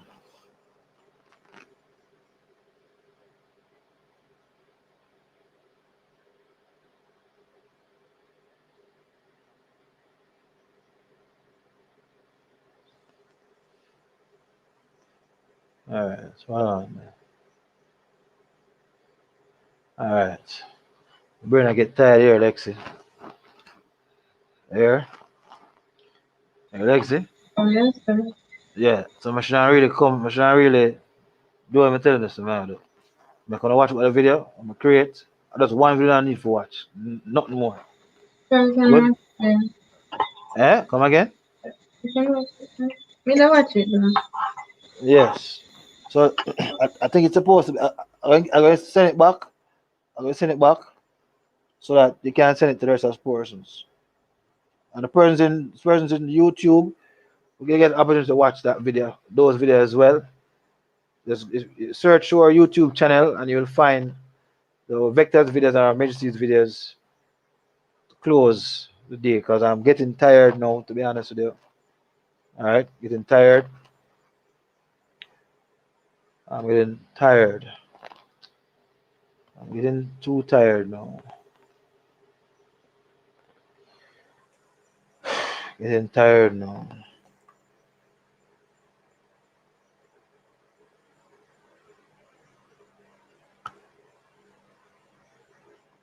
Sorry. I see where I will go wrong now. Ready now? It's after you find this, after you multiply this by this. You follow me? Lexi? Yes, sir. Tangina and Berry? Everybody follow me? You guys following me? Yes, sir. Alright. Remove this out of the way. Put back the 909 right or so. I forgot that I was supposed to do this. You're supposed to also multiply. Let me see. No. If you multiply this, it's gonna be 1/9, but it's a 1/3.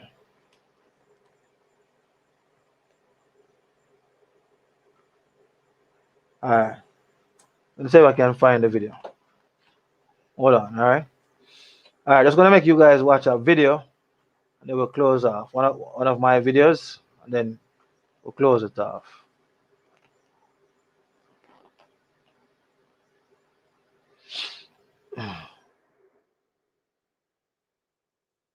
Never find the video link. It's 9:41 and we got teach all our emergencies now. Take up a lot of time. Tell you the truth. Alright. But we're going to pass the exam tomorrow. There's no doubt about that. So there's nothing to worry about. Nothing to worry about. Let me see if I can find it. Can find the link. It was actually in the link here. It was sent long ago.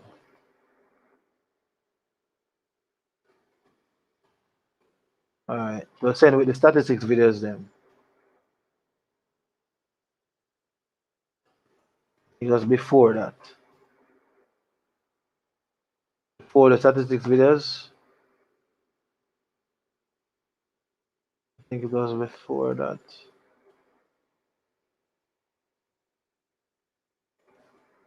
Okay, so let me know. No.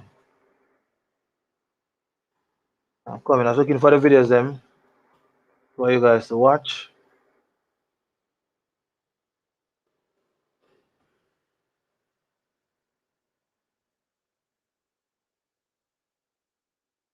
We will close off.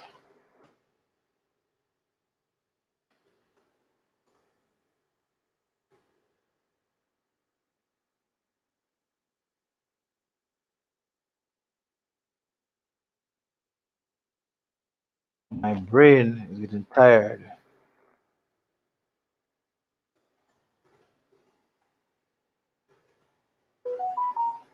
Just trying to find the videos.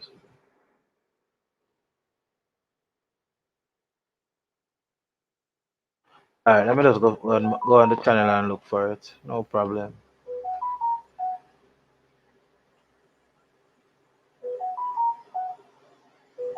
Um,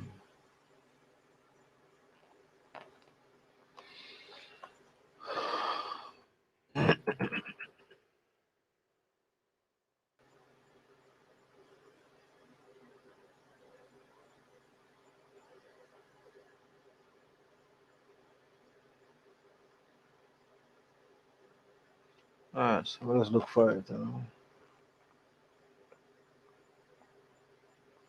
I was looking for the videos to close it off. And once I find it, I'll just send the link in the chat and let you guys just watch it. So, and you go to your bed with that. Okay, ma'am? Yes.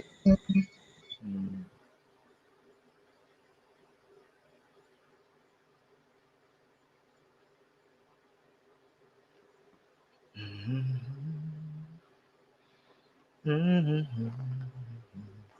So, how was the class for you, Mr. Berry? It was good. It was good. All right. Learned a lot. All right. Let's give God thanks, Yeah. Matrix. Matrices. Okay. Two volumes. See? One is 41 minutes, one is 31 minutes. So because of that, it would make no sense I bother to, you understand? So I find a link. Hold on there. What kind of? Oh, I'd have to send the link. I'm going to send this link in the chat. So those on YouTube can get it.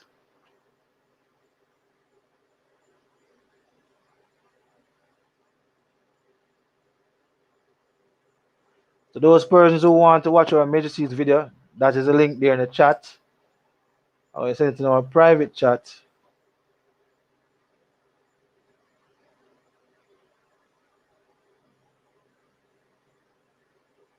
So Barry can get it as well. All right. So before we end, you just I will allow you to open it so you can if you can copy the link and put it somewhere that would be good. All right. All right. Let me send the other link. for part 2.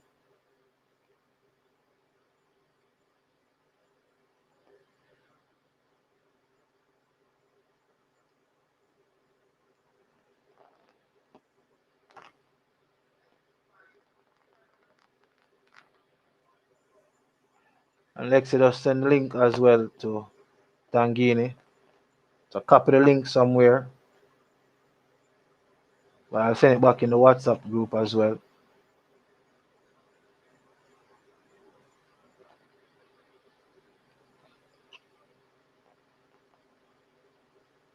And this will cover. Alright, so I'm gonna put it in the chat right here. That's chapter 1 and 2. So you can just watch to the next side. Alright.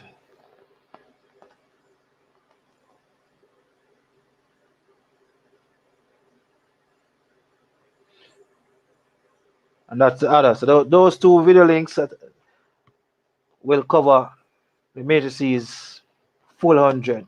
And watch it, because when you watch it, I can guarantee you that you will understand. I had one of my students some back ago, when he watched those, he knew it from the back of his hand. All right, so let us watch the first part together. Let's get it going. Let me share my screen again.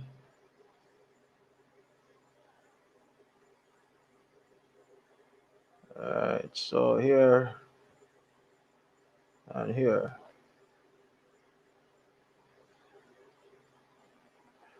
All right, so let's go.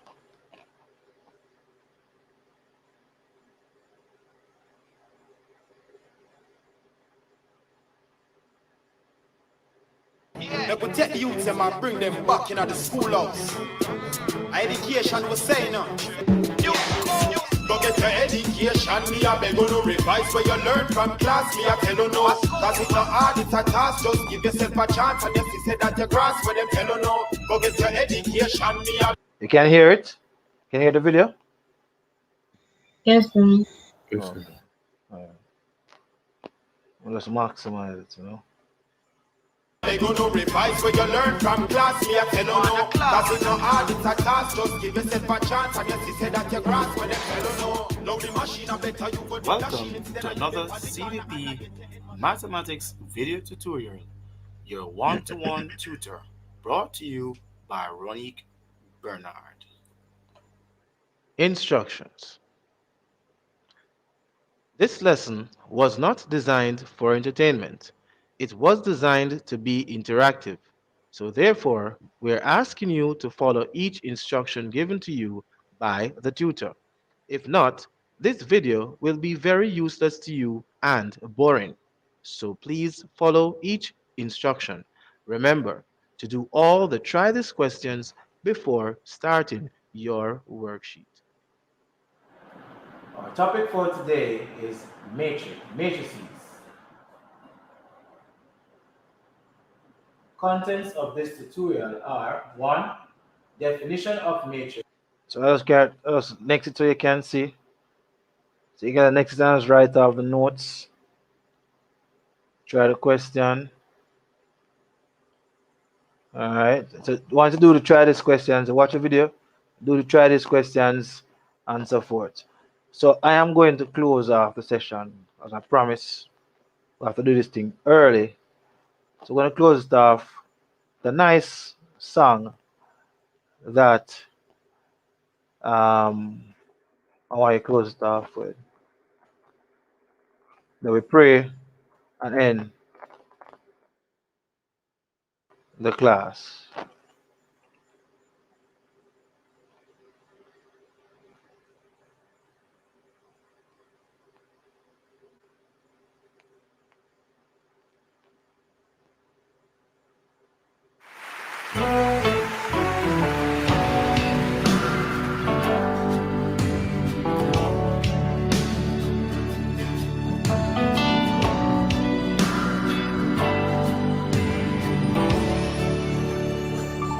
I sought the Lord, and He answered me. and deliver me from every fear. Those who look on him are radiant. They'll never be ashamed. They'll never be ashamed. This poor man cried, and the Lord heard me and saved me from my enemies. The Son of God surrounds his saints. He will deliver them. He will deliver them. Magnify the Lord with me. Come exalt his name together. Glorify the Lord with me. Come exalt his name forever. Oh, taste and see that the Lord is good. Oh, blessed is he, yeah, who hides in him. Oh, fear the Lord. Oh, all you saints, he'll give you everything. He'll give you everything. Magnify the name of Jesus. Come exalt his name. Exalt his name. Today, glorify. We give you glory, Lord. Oh, exalt his name. Exalt the name of Jesus.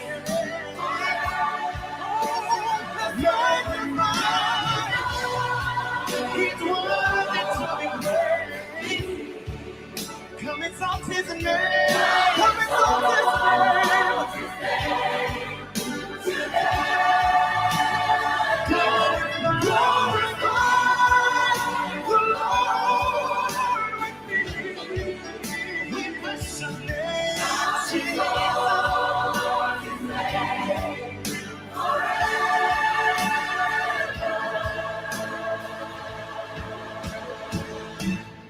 Let us bless the Lord every day and night. Never ending praise. May your incense rise. Bless the Lord day and night. May our incense rise. We bless the Lord every day. May our incense rise. Bless the Lord every day. May our incense rise. Magnify the Lord Jesus. He's worthy to be praised. Exalt his name. Let's exalt his name. Exalt his name today. Glorify his name. Give him praise. We exalt the name of Jesus. He's worthy. Yes, he's worthy. Magnify.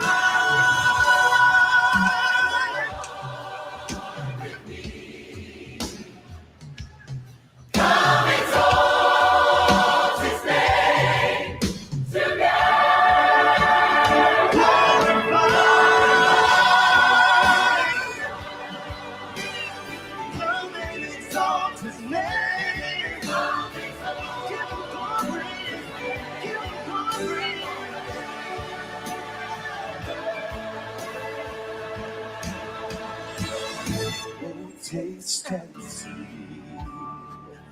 that the Lord is good. He'll give you everything. He'll give you You everything. everything.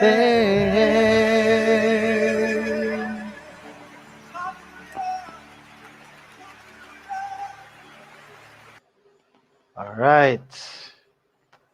Now, so I've come to the end of our final session for the night. And as the song says, God will give you everything. Now, it says faith without work is death. So faith with work is success. You have done your part. You have studied. You have practiced. You have attended classes. So now it's time for faith. You have done the work. Now it's time for faith. And that means, it says, what pleases God in us when you have faith in Him, you trust Him. Faith is what? The substance of things hoped for. So tomorrow you're open for a grade 1. But the evidence of things not seen. Trust God. Let us magnify His name. Let us glorify His name. Let us pray and close. Loving Father, great is thy name. As the song says, dear Lord, magnify your name tonight as these students sleep. Your word, dear God, have said that faith without work is death. Lord, they have done their part. Now it's time for you, oh God, to do your part. You are the creator. Lord, at times we might get overdo ourselves, but humble us even now. And dear Lord, I put these students in your care, in your hands, and Lord God, glorify your name. Let them remember you. Let them remember you, oh God. Give them something, give them manna in success for tomorrow, dear God. That they will remember you and remember that you heard the prayer, you heard the request.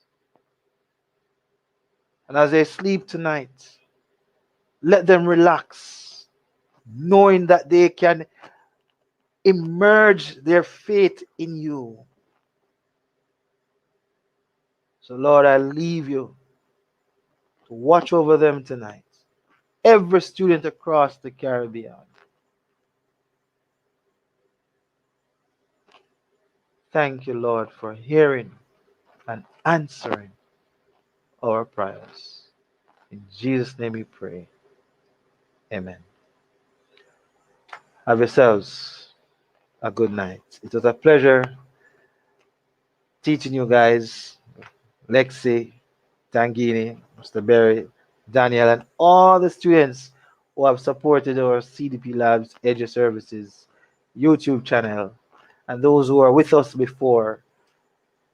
I support you all, and I give you thanks and do well, because you will do well.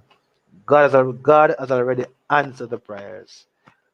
So just sleep and have a good night. Take care. Take care. Good night, sir. Good night, ma'am. Good night. Good night. Good night. Good night. Good night. Good. Good night, Barry. All right. Good night.